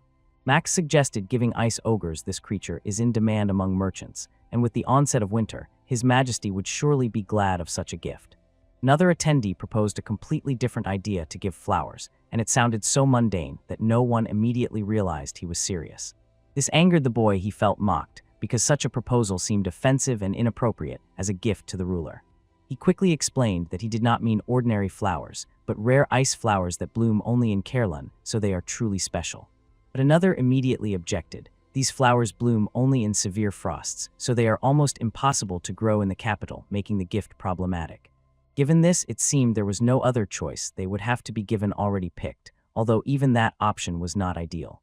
One of those present mysteriously suggested that there might be another way to give it, and these words instantly sparked the curiosity of everyone who heard the hint. At that very moment, just as he was about to explain his thought, someone suddenly ran into the room and interrupted the conversation at the most interesting point. The newcomer, barely catching his breath, addressed the milord and exclaimed that he could no longer endure this chaos. Those foolish people had blocked all the roads. The milord asked embarrassedly what exactly Jake meant, who demanded immediate explanations to understand the scale of the problem that had suddenly arisen. Jake said that it concerns the head of the city of Roxlin. He went to extremes and blocked the main roads, stopping traffic for everyone. He added that the residents had already been paying unfair tolls for a long time and separate taxes for road use, so this had crossed all boundaries. Milord asked if it was possible to bypass this place or fly on ice wyverns, but heard that they cannot carry heavy loads, so the journey would have to be made by land. Then one of the assistants unfolded a large map and, pointing to it, explained, "To get from the capital to Caerleon, one must cross this city. Probably that is why the land routes were blocked." He suggested that this could mean only one thing. Their goal is likely to prevent Milord from crossing the city territory and force him to submit. Even Milord felt that Roxlin was hiding something, but could not understand why he so stubbornly stood in his way and what was behind his actions. It seems that Viscount Roxlin seeks to strengthen his own power by allying with the Count and Karis. Justin has just returned, and it seems that Icarus is behind all this, manipulating events from the shadows. The Lord felt that there was nowhere left to retreat. If the enemy provokes first, there is only one way out, to respond force with force, even if it ignites a war. What is about to flare up can be called a real war between landowners, and as long as they do not violate royal laws, even the king himself has no right to intervene. But to truly declare a territorial war, one must notify the king and obtain permission for hostilities. Without this, any conflict will be considered treason. It is necessary to declare war on the enemy directly and officially so that there are no doubts about the intentions of the parties, and so that all actions have legal force. But there is one more cunning rule. If the war can be ended before the news reaches the king, it is possible to do without an official declaration altogether. The Lord felt right now was the perfect moment to test what they had prepared for so long. His gaze ignited with determination and a cold thirst to test strength. He looked at Stuart and decisively ordered to leave only minimal forces on the territory and to prepare the rest for departure without any delays. The assassin squad had to be on alert. First, he ordered to send Miller alone to the city of Tot for reconnaissance, to assess the situation and find the enemy's weak points. He entrusted Jake with the task to prepare the Wyvern squad and bring them to full combat readiness, and this order stunned Jake. He did not expect such scale. His unit had only 20 warriors, and he sincerely doubted that this would be enough to go to war for territory against an entire city. The Lord calmly asked again if he was really the commander of the Wyvern squad, as if saying that what was expected from him here was not fear, but faith in his own strength. He added that anyone standing so close to the Wyverns must trust their power and not doubt their own advantage. With these words, the Lord made Jake feel his duty and the heavy burden of true responsibility that lies on the shoulders of a commander. Fire of determination flared in his chest. He realized that he had to show the enemy the true, invincible, and formidable power of the Wyverns. When the Lord addressed Jerome, he hesitated, but he was assigned to draft the official declaration of war so that everything would look according to the laws. Jerome simply refused. The Lord repeated the order, but he stood his ground. He did not want to put people at risk. He explained his position. Entering a battle with an unknown outcome is reckless. Risking soldiers' lives for the sake of ambition is too dangerous. Jerome sternly reminded that Roxlin holds 6,000 innocents hostage, and if they attack first, those might die. Moreover, the troops of the city of Tot are several times stronger than theirs. If Tot receives support from Count Icarus, the situation will become completely hopeless. This will be a disaster. They will end up in an even worse trap than now, with no chance to retreat or defend themselves. The Lord calmly replied, "They have only 2 days to decide and act before the enemy manages to fortify positions. In that case, the war must be finished precisely in these 2 days quickly, accurately, and without mercy, because otherwise defeat is inevitable." When Jerome objected that this was impossible, the Lord simply uttered 3 short words, and they sounded simultaneously as an order and as faith. "You are a strategist, Jerome." Then he added that Jerome should show no doubts before the troops, because a commander with a heavy voice has already lost half the battle. In a moment, the Lord decisively opened the door and ordered to immediately prepare Lilith. Her power will be needed in the upcoming battle. Raising his head, he proudly addressed each soldier, and his voice sounded confident and authoritative, full of determination. The Lord proclaimed, "From this moment we declare war on Caerleon," and the hall exploded with the resounding thunder of footsteps and the warlike shouts of warriors. Meanwhile, elsewhere, a group of bound people slowly moved forward, not knowing where they were being led or why fate had turned so cruelly. The guard urged them on with blows, demanding they move faster, and they, stumbling and swaying, could not understand what they were accused of or why this exchange was happening. Just one more question, and in a moment the sharp blade was at the throat of one of the prisoners. The guard did not even let him finish speaking. The pressure was cold and merciless. The warrior in heavy armor solemnly proclaimed the order. All who arrived from Caerleon were to be arrested immediately, and loudly declared that this was a direct order from the Viscount. No one had the right to contradict him. Later, a report arrived. All residents of Caerleon were detained according to the issued order. No one escaped. The city was effectively left without its people. The Supreme asked if anything unusual had happened after the arrests. He wanted to understand the consequences of this step and whether the situation had changed. He was told that the merchants who always gathered near the castle gates were no longer visible. Trade had frozen, as if someone had cut off the city's oxygen. He sarcastically called them kissing ones and coldly declared that they finally understood. The gates would not open without food from outside, because Caerleon, bound by ice, could not hold out long without supplies. The mountains blocked the way to the capital. Bypassing Tota was impossible, so the inhabitants of Caerleon were probably already starving, cut off from supplies, and without support. Soon a gathering of the nobility would be called, which everyone must attend. If Blizzard missed the king's birthday celebration, he would lose his title. And it is Blizzard who now stands on the edge for failing to observe royal etiquette. He could be stripped of his rank, as it is considered gross disobedience with severe consequences. The Viscount decided to take advantage of the opportunity and seize Caerleon while its lord could not defend his lands. He considered his plan brilliant, without a shadow of doubt. It seemed to him that he had calculated every step, and victory was already practically in his hands. And to stand against Duke Icarus, whose power in places even exceeded the king's, meant almost betraying the crown, and he understood this well.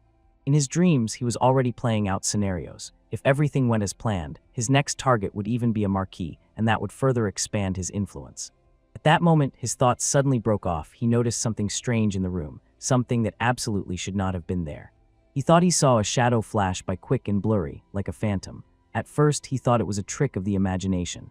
But the next moment it became clear it was not a vision. A wave of danger washed over him, and the air seemed to freeze. The window suddenly exploded in a storm of shards, and a huge maw pushed through the gap. Bloody fangs frightened even the steadfast Viscount. He immediately recognized the creature. It was a wyvern, but he could not understand why it was here, since these beasts are found only beyond Lazar's Ridge. Standing on the head of the giant wyvern, the hero Lord Caerleon coldly and sharply addressed the mustached man before him and asked if he was Roxlin. Stunned by how rapidly everything was unfolding and understanding nothing, Roxlin sharply demanded the stranger immediately state his name. The Lord did not hesitate and named himself, as he was the ruler of Caerleon, and his words sounded proud and final, like a verdict. At that moment, drops of sweat ran down Roxlin's face. Fear gripped him, because he realized whose presence he was in. Everything became clear. Before him stood Blizzard, Baronet of Caerleon, the very one he was planning to act against, and panic flared in his eyes. The next second, something rushed through the room so fast that no one even managed to understand what had happened. A sharp object pierced the floor right behind Roxlin's back, splintering the wooden boards with a deafening crack. The Lord said succinctly, "This is an official declaration of war," and his words fell like a cold verdict from which there was no escape. He added that he would return exactly in an hour, and then he would await a response. From this promise, Roxlin felt as if the ground was disappearing beneath his feet. When the sound of breaking glass rang out, the Viscount's knights rushed to the chambers, confused and ready for battle, not understanding what had happened. They burst into the room to make sure Roxlin was alive and uninjured, but what they saw shocked them and left them speechless. At that very moment, the Lord was already rising into the sky on the back of his wyvern, flying away as swiftly as he had appeared, leaving behind only wind and fear. He looked back, aware of his intentions and every step. His gaze was cold and sharp like a blade. No, he knew he had to act decisively and without hesitation, because delay could cost much more than any caution. One of the knights standing nearby noticed the wyvern's strange attire and held his breath. At first, he could not understand what the beast was doing here, but an inner voice suggested its appearance was not accidental and concealed a dangerous plan that would require a response. As soon as he voiced the question aloud, the Viscount cast a cold, stern look at him before the words. It was clear. The question was ill-timed, for in his eyes read a quiet, merciless threat silently commanding, better to remain silent. Unable to contain his anger, the Viscount sharply struck the knight in the face. The blow sounded like a verdict, and the one who asked too much instantly felt that the price of untimely curiosity could be too high, especially when the fate of many people lay beneath their feet. Perhaps it was a lesson. For anxiety and unnecessary questions one always has to pay, and at that moment, the one who so resolutely sought answers paid for his persistence, because alongside warlike hearts, intolerance for excessive inquiries was deadly dangerous. A mustached man standing nearby began stomping on the wounded knight with his foot, not restraining insults and humiliations. His words rang with mockery, and he hurried to humiliate those he considered useless, calling them freeloaders and unprofitable servants. "You only know how to get paid," he shouted, and the words fell like condemnation, full of contempt for those who, as he believed, merely sat on the bench of dependents, unable to protect either their masters or themselves. Loudly he demanded answers, shouted about guilt, and about where these people were when the attack happened. The questions sounded sharply, like a chain of blows that destroys the mood, and each of them ignited hatred in all who listened. He shouted loudly, where were they all, who were supposed to stand by when he was attacked? These words tore the silence and squeezed hearts. They sounded not just as reproach, but as an accusation that could ignite a chain of revenge. After that, he ordered to burn the prisoners' clothes, to dress them in military uniforms and issue weapons so that they looked like new soldiers. The gesture was meant to humiliate them and turn them into puppets in a political show. He called Blizzard a vile bastard and said directly that he wanted to see his face at the moment when he realizes that by his own actions, he killed his own people. These words were meant to make the martyr feel the weight of his choice and bring moral reckoning upon him. His plan was simple and cruel, to frame Blizzard to make him be considered guilty of starting the war in order to justify further actions and shift the blame onto the city's head. In a moment he went out onto the street to solemnly announce to his warriors the start of hostilities. His steps were confident, his voice firm. He wanted everyone to feel determination and readiness for a bloody trial. In the square he declared that from now on he officially declares war on Caerleon, and the obedient ranks of soldiers instantly responded to the call. They knew it was not a time for pity, but a time to obey orders and show strength. He announced to his fighters that whoever distinguished themselves the most would receive a great reward. These words ignited ambitions in their hearts, kindled the desire to stand out, and gave impetus to future acts of cruelty and treachery.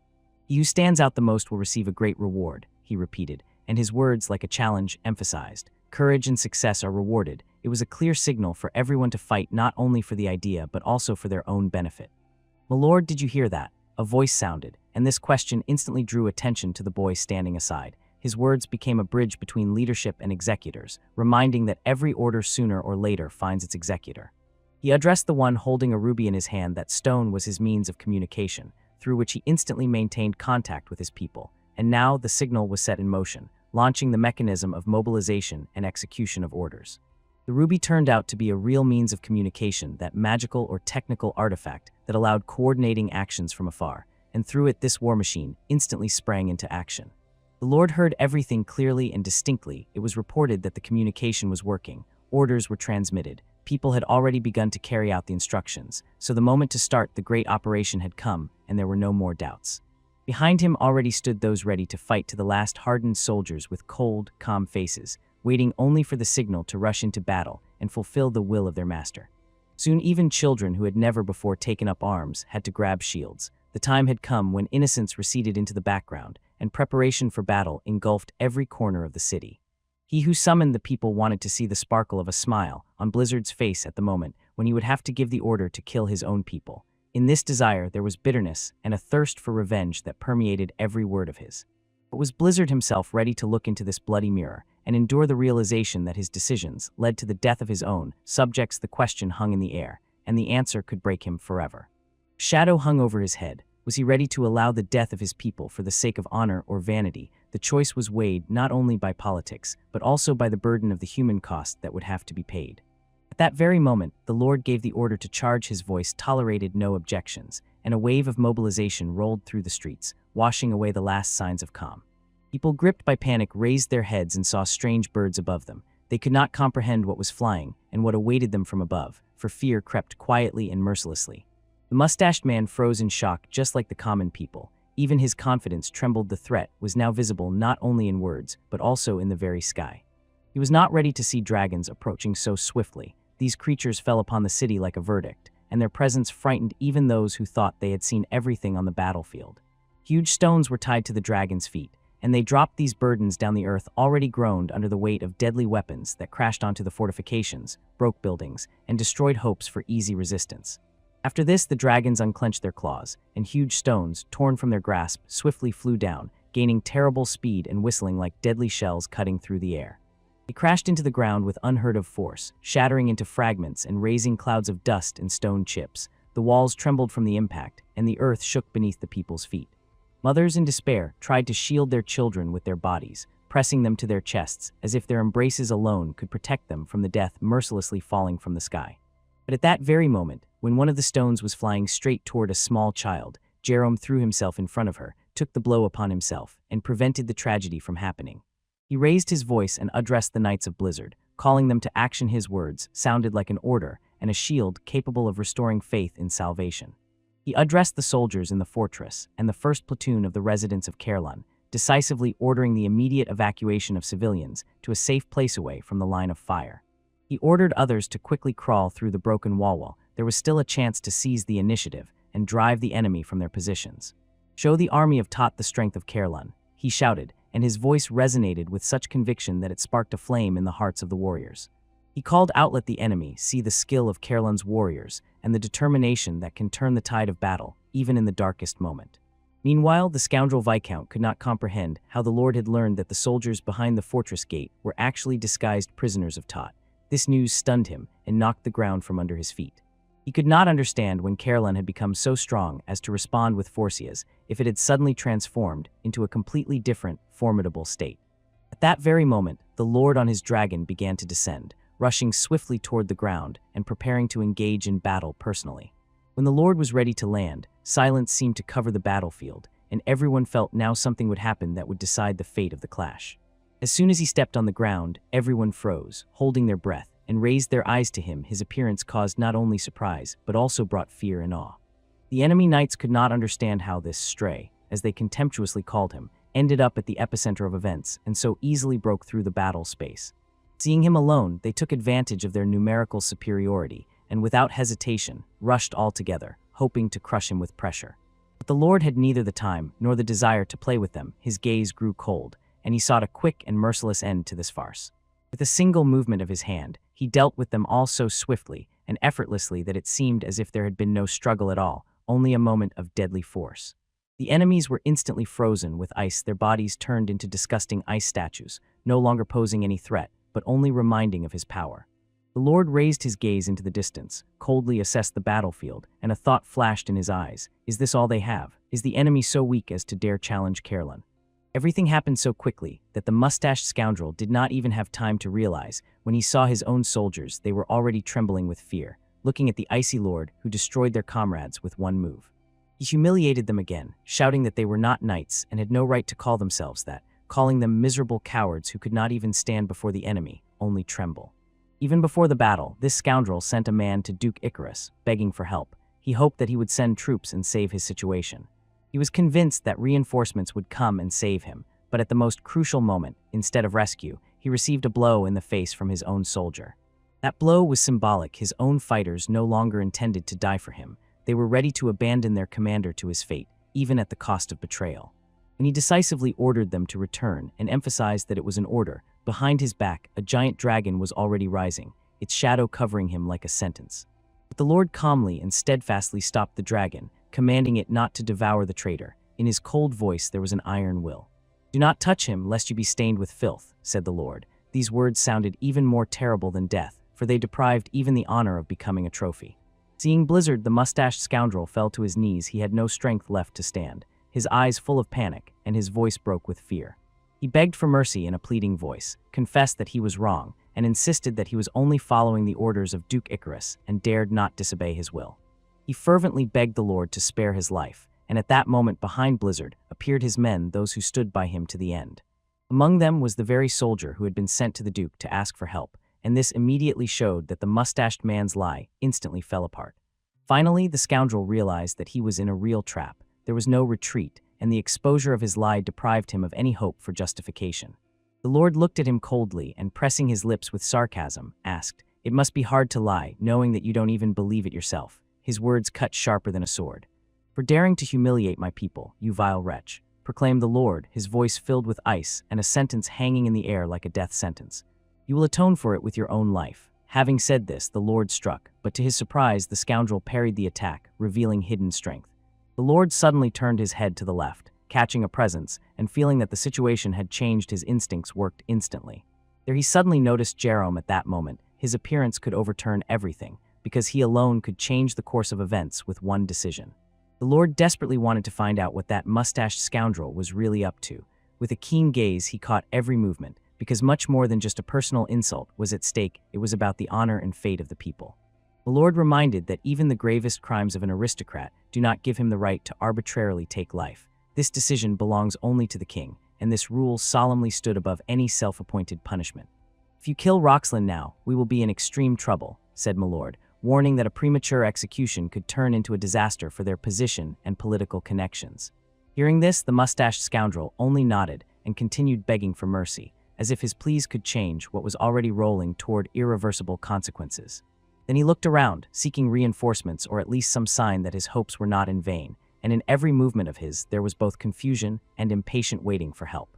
The waiting ended. Valmir appeared before him, the very one he had been calling for so long, and this figure immediately changed the tone of the conversation, because behind him could be hidden a new power.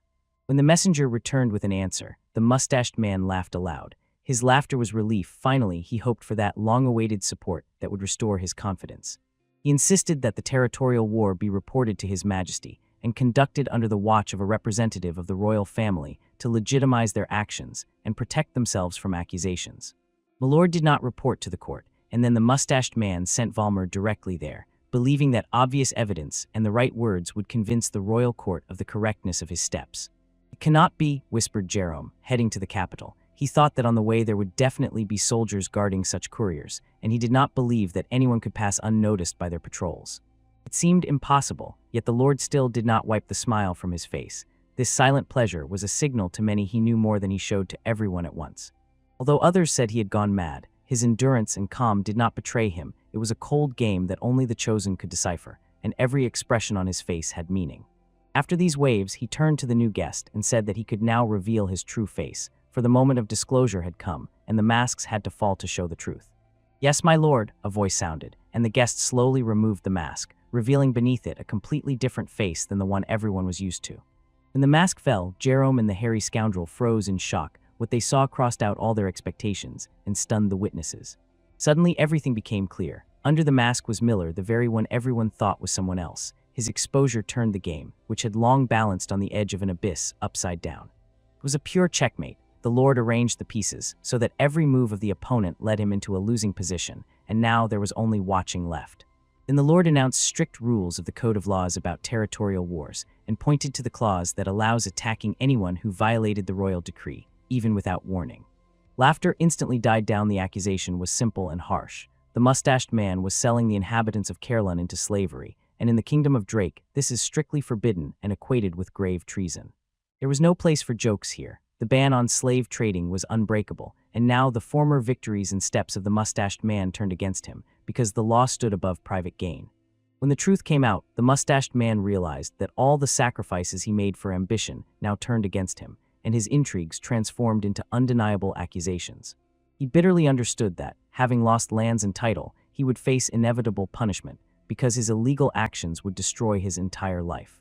When Duke Karis learned about these crimes, he would hardly be able to forgive the betrayal. For the mustached man, it was unequivocal the former ally had turned into a mortal threat that could take away his last chance for salvation. Unwilling to die, he instantly turned around and rushed in the opposite direction, hoping that speed and cunning would save him from the inevitable sentence. But the icy beam, fired by the Lord into the ground, did not let him escape. The ice instantly covered this area, blocking the paths and turning the retreat into a trap of cold steel. His foot was shackled in ice. Like in frozen fetters, the more he struggled, the stronger the pain tore, and escape became physically impossible, as if fate itself had passed the verdict. The hero advised him to grit his teeth. The next blow would tear away the last crumbs of courage and leave only the memory of the mistake he had made. The advice sounded not as cruelty, but as the last chance to save face, so that the teeth would not fly out from the very first blow. One had to gather oneself, though even that did not promise mercy. The mustached man had no time for reflection. The cold pierced his body and soul, and every moment reminded him of the decisions that had brought him to the edge of the abyss. Thus ended his short path, not triumph, but a fall. Honor had lured him upward, and treachery and greed turned into ice that doomed him to become an example for those still hesitating between honor and greed. Advising a person who is about to receive such a powerful blow was pointless. At such a moment, no words can prepare one for the wave of pain that will cover them, and for the consequences that are already impossible to stop. The blow was so strong that the traitor flew a great distance, like a powerless puppet, and it took only a moment to realize. In this clash from the very beginning, there was no chance for his salvation. The dust settled, the ice melted in the silence of victory. It became clear to everyone. The war was decided, and there was no longer any doubt who emerged victorious. The victory unquestionably remained with Caerlun. This battle became the full stop that forever inscribed the name of Lord Blizzard in the chronicles as the one who turned the course of events and broke injustice. A loud shout of joy rang out over the field. Echoing into the distance, the warriors nearby could not contain their emotions. They shouted, celebrated, and savored the sweet taste of victory won through a hard but honest battle. Then everything went strangely easily. Roxlin was stripped of his title and expelled from his lands for treason, and a few days later he disappeared without a trace, as if fate itself had erased him from the map of the world. Hadid was annexed to Caerlun as a new administrative district, and the Lord intended to entrust its governance to Jerome, considering it the best decision for stability. But Jerome refused. There was already enough work. He even joked that if the Lord tried to impose district management on him as well, he would start a rebellion and declare a strike. If not him, then who? The Lord pondered. The candidate had to be reliable, responsible, and someone to whom the fate of the people could be entrusted. The choice was not easy. But suddenly a thought lit up in his mind. A barely noticeable smile appeared on his face. He remembered a person who fit this role perfectly, as if fate itself had brought them at the right moment. Jerome advised, and the new governor of Tadid became Walmer, former vassal of Roxlin. This resolved the issue and allowed order to be maintained in the newly annexed lands. But the Lord did not dare to give Walmer full freedom. 2 knights were assigned to him, who reported personally to the Lord every day, leaving no chance for betrayal. Finally, the long-awaited day arrived, the birthday of Tomi Love III, a celebration eagerly awaited by the nobility of the entire kingdom and promised to be grand and unforgettable.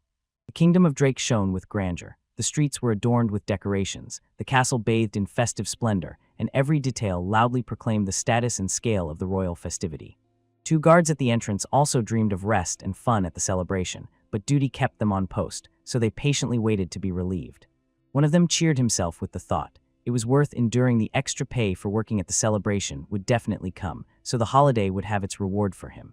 Suddenly a huge shadow passed over them. Thai looked up and saw wyverns soaring above the gates. The sight caused alarm. An alarm immediately sounded. Monster invasion echoed across the entire square. The guards were already preparing for battle to drive away the unknown invaders. But someone stopped them before the swords were drawn. After all, what happened next was not an attack, but the announcement of the arrival of a distinguished guest. From the wyvern descended the Baronet Blizzard of Caerlun himself. He introduced himself officially, without arrogance, but with such confidence that everyone immediately understood who was before them. He was known as the swordsman who once saved His Majesty. His name already sounded like a legend, and everyone who heard about the Lord felt respect for him.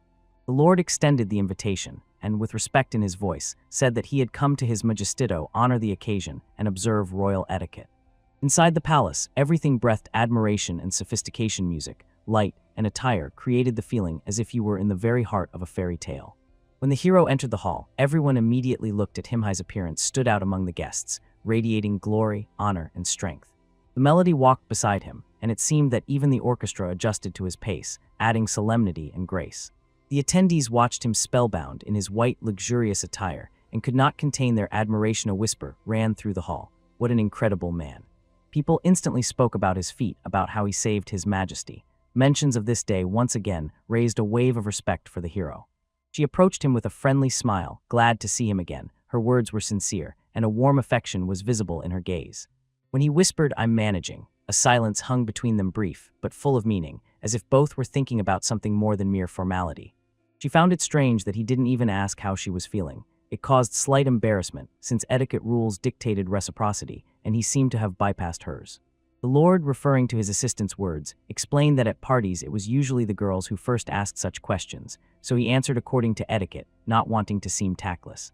She thanked him for the glass he brought specifically for her, and this small attention caused a sincere smile and a slight warmth in her voice.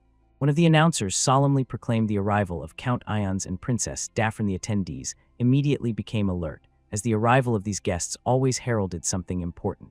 When the doors opened wide, they stepped into the hall. Their steps were majestic, and their appearance so impressive that for a few moments silence reigned in the hall.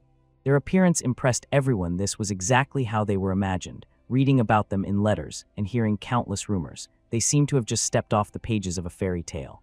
They were truly enchanting. The princess's large eyes mesmerized, and every movement of the count radiated nobility. It was hard to take one's eyes off them. The attendees immediately began whispering about her beauty, saying that time had not touched the princess at all. She still looked the same as many years ago. The Lord sank into his own thoughts and recalled the name Ions. It was the one Edmund mentioned in the letter as the great sword master, whose fame had long crossed the borders of kingdoms. The Lord felt and did not know why himself that the count was not of this world. There was something different, otherworldly in him, not characteristic of ordinary people of their kingdom. He asked her to wait a little, explaining the one he was waiting for always appeared in the most dramatic way, and there was irony and anticipation of a spectacle in his voice. And indeed soon the herald solemnly announced the appearance of the main star of the evening, His Majesty, King Tomi Love. The hall filled with a wave of eager anticipation. He was the king of their kingdom, Drake. His appearance was to be the climax of the celebration, and everyone stood up to properly greet the ruler. She whispered in surprise, this girl, could she really be the princess of the kingdom? And every detail only confirmed her suspicion. She looked at the Lord and, smiling, asked if this was the dramatic entrance he had mentioned earlier, and in her voice was a slight joke hiding curiosity. The princess was preparing to take her seat, observing royal etiquette and the composure befitting her status. But as soon as she noticed someone's smile, her face immediately changed, as if part of the confidence she had just a minute ago suddenly dissipated. The Lord was smiling, the same one who waved to her in greeting, and his gesture seemed to her both charming and cheeky. But what embarrassed her was something else. Next to the Lord stood an unfamiliar girl. This deeply affected the princess. Jealousy, though she did not show it, flashed in her eyes. After the solemn speech, they began to congratulate His Majesty on his 50th birthday. One after another, gifts and words of respect were presented, each trying to outdo the previous speaker. The king, in turn, smiled and said he hoped everyone would have a wonderful time today, and the celebration would leave warm memories for everyone. The princess fluttered with excitement and impatiently awaited what gifts her father would receive this year. For her, this holiday was special. The king suggested starting the gift presentation. First forward stepped Duke Icarus. From him, they truly expected something amazing. He handed over the gift, like an enchanted ring, a rare relic whose value went far beyond the material. Icarus explained that from now on the ring could protect the king from any offensive magic below the fourth circle, so it became incredibly valuable.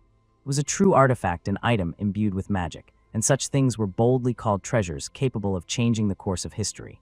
In our time, magic above the ninth circle has almost disappeared, so artifacts with such properties are priceless, and if it is truly high-level magic dispelling, its worth is simply impossible to estimate. The king sincerely and wholeheartedly thanked Icarus for such a priceless and rare gift, and an approving whisper echoed in the hall. Icarus again congratulated the king on his birthday. Everyone expected an incredible gift from him, so no one was surprised. He once again justified his reputation. After such a gift, one question flashed through everyone's mind. Is there even a gift capable of surpassing this? And indeed, after such a stunning gift, it is hard to imagine that somewhere there could be something that could surpass an artifact of such enormous value. Until that moment, no one could even come close to surpassing the Duke's gift. No gift reached the greatness and power embodied in this ring, which seemed completely incomparable and irreplaceable. And now his time to present a gift had come. A tense silence suddenly fell in the hall, because everyone desperately wanted to find out how he could impress the king after such a grand present. At first, he respectfully inquired how the king had been feeling lately. His Majesty smiled and sincerely replied that he was glad to see the Baron alive and well. The first gift he brought was the hide of an ice ogre, which he had hunted himself, and just the fact of hunting such a monster commanded respect. The king felt it immediately. It was about fierce ogres from the north, known for their cruelty and incredible strength. Such a trophy meant true bravery. It's not much, but please accept my sincerity, Your Majesty, said the hero. His voice was modest but sincere, and this emphasized the value of the gesture. For others, especially for Icarus, the very thought of presenting something like this as a royal gift was humiliating. His gaze burned with open contempt. But the hero did not stop there. He said that one trophy was not enough, so he brought another gift, much more significant and completely unexpected. As soon as the servants brought the chest, they were ordered not to open it without the king's permission, but a moment later the lid was ajar, and everyone saw what was hidden inside. When the king saw the contents, he was momentarily breathless. His gaze froze, words disappeared, he could not immediately find a word to describe what lay before him. The hero broke the pause with words, "These are monster eggs." His tone remained restrained, but the power of these words was striking. Those present froze in confusion. No one could understand why to give the king exactly this. The gift looked strange, dangerous, and even foolish, so the hall was filled with dull incomprehension. Icarus caused a panic. He raised his voice and declared that such a gift was disrespect to the king and the entire royal family because he saw a threat in it. The duke could not hold back. He called it an attempt on the royal family, raised a commotion, and shouted to the guards demanding to immediately throw the baron out of the palace. He ordered Blizzard to be forcibly removed from the celebration, and several guards rushed forward, ready to seize the guest and not let him explain what that gift meant. At that very moment, the king thundered loudly, "Stop!" and his shout instantly stopped everyone. Even the music seemed to cut off in the air. He turned to the baron and calmly, but with deep seriousness in his voice, asked about his true intention. What exactly did he mean by this gift? The answer was short and sharp, like the strike of a blade. "These are eggs of ice wyverns." These words swept through the hall like a cold gust of the northern wind. At that very moment, everything changed for the king. The gift, which a second ago seemed strange, suddenly gained such weight and significance that it could overturn the entire celebration.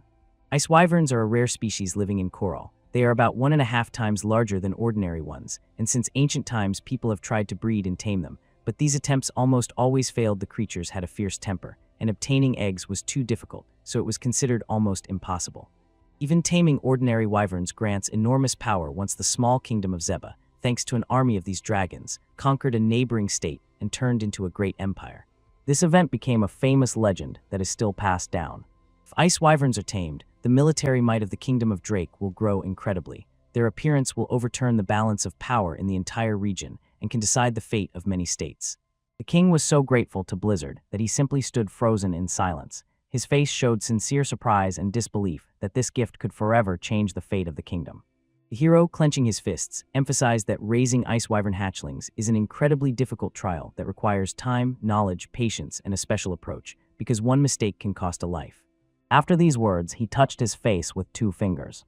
The Lord whistled. It was a signal for Lilith, and his signal sounded clear and confident, as if he had been preparing for this for a long time. When Lilith appeared, his calm figure instantly dispelled the panic among those present, and people felt that everything was under control again. And when everyone outside the window saw a giant wyvern hovering over the castle, excited cries and surprised whispers spread through the hall. It was then that the hero confessed that he had tamed this wyvern when it was still very small. Pride without boasting was felt in his voice, rather the voice of a person who had traveled a long road. And now he was ready to pass on to the kingdom the method of raising and training ice wyverns, knowledge more valuable than gold and artifacts. The Lord bowed low and added that he wished to gift 2 of these eggs to the magical princesses. A wave of admiration and emotion immediately rose in the hall. He said that these dragons would become the perfect guardians of the royal family, because their unbreakable loyalty and terrible strength could protect any fortress and any throne.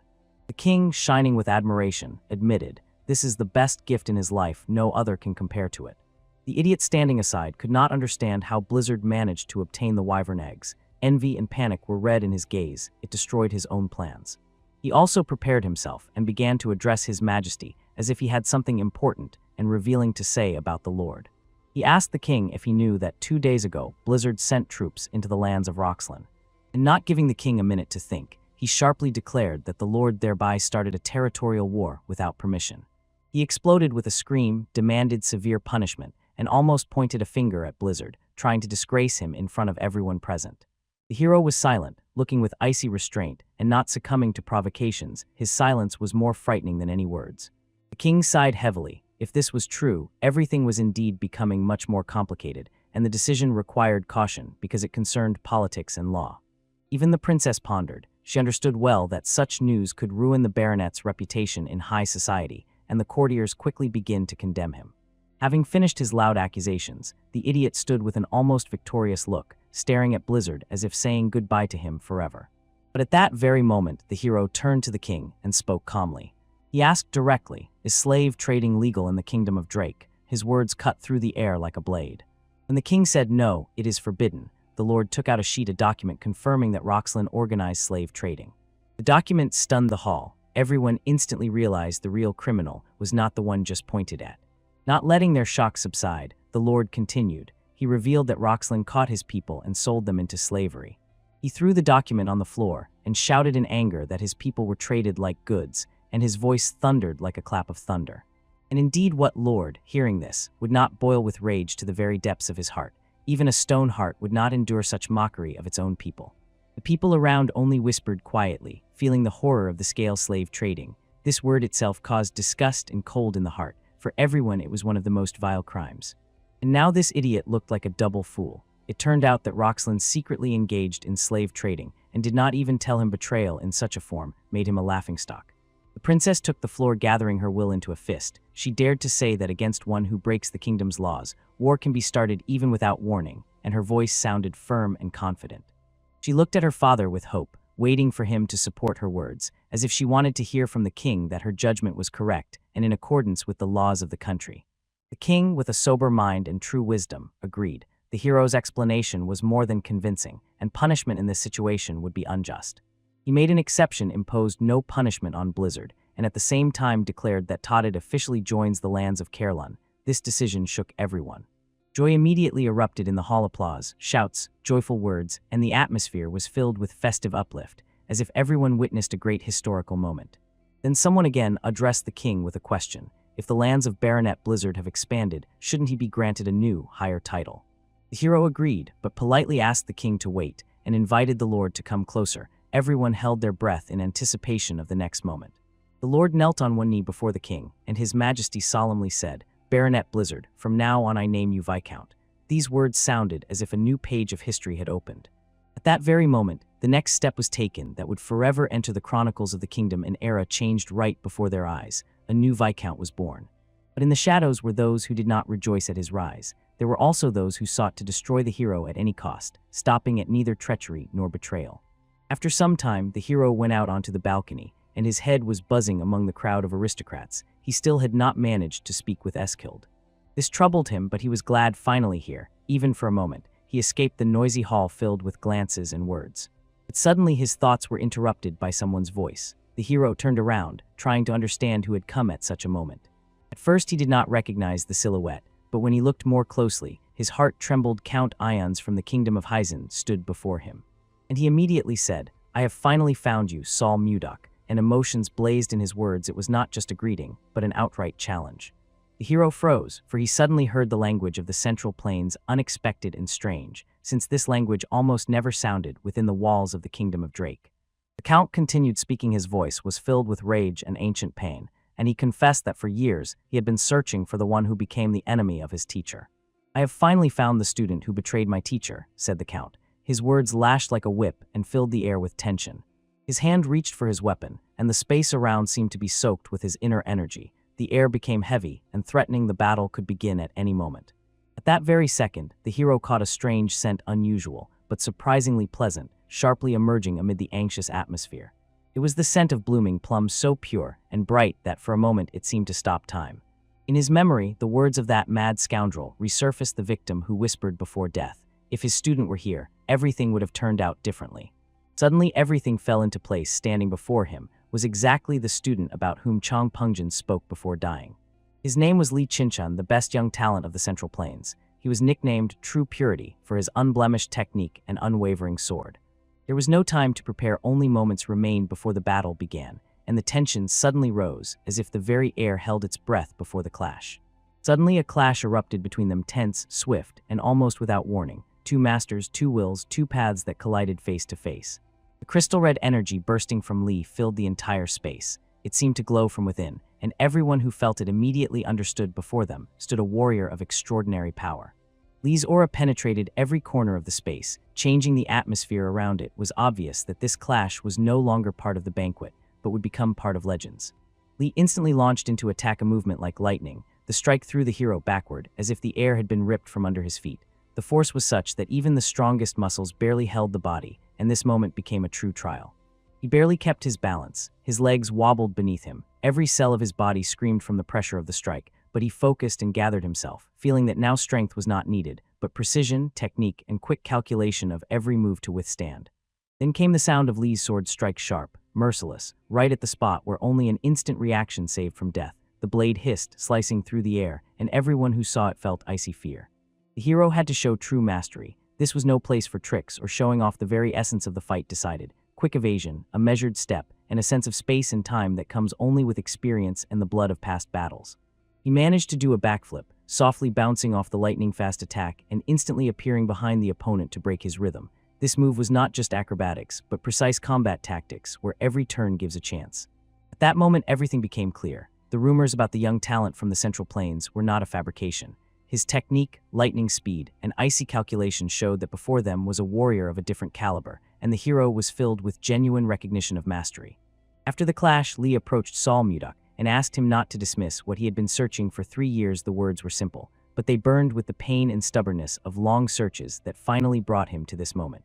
The rumors initially led him to the ship he had long watched in hopes of finding a trace of the enemy. It was a path filled with waiting and patience, and every evening of observation strengthened his resolve before the final confrontation.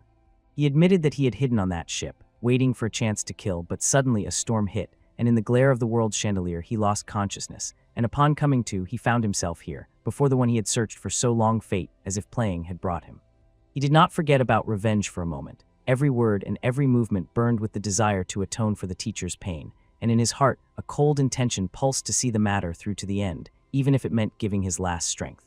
After the speech, the air changed instantly. The tension became so palpable that it could be touched, as if the field around had contracted, and everyone felt there would be no more room for talk, because the word defeat now carried a completely different weight.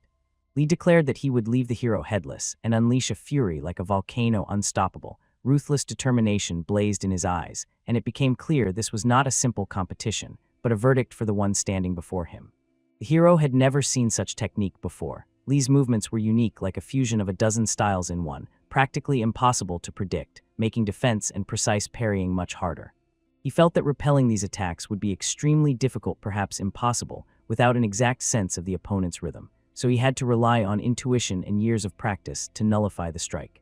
At that very moment, she appeared, the girl who initially wanted to whisper "Baronet," but stopped and said "Viscountess," and that mistake in the word suddenly emphasized how her position had changed and how serious this moment was. She wanted to hear what these two were doing here. The hero answered simply. For the first time in a long while, he met a compatriot. They talked a little. The words were restrained, but they contained a truth that explained the sudden meeting of two masters. Li assessed the girl in his own way. His gaze was scrutinizing but not hostile. Rather, he saw in her something that could change the course of events, and his inner judgment weighed not only strength but also connections and influence. He immediately recognized in her the second princess of the kingdom, Gaia Schiller McMahon, and the surprise took his breath away. She was so close to Sol Mudak, which complicated his plans even more, because killing in front of the princess could have bloody consequences. Li understood killing here in front of the princess would cause great problems. The political consequences could outweigh his personal revenge, so, although it hurt his pride, he retreated to avoid giving in to emotions. He approached the princess, quietly apologized, and said he would step back first, opening space for a peaceful conversation, a gesture both polite and cunning, postponing the clash to another time and place. At parting, she only said it was nice to meet him, and in those words there was warmth and slight surprise. This broke the tension, and for a moment restored humanity to that tense gathering. The words of Sol Mudak sounded barely audible, like an inner voice, thoughts that flew through space and fell directly into the consciousness of those touched by fate and memory, like a cold whisper. It was not a loud speech, but a quiet verdict in thoughts. You abandon me and everything that was dear, and I will also destroy everything you hold on to. These words sounded like a bloody promise that cut through the air. The continuation of the thought sounded even worse. I will destroy the property of your loved ones, indiscriminately. It was a ruthless threat that showed. Revenge will not stop at defeat in battle. It will strike at the very foundations of their lives. This meant that there would be no mercy for anyone involved in his pain, and no property, no name would escape his revenge, a threat that overshadowed the previously human faces in the hall. First, it will be the one you looked at with a gaze full of love, it continued, and in these words was felt personal pain and a cruel promise. The first target will hurt the most because it will touch the enemy's heart. He pronounced the name, the princess of the kingdom of Drake, and these words sounded like a frozen verdict, because they struck not only at honor, but at the very heart of human bonds that stood above politics. "Hey, don't you dare touch Eskild. She has nothing to do with us." A warning thundered in thoughts like a noose tightening around the throat, and in it was a request, a prohibition, and fear for the fate of the person. "Depends on your behavior, so behave well, Saul Mudok." The cold order sounded like a shield. "Behave with dignity, or revenge will strike what you hold most dear, and nothing will be able to change the course of events." When Lee was leaving, the hero called him to wait, as if grasping the last moment to find out if there was another way to heal old wounds. The voice sounded like a quiet request that echoed over the storm, like the last question before the battle. Before him stood a girl who would never allow him to just leave, and in her eyes was a persistent curiosity. She wanted to understand what had happened between him and Count Ions. The hero did not want to answer. He passed by her, and only said that he had to leave urgently, as if the desire to explain anything had long since died in him. At that very moment, she decisively grabbed his clothes, a movement that stopped his step and made him turn around. This made him ask again if she wanted to say something else, because such an act required a reason and could not be accidental.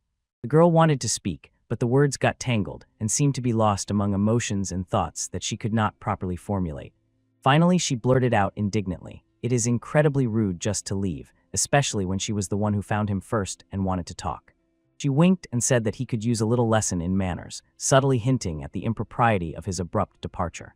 "So the princess is not busy with anything," he replied with a counter-question, turning her remark into light irony. He wanted to hear something more, so he quietly reminded her that important guests from different countries arrived today to celebrate the king's birthday. Shouldn't the representative of Gaia talk to them? Barely restraining irritation, he asked directly, "And why do you constantly?" and fell silent because he did not want to finish the sentence himself. The question seemed stuck inside her. It repeated 4 times in her consciousness, and each time became more painful.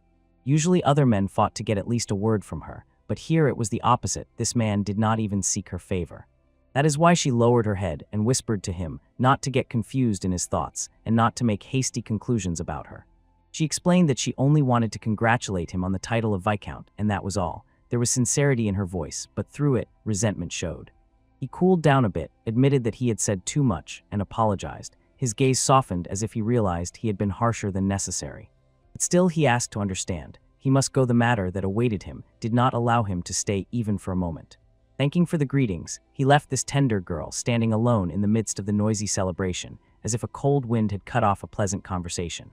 Sometimes it happens doors slam shut abruptly before us when we are not ready at all, not because of someone else's indifference, but because of circumstances stronger than words.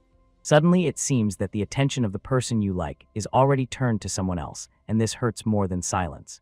Before her eyes he approached her sister. Something struck sharply and painfully in her heart, as if the world suddenly changed direction. Her sister met him with a sincere, warm smile, which only emphasized the contrast between the two of them even more. She firmly held pride within herself and felt, this is not the time to give in to emotions. She must restrain herself, because there is no place for weakness here. She pulled herself together and told herself that she had matters more important than jealousy or emotional weakness. The most important thing is to survive, to take care of her life and break free from the king's sister, who desires her death, because this weighed more than any personal feelings. She had to reclaim her kingdom and give all her strength to endure, even if the path to it would be painful and lonely. At that very moment, her gaze fell on Princess Daphne. A man approached her, and this instantly caught her attention. At first, she did not recognize the man next to the princess, but the familiar feeling did not leave her for a moment. Suddenly, she remembered. She had already seen this face. Jerome, Blizzard's assistant, the man who was always near the Viscount. She could not understand why they were here together, and what connected them. The situation looked strange and made her wary. Jerome, placing his hand on his chest, addressed the fragile princess and sincerely admitted that he had no idea that someone else could be here so late, and his voice was quiet, but it carried such confidence that it could no longer be a coincidence. She blushed slightly and quietly said that he did not need to apologize. He just scared her a little with his unexpected appearance, and in her thoughts she involuntarily noted, he was really handsome. Jerome gently asked for permission to introduce himself and said who he really was. His manners instantly revealed a well-bred and tactful person. She smiled politely and introduced herself. Her name was Daphne Leard. Her voice carried aristocratic tenderness and restrained dignity. Jerome laughed heartily and said that her name was truly charming and suited her perfectly, and his smile was so warm and sincere that it instantly melted any distance between them. His mood instantly cooled when he realized exactly who he was standing before. His face froze, and his gaze filled with anxiety. Because before them stood Princess Daphne Leard, famous throughout the continent of Hyzen for her unparalleled appearance and incomparable beauty, which was both alluring and frightening. Realizing his mistake, he knelt before her and apologized for not recognizing her immediately. The princess calmly replied that it was all right and such things did not bother her. She softly said that she would go on, as if wanting to avoid awkwardness and not emphasize the difference in status. Jerome involuntarily held his gaze on her face, carefully looking into her eyes. Something about her did not fit the image of a perfect princess. As a true strategist and a man of sharp mind, he instantly noticed a shadow of sadness in her gaze. This subtle detail did not escape his watchful eye. He shyly asked for permission to stay nearby and sit here with her. There was no insistence in his words, only a soft, quiet desire to support. Jerome quietly explained that he was waiting for the Lord to return from the banquet, so he just wanted to spend some time in silence and not disturb her. He added that he would leave if his presence bothered her. After these words, the princess blushed again. She had not expected such tactfulness. A brief silence followed a few seconds. Then she quietly said that he could do whatever he deemed necessary. Her words carried permission and hidden sympathy. Thus began their long conversation, one of those that quietly draws you in, when time disappears and words turn into a bridge between two people. Jerome spoke so inspiredly and at length that he suddenly realized almost only he was speaking. Apologizing embarrassedly, he heard in response that, on the contrary, she was very interested in listening to him. And before that, she confessed that she came here with the thought of escaping the celebration, and he very much wanted to find out why she had decided so. Tilting her head, she quietly admitted, as if afraid to say these words aloud, but still told the truth. Her brother forces her to marry for convenience, and she does not want to devote her whole life to political intrigues and only strengthening the state. She dreams of something of her own, alive and sincere. At that moment, she felt the conversation became unbearably heavy. The words coming from her lips seemed to press on her chest and expose the true pain she had carried for so long. Jerome involuntarily scratched the back of his head, as if searching for an answer in tangled thoughts. He could not understand whether, being just a servant, he could somehow help her with such a serious problem. "If I can still do something for you, then I will use my mana to help," he whispered, trying to sound sincere, although doubting whether he had the right to do so.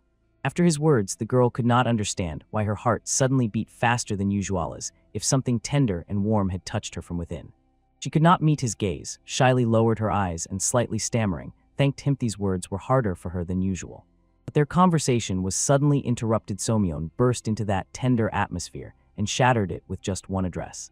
That voice was directed at the princess and she immediately changed her facial expression, as if putting on a mask of restraint again. It was Sir Ayanch approached them and said he had been looking for her for a long time. His voice was confident, as if he had the right to control her every step. Turning to Jerome, he cast a demanding look at him, waiting for explanation. She wanted the princess to say who the man next to her was. Jerome answered for her himself restrained and respectfully, "Just passing by, sir. I am Mage Jerome." His tone was polite and neutral. He bowed deeply before the princess and quietly said, "Since your guard has arrived, allow me to step away, your highness," because he did not want to disturb her. But the princess had not said the last word, yet in her eyes was a reluctance to let him go so quickly, as if she feared that this moment would slip away. She stepped closer and quietly whispered a few words directly into his ear, so quietly that even Ions did not hear. Her breath barely touched his skin. And only then did she step away together with her guard. Ions tried to continue the conversation with her, but she was not in the mood for his words. Her thoughts were still with Jerome. What Jerome heard shook him. Ion said that His Majesty plans a grand ceremony after the celebration ends, an event that could change someone's life forever. That is why he advised the princess to open her heart, but there was something insistent and troubling hidden in his words, as if he was hinting at her duty rather than a choice. Rage boiled in her chest. Her brother was deciding her fate without even consulting her, but she could not show anger, so she only said calmly that she would go first. She preserved royal dignity, hiding the storm in her heart. On her face remained cold politeness, like a mask she had to wear again and again. Now Jerome saw even more clearly. A political marriage was being arranged between Ions and the princess. Her heart had no choice. Her fate was being decided without her. Stepping back a few steps, she still turned around. Her gaze slid to Jerome. In it, a mixture of sadness, shame, and hope tried to break free. In 3 days, she barely winked at him, as if leaving a secret sign for the one who would understand. "We will meet again," she added, as if promising that this story was not over and there would still be a conversation between them. After these words, she proudly moved forward as befits a princess. Her steps were confident, though her heart trembled. After some time, all the guests had already returned to the hall, where the celebration continued.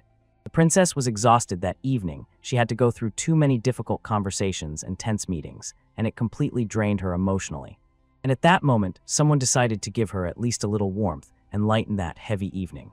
It was that young man with luxurious long white hair, Blizzard, who politely invited her to dance. She simply could not refuse him, it would have been too rude, and her heart whispered to her, "Accept the invitation." To a gentle romantic melody, they slowly twirled, as if at that moment the whole world melted away, leaving only the two of them.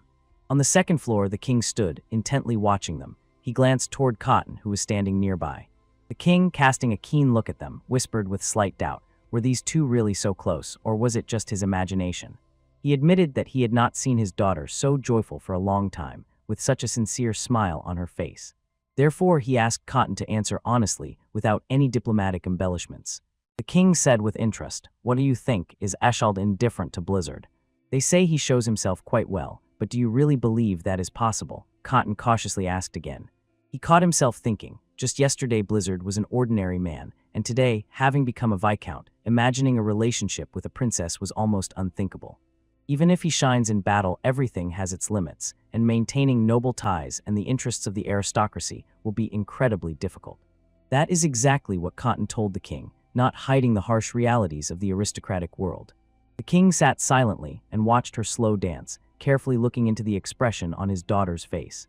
In his gaze was a simple plea: Blizzard better not indulge in vain hopes, for only pain awaits afterward.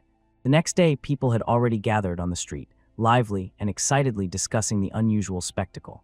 One of them pointed a finger to the sky and shouted, "They have arrived." A giant dragon appeared in the heights, majestic, as if carved from pure ice. Lord was perched on it. Descending, he smiled, greeted Edmund, and inquired about his affairs. Edmund instantly recognized the magical swordsman and sincerely rejoiced at the meeting. Jokingly, he asked if Edmund finally had something to live on. "Not just to live," replied Edmund, proudly adding that thanks to Blizzard he became the best merchant in the kingdom and feels a new surge of strength every day. After some time, they went inside and talked about everything that had happened in such a short period. The hero did not waste time, he went straight to the point, explaining that he came with an important request. He had to find a mansion, and not just beautiful, so luxurious and majestic that even Icarus's estate seemed modest. Edmund took on the task without any doubt and confidently said that everything would be ready very soon. At that moment he finally realized the person before him was a true force who could not only challenge Icarus but also soar even higher. Thus an open challenge flared up against the trading house Akasa, and Duke Icarus himself, the Lord, finally entered the game against those previously considered unreachable. Edmund looked around in surprise. He could not understand why Sir Swordman, his faithful servant, was not nearby. "He is carrying out a special assignment," the Lord replied dryly, without revealing details. That answer to Edmund's question only intensified the sense of mystery. Meanwhile, Jerome, wrapped in a black cloak, was on a secret mission known only to a few. He was tormented by the thought, why does the Lord trust him alone, as if he were a slave and the assignment was serious, to find out who was behind the murder of the Miller family?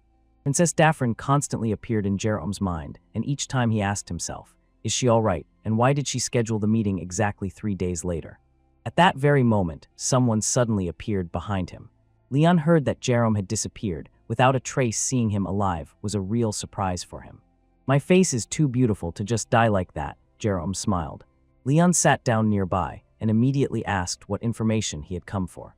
The next moment, a heavy bag of gold suddenly appeared on the table.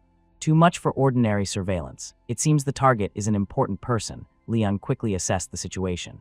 He did not ask for details. All he wanted was to hear the name of the target. Miller Kramer, these two names sounded, and Leon instantly understood why the sum was so large. He stood up and said coldly, Jerome wants him to effectively sign his own death sentence. Leon warned, everyone who investigated the murder of the Kramer family died one after another. After these words, he immediately cut off the conversation and left. But Jerome was not going to back down. Determination burst in his voice. He was ready to double the amount just for Leon to find the culprit. This offer made Leon freeze halfway. The amount sounded so convincing that changing the decision turned out to be easy. He agreed. But one question still surfaced in his mind. What exactly happened to the Kremers if even the head of the Information Guild fears them? The only explanation is that someone terribly dangerous and very influential is involved in this story. Later, Jerome returned with the gathered information and joined Lord and Edmund. He did not hesitate. He immediately hit the point. The Kramer family had a count's title and great influence at court. Miller was the second son of the family, well known in the kingdom, and their influence was felt everywhere. 10 years ago, the whole family was poisoned. Only Miller miraculously survived and avoided the same fate that consumed the others. Lord, having heard this, moved on to the most important question: was the killer found? Yes, confirmed Jacob, and the name of the suspect fell from his lips: Baron Gideon. But Edmund immediately interrupted him, sharply saying that Baron Gideon was hardly the main culprit of the tragedy. He explained that Gideon was just a puppet and executor in someone else's dirty hands. In fact, there was a real client, the one who gave the order to poison the Kramer family. Thus began the story of Miller's terrible past, which still remained hidden in the shadows. Hearing this, Miller's rage flared up. He decided to kill Gideon and settle the score once and for all, without thinking about the scale of the conspiracy. At that moment, Lord and Jacob went outside, and their conversation continued there. Edmund also followed them out, politely introduced himself, and joined the discussion. He asked for permission to finally tell the truth about that day. Yes, Gideon really poisoned. And it turned out that the order came from Duke Icarus himself. Damn it, what benefit could Icarus possibly have from destroying the Kramers? Miller couldn't hold back. Edmund already knew the answer. The largest trade union of the kingdom, Akasa, belongs to Duke Icarus himself.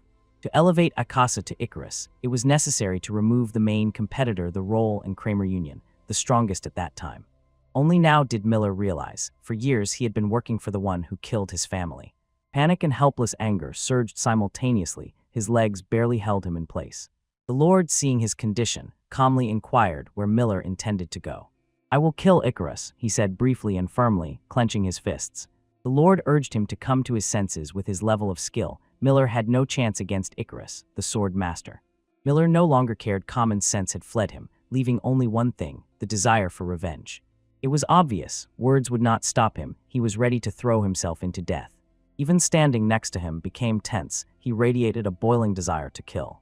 Then the Lord suggested another way. If he wanted revenge, he should first defeat him. Miller did not even think of refusing this condition. On the contrary, he saw it as a chance to prove his determination.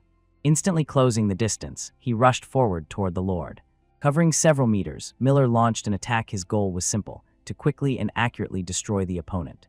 He did not even notice when the Lord suddenly appeared behind his back. Their difference in level was staggering.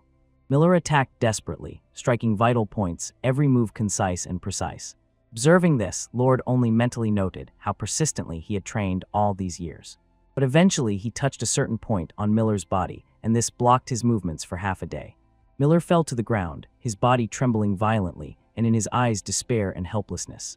Miller, gritting his teeth, tried to do something with his body, attempting to strike his vital points to relieve the paralysis. All his efforts were in vain. His body trembled from tension, and he could not move a single step. But suddenly, the incredible happened. Even Lord froze in amazement. Miller managed to activate a point that Lord had not shown him. It seemed he had enough of a fleeting glance. He repeated the technique, copying what he had seen only a second ago. But his movements were too weak, and the words "I am not finished yet" drowned among the groans of pain. Another moment and he fainted again, exhausted to the limit, falling to the ground. Lord turned to Edmund, who was standing nearby and watching everything closely. He ordered to take Miller to the room, and as soon as he regains consciousness, find him immediately. "Are you really going to punish the young master?" Edmund asked fearfully. "No," the Lord answered calmly. "From tomorrow I will personally teach him how to strike at vital points." Intuition did not fail as expected. Miller's talent turned out to be genuine. He was like an uncut diamond, just a little polishing, and he could become a brilliant master of assassinations. At that very moment, suddenly someone made contact with the Lord. It was Eskild. Her voice trembled, full of panic. She begged for help. She was unbearably cold. As soon as her weak, shaky voice touched his ears, the Lord tensed sharply. Something was wrong. Without hesitation, he rushed to help, running as fast as if erasing the distance between them. Not noticing anything around, he rushed forward, and in his world there was only her. The Lord kept repeating one thing in his mind: "Hold on, wait a little." Meanwhile, the fragile princess barely kept consciousness. The cold completely paralyzed her body. In the Lord's thoughts, there was only one person left, Eskild, and he kept repeating the same thing over and over: "Where is she and what happened to her?"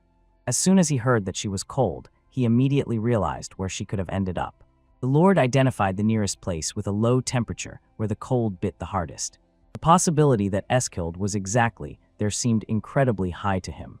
Using his gift, he effortlessly determined the exact location of the princess. In a matter of minutes, and the Lord was already at the place. What he saw there impressed him so much that for a moment he held his breath. The image before his eyes did not leave him. He could not understand how she ended up here. The Lord asked again if she had accidentally locked herself in here. The princess explained. She had looked in to check if everything was all right with the gifted eggs of the ice wyverns, but got stuck and could not get out. The Lord reminded her again of what he had already warned the warehouse, where the eggs were stored, was under a spell that lowered the temperature. She quietly apologized and, barely whispering, asked if he had come thanks to the communication stone. The Lord fell silent for a moment. He did not answer immediately. At that very second, he rushed to her and hugged her tightly, warming her with his heat. His voice trembled, and he finally spoke what he had long carried in his heart. He whispered, "I never want to lose you again." These words pierced her heart more strongly than any spell. She froze, unable to respond. The moment seemed like it could last forever, but suddenly a strange sound came from behind, making them turn around. The eggs began to move. Something inside was coming to life. And at that very moment, the silence was broken by the first squeak of the newborn dragonling and ice wyvern hatched. The Lord, with a trembling voice, asked Eskild to wipe the slime from the little one it was freezing. As soon as this happens, the little dragon will immediately recognize her as its mother. She asked if now he would remember her, and the Lord only asked her to introduce herself to the baby. The princess gently spoke to the creature, carefully getting to know it. The little wyvern was so charming that eyes seemed glued to it. It was immediately clear she accepted Eskild and was already becoming attached to her. The tiny creature at first glance conquered hearts. Her cuteness was touching. Looking more closely, the Lord finally realized it was a cub, and it was female. The sex of ice wyverns, like that of chicks, was determined by the cloaca. Fortunately, the Lord immediately felt the little dragon was born completely healthy, so Eskild could calmly raise her. The princess, with shining eyes, sincerely thanked the Lord and promised to raise the little wyvern healthy and beautiful. Some time passed after the king's birthday, and the capital was again bustling with court affairs. Baronet Blizzard was called to step forward. An important moment had come. On this day, a solemn ceremony took place, where he was given a new title. Thus Saul Mudok officially received the title of Viscount, and at the same moment, the convening of the Great State Council was announced. The Great State Council is an assembly where all aristocrats of the kingdom can gather. Usually, members of the small state council are elected there, and specific matters related to the aristocracy are considered. The purpose of this meeting was simple and important: to elect the composition of the small state council. "If anyone has a candidate, raise your hand and name them," the king said. Soon one hand decisively rose up. The first one named was Duke Icarus. The next speaker took the floor and proposed Count Sleeve. Blizzard felt it in his bones. It was clear without words who stood on Icarus's side and who remained loyal to the king. Everything was clear as day. The world of aristocracy had long been divided into those who serve the duke and those who stand under the crown. He realized that, having become a viscount quite recently, it was unlikely that anyone would dare to propose his candidacy. And suddenly, when no one expected it, something completely unexpected happened. One of the aristocrats raised his hand and shouted loudly, "I recommend Viscount Blizzard." He added that he brilliantly proved himself and showed his ability sufficient to become a member of the small state council. The man decisively inquired whether anyone had objections to such a candidacy. Blizzard was silent, just listening, as voices supporting him grew louder from all sides. Icarus was silent. He did not say a word, only watched intently.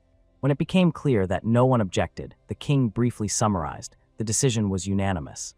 "Viscount, congratulations on entering the royal circle," the monarch solemnly said. Icarus instantly understood the situation. The small state council meets weekly, so by becoming its member, Blizzard would not be able to leave the capital for long. The duke seemed to try to throw a tight noose of restrictions around the viscount's neck to make him easier to control. Meanwhile, after the meeting, the princess sat alone in her room. Before that, she gave the lord a sign, "Come talk." But doubts did not give her peace. What if he misunderstood this sign? She even said this aloud. Suddenly, a voice sounded in answer, and at that very moment, the lord appeared at her window. "So what did you want to talk about, Eskild?" he asked calmly, but with the kind of courage that made the heart tremble. First of all, she was eager to find out why Duke Icarus reacted so to his appearance and new title. The lord replied with a slight sigh that he himself did not know the reasons for such a reaction, and asked Eskild if he had any guesses. She only sighed. She had no suspicions, but it was hard for her to believe that Icarus did it without a hidden motive. "He is the same man who openly sent an assassin after my father and exiled me to the north," she quietly reminded. It was obvious Icarus was plotting something behind their backs, and it clearly did not bode well. But despite all this, she was much less worried than by one cherished desire to see the Viscount more often, and strangely, she also had to thank Icarus for that. She asked him to be careful, no matter what happened, but the lord wanted to add something important. He reassured her he would deal with Icarus, so she did not need to worry about it. At that very moment, footsteps knocked at the door. Someone was asking for permission to enter. The princess, caught in a hurry, asked the Viscount to hide.